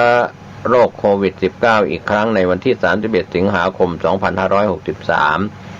ให้ตรวจคนเข้าเมืองจังหวัดเชียงใหม่จะรับส่งแรงงานเหล่านี้ผลักดันออกนอกประเทศในวันที่2กันยายน2563ก็เป็นการลดการสัมผัสกับชุมชนให้มากที่สุดในทุกขั้นตอนสำหรับความก้าวหน้าของการจัดตั้งสถานที่กักกันแห่งรัฐในจังหวัดเชียงใหม่คณะกรรมการก็แต่งตั้งคณะกรรมการจากทุกภาคส่วนร่วมกันออกประเมินสถานที่ขณะนี้มีโรงพยาบาลโรงแรมสถานศึกษาจำนวนมากให้ความสนใจแจ้งความจำนงไว้ที่สำนักงานสาธารณสุขจังหวัดเชียงใหม่โดยคณะกรรมการจะเริ่มออกประเมินสถานที่ในสัปดาห์หน้าก็มีมติให้ผู้ประกอบการสถานประกอบการที่มีลักษณะคล้ายสถานบริการเช่นผับบาร์คาราโอเกะมาทำบันทึกข้อตกลง MOU กับจังหวัดเชียงใหม่เป็นการรับผิดชอบในการจัดทำมาตรการป้องกันโรคและการใช้ ฟอร์มไทยชนะในสถานประกอบการอย่างเคร่งครัดในวันที่ 31 สิงหาคม 2563 ที่จะถึงนี้ช่วงเวลา 10 นาฬิกาที่สารกลางจังหวัดเชียงใหม่ก็เป็นการเตรียมความพร้อมในการรวมคนเป็นจำนวนมากในพื้นที่จังหวัดเชียงใหม่นะครับขอบคุณทีมข่าวคุณสวนัทมูลสมจากสวทเชียงใหม่ที่ได้รายงานข่าวนี้กันเข้ามานะครับในส่วนข่าวในพื้นที่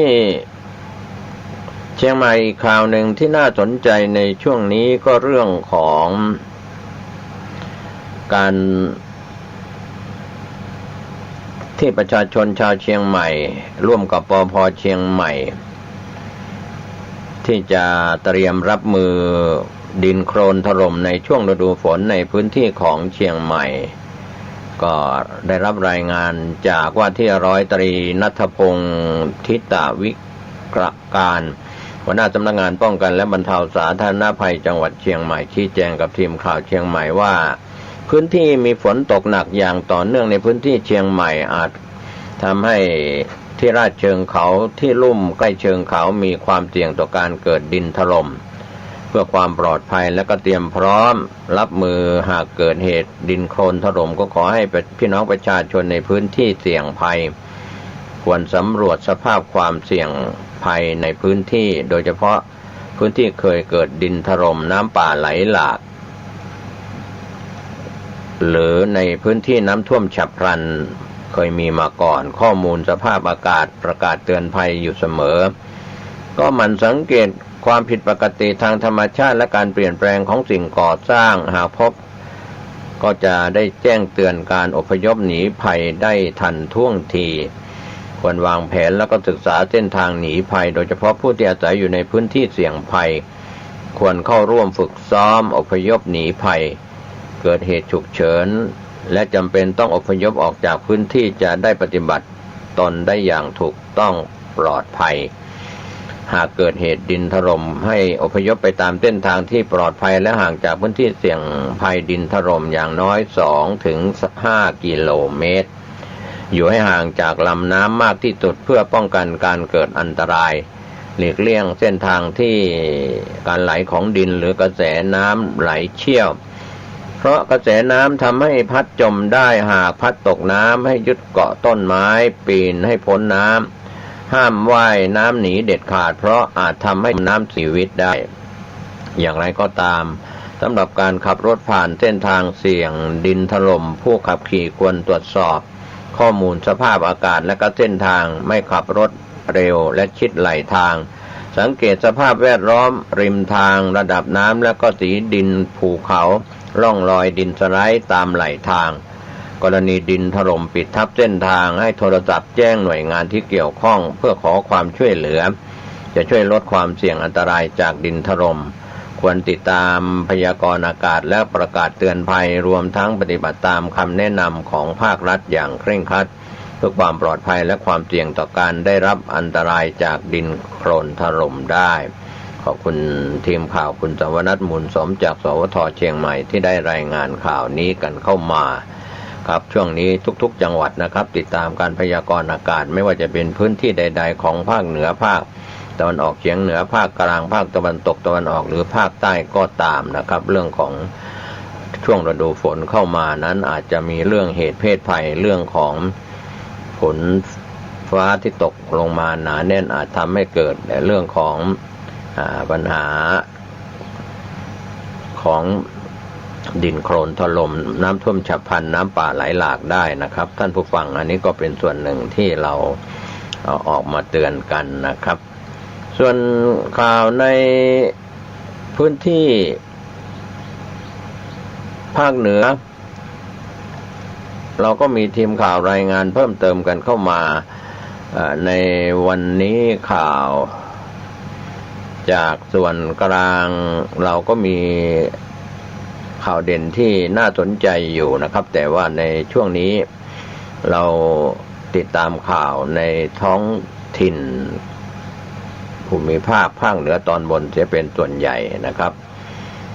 สภาพดินฟ้าอากาศต่างๆจะเดินทางขึ้นเหนือร่องใต้ไปในทิศทางใดก็มีส่วนนะครับที่เราจะใช้ยานพาหนะ เดินทางขึ้นเหนือร่องใต้ด้วยความปลอดภัยถ้าเราได้ติดตามการพยากรณ์อากาศจากกรมอุตุนิยมวิทยาหรือว่าศูนย์อุตุนิยมวิทยาของแต่ละภูมิภาคก็จะพยากรณ์อากาศประจำภูมิภาคนั้นให้ท่านได้รับรู้รับทราบกันครับก็ส่วนหนึ่งของข่าวชาวบ้านวันนี้ผมเกษตรเพชรตำนิตบรรณาธิการข่าวก้าวหน้านิวก็ขอบคุณในส่วนพี่น้องสื่อมวลชนที่ได้รายงานข่าวกันเข้ามาเป็นประจำในแต่ละพื้นที่นะครับที่เราได้รับรายงานก็ในส่วน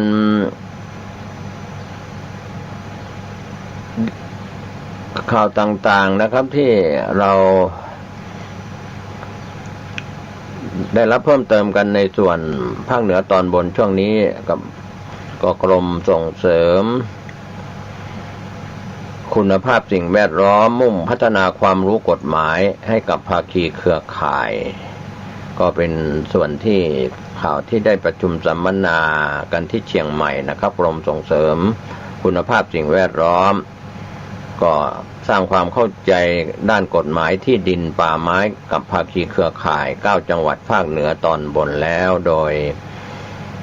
กรมส่งเสริมคุณภาพสิ่งแวดล้อมจัดประชุมกันไปแล้วนะครับก็ถือว่า9จังหวัดภาคเหนือตอนบนที่ผ่านมานั้นมีการปรับปรุงแก้ไขกฎหมายหลายฉบับโดยสถานการณ์ปัจจุบันเฉพาะกฎหมายที่เกี่ยวข้องกับการจัดการที่ดินป่าไม้ประเด็นที่มีการถกเถียงกันในวงกว้างเพราะมีความเกี่ยวข้องกันหลายฉบับกรมส่งเสริมคุณภาพสิ่งแวดล้อมจึงให้ความสำคัญและความจำเป็นของการส่งเสริมหน่วยงานที่เกี่ยวข้องภาคประชาชนเรียนรู้สาระของกฎหมายที่ผ่านการปรับปรุงแล้ว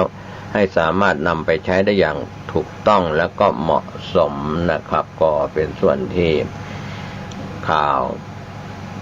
ในพื้นที่ที่เราได้รับรายงานกันเข้ามาส่วนสมาชิกวุฒิสภาพบประชาชนที่จังหวัดน่านอำเภอบ้านหลวงจังหวัดน่านพลเอกสกลสัจจานิตสมาชิกวุฒิสภาสวรองประธานกรรมการโครงการคนที่1นายสมชายหานหิรันสมาชิกวุฒิสภารองประธานกรรมการคนที่3แล้วก็คณะลงพื้นที่พบปะรับฟังความคิดเห็นของประชาชนโครงการที่ดินแห่งชาติมีนายสำริดสวามิภักดิ์รองผู้ว่าราชการจังหวัดน่านนำหัวหน้าส่วนราชการที่เกี่ยวข้อง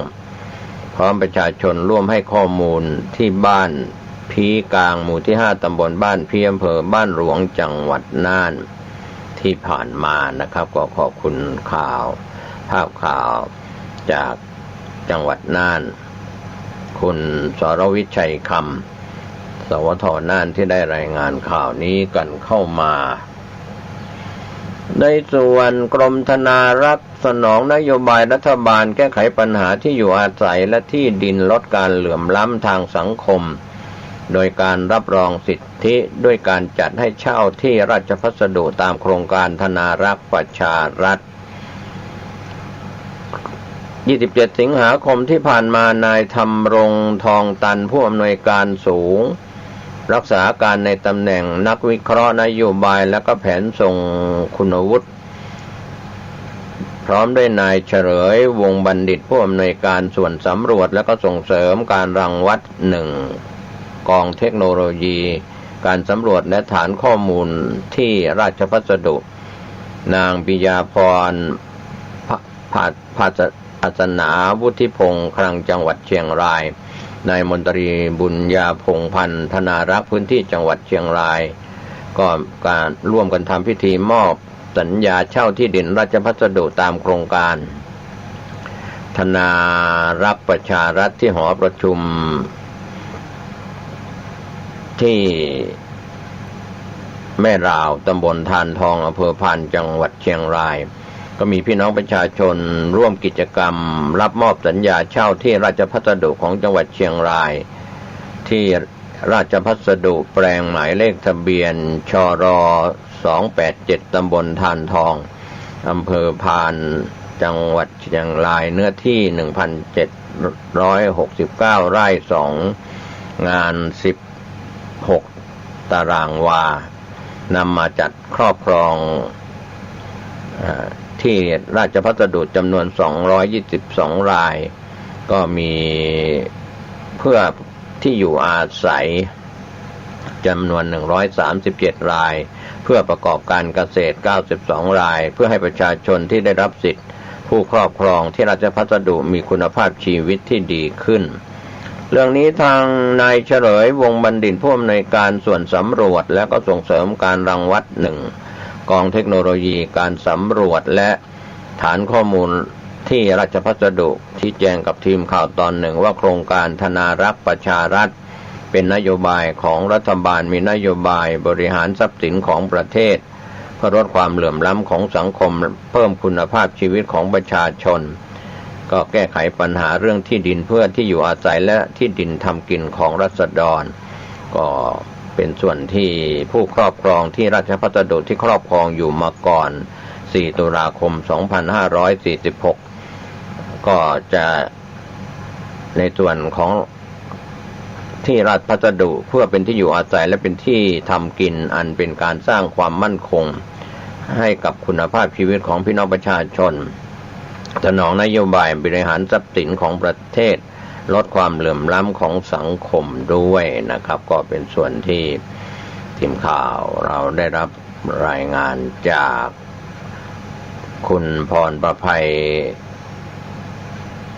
ติวาทินจากสำนักงานประชาสัมพันธ์จังหวัดเชียงรายที่ได้รายงานข่าวนี้กันเข้ามาครับในส่วนข่าวสสว.จับมือหอการค้าจัดงานเชียงใหม่นะครับหวังกระตุ้นเศรษฐกิจหลังโควิด -19 เป็นบรรยากาศ27 สิงหาคมช่วงเย็นที่บริเวณโครงการตลาดอนุสารณ์ย่านการค้าไนท์บาซ่าจังหวัดเชียงใหม่นายวิรุณพันเทวีรองผู้ว่าราชการจังหวัดเชียงใหม่เปิดงานสสว.เกี่ยวกับหอการค้าแฟร์โดยสำนักงานส่งเสริมวิสาหกิจขนาดกลางและขนาดย่อมสสว.ร่วมกับสภาหอการค้าแห่งประเทศไทยหอการค้าจังหวัดเชียงใหม่จัดขึ้นโครงการพัฒนาศักยภาพช่องทางตลาดเชิงลึกสำหรับผู้ประกอบการ SME ปีงบประมาณ 2563 ระหว่าง 27 ถึง 30 สิงหาคมนี้ก็เป็นการช่วยเหลือส่งเสริมสินค้าเกษตรการซื้อขายเกิดการหมุนเวียนเศรษฐกิจในจังหวัดเชียงใหม่ทำให้เศรษฐกิจกลับมาดีหลังจากสถานการณ์การแพร่ระบาดของเชื้อไวรัสโควิด -19 การจัดงานครั้งนี้ผู้ประกอบการค้า SME ในพื้นที่กว่า300กิจการด้านอาหารสินค้าเกษตรแปรรูปงานหัตถกรรมแล้วก็สินค้าที่มีความโดดเด่นจำนวนมากเข้าร่วมออกบูธจัดจำหน่ายและแสดงสินค้าภายในงานก็มีการจับคู่ธุรกิจระบบออนไลน์ฟื้นฟูเศรษฐกิจให้หมุนเวียนเพิ่มขึ้นในอนาคตอันใกล้นี้โดยทางหอการค้าจังหวัดเชียงใหม่ก็มีการคาดหวังว่าผู้เข้าร่วมงานกว่า 50,000 คนจะมียอดจำหน่ายสั่งซื้อภายในงานมากกว่า30 ล้านบาทก็ขอบคุณภาพข่าวจากทีมข่าวคุณนันทิกากิจปาโรจากสำนักงานประชาสัมพันธ์จังหวัดเชียงใหม่ที่ได้รายงานข่าวนี้กันเข้ามานะครับก็เป็นส่วนข่าวในพื้นที่ที่เราได้รับรายงานเป็นข่าวเด่นข่าวดังในรอบวันครับในส่วนข่าวสารเพื่อการประชาสัมพันธ์พี่น้องสื่อมวลชนที่รับรู้รับทราบก็ดีหรือภาคผู้บริโภคข่าวสารข่าวชาวบ้านนะครับที่จะส่งข่าวสารบริการสาธารณะเกี่ยวกับข่าววัดบ้านราชการสถานศึกษาก็ส่งเข้ามายังผู้บริหารสถานีที่ท่านรับฟังอยู่นี้นะครับไม่ว่าจะเป็น FM 92.25 เมกะเฮิรตซ์ของวัดป่าแดงมหาวิหาร 104.50 เมกะเฮิรตซ์ของวัดฝายหินตำบลสุเทพอำเภอเมืองเชียงใหม่จังหวัดเชียงใหม่ทั้ง2สถานีและในพื้นที่ที่ท่านรับฟังอยู่ในพื้นที่ใดจะมีข่าวสารบริการสาธารณะก็ฝากเข้ามายังผู้บริหารสถานีทางผู้บริหารสถานีแต่ละแห่งก็จะส่งข่าวสารมายังส่วนผู้ดำเนินรายการทางช่องทางไม่ว่าจะเป็น บุ๊กหรือว่าไลน์ช่องทางต่างๆที่เป็นข่าวสารบริการรวมไปถึงสปอร์ตสาธารณการกุศลเกี่ยวกับวัดบ้านราชการสถานศึกษาท่านส่งเข้ามาได้วันนี้เวลาของรายการข่าวชาวบ้านหมดเวลาลงผมเกษตรเพชรตำนิดบรรณาธิการข่าวก้าวหน้านิวก็ขอบคุณทีมข่าวทีมงานในพื้นที่8จังหวัดภาคเหนือตอนบนขอบคุณท่านผู้ชมท่านผู้ฟังซึ่งรับชมรับฟังผ่านเว็บไซต์ www.gawnawnew.com www.faihin.org ช่องทาง Facebook ไลฟ์ YouTube ช่องทางต่างๆรวมไปถึงท่านผู้ชมท่านผู้ฟังภาคปกตินะครับด้วยความขอบคุณข่าวชาวบ้านเราไม่ได้นำเสนอข่าวสารของบ้านเมืองมาวิพากษ์วิจารณ์เรานำข่าวเหตุการณ์ในพื้นที่8จังหวัดภาคเหนือตอนบนนำมาเสนอก็เป็นส่วนหนึ่งของข่าวที่ท่านจะได้รับรู้รับทราบประจำวันขอทุกคนทุกท่านได้ปฏิบัติภารกิจเดินทางขึ้นเหนือร่องใต้ติดตามการพยากรณ์อากาศกรมอุตุนิยมวิทยาหรือศูนย์อุตุนิยมวิทยาท่านก็จะปลอดภัยจากการใช้รถใช้ถนนด้วยความปลอดภัยไร้อุบัติเหตุสุขกายสุขใจโดยทั่วหน้ากันสวัสดีครับท่านพุทธบริษัทผู้ฟังทั้งหลายอันเป็นติ่งฮักที่นับถือของทุกเจ้าเป็นมิตรในทางธรรมวันนี้รายการเสียงธรรมจากพระธรรมทูตในปกิณกะแห่งธรรมะทางสถานีวิทยุแห่งนี้วันเวลาเดียวกันนี้ทุกเจ้าก็มาพบปะกับญาติกับโยมเป็นประจำในเวลาเดี๋ยวนี้เป็นต้นไปเอาต่อไปนี้ก็ต้องเตือนสติกันเราจะต้องมาสวดมนต์เอาพระรัตนตรัยเป็นสรณะที่พึ่งว่าตามกันต่อไปนี้ได้แล้วนะโมตัสสะภะคะวะโตอะระหะโตสัมมาสัมพุทธัสสะนะโมตัสสะภะคะวะโตอะระหะโตสัมมาสัมพุทธัสสะนะโมตัสสะภะคะวะโตอะระหะโตสัมมาสัมพุทธัสสะพุทธังสารนังคัจฉามิธัมมังสารนังคัจฉามิสังฆังสารนังคัจฉามิทุติยัมปิพุทธังสารนังคัจฉามิทุติยัมปิธัมมังสารนังคัจฉามิทุติยัมปิสังฆังสารนังคัจฉามิตติยัมปิพุทธังสารนังคัจฉามิตติยัมปิธัมมังสารนังคัจฉามิตติยัมปิสังฆังสารนังคัจฉามิกรมอุตุประกาศว่าจะมีฝนตกณบริเวณวัดหนองตองทว่านี้ญาติโยมก็เวลาประมาณฉันเพ็ญแล้วฝนหาแก้วตกลงมาสว่านักเหมือนกันแต่ตกลงมา 4-5 นาทีฝนหยุดแดดก็ออกที่ผ่านมานี้ก็บ่มีฝนตกแงนดูข้างบนฟ้าก็หันเดือนหันดาวฝนตกแดดออกญาติโยมทั้งหลายมันก็เป็นเรื่องธรรมดานะเป็นเรื่องธรรมดาแต่ทางบ้านโยมฝนตกหรือไม่ บางที่ก็อาจจะตกบางที่ก็อาจบ่มีโยมบางท่านก็จมโอ้จัดเมินมันบัดตกมันยังบัดตกฝนเนี่ย ระวังเด้อฝนจะเป็นนะบางที่ก็จม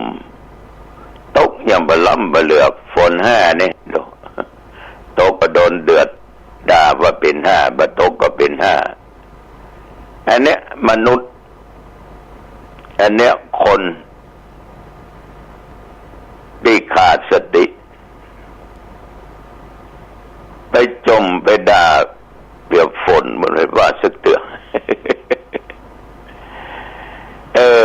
พอออกไม่ออกญาติโยมท่านผู้ฟังแต่ว่านี่อาตมาภาพก็ได้พบปอกาคนหนึ่งมาที่วัดมาบ่อยครั้งแรกเข้ามาก็มาถามว่าโอ้หลวงพ่อผมที่ปูนี่เอาไปไว้ที่ไหนก็บอกว่าโยม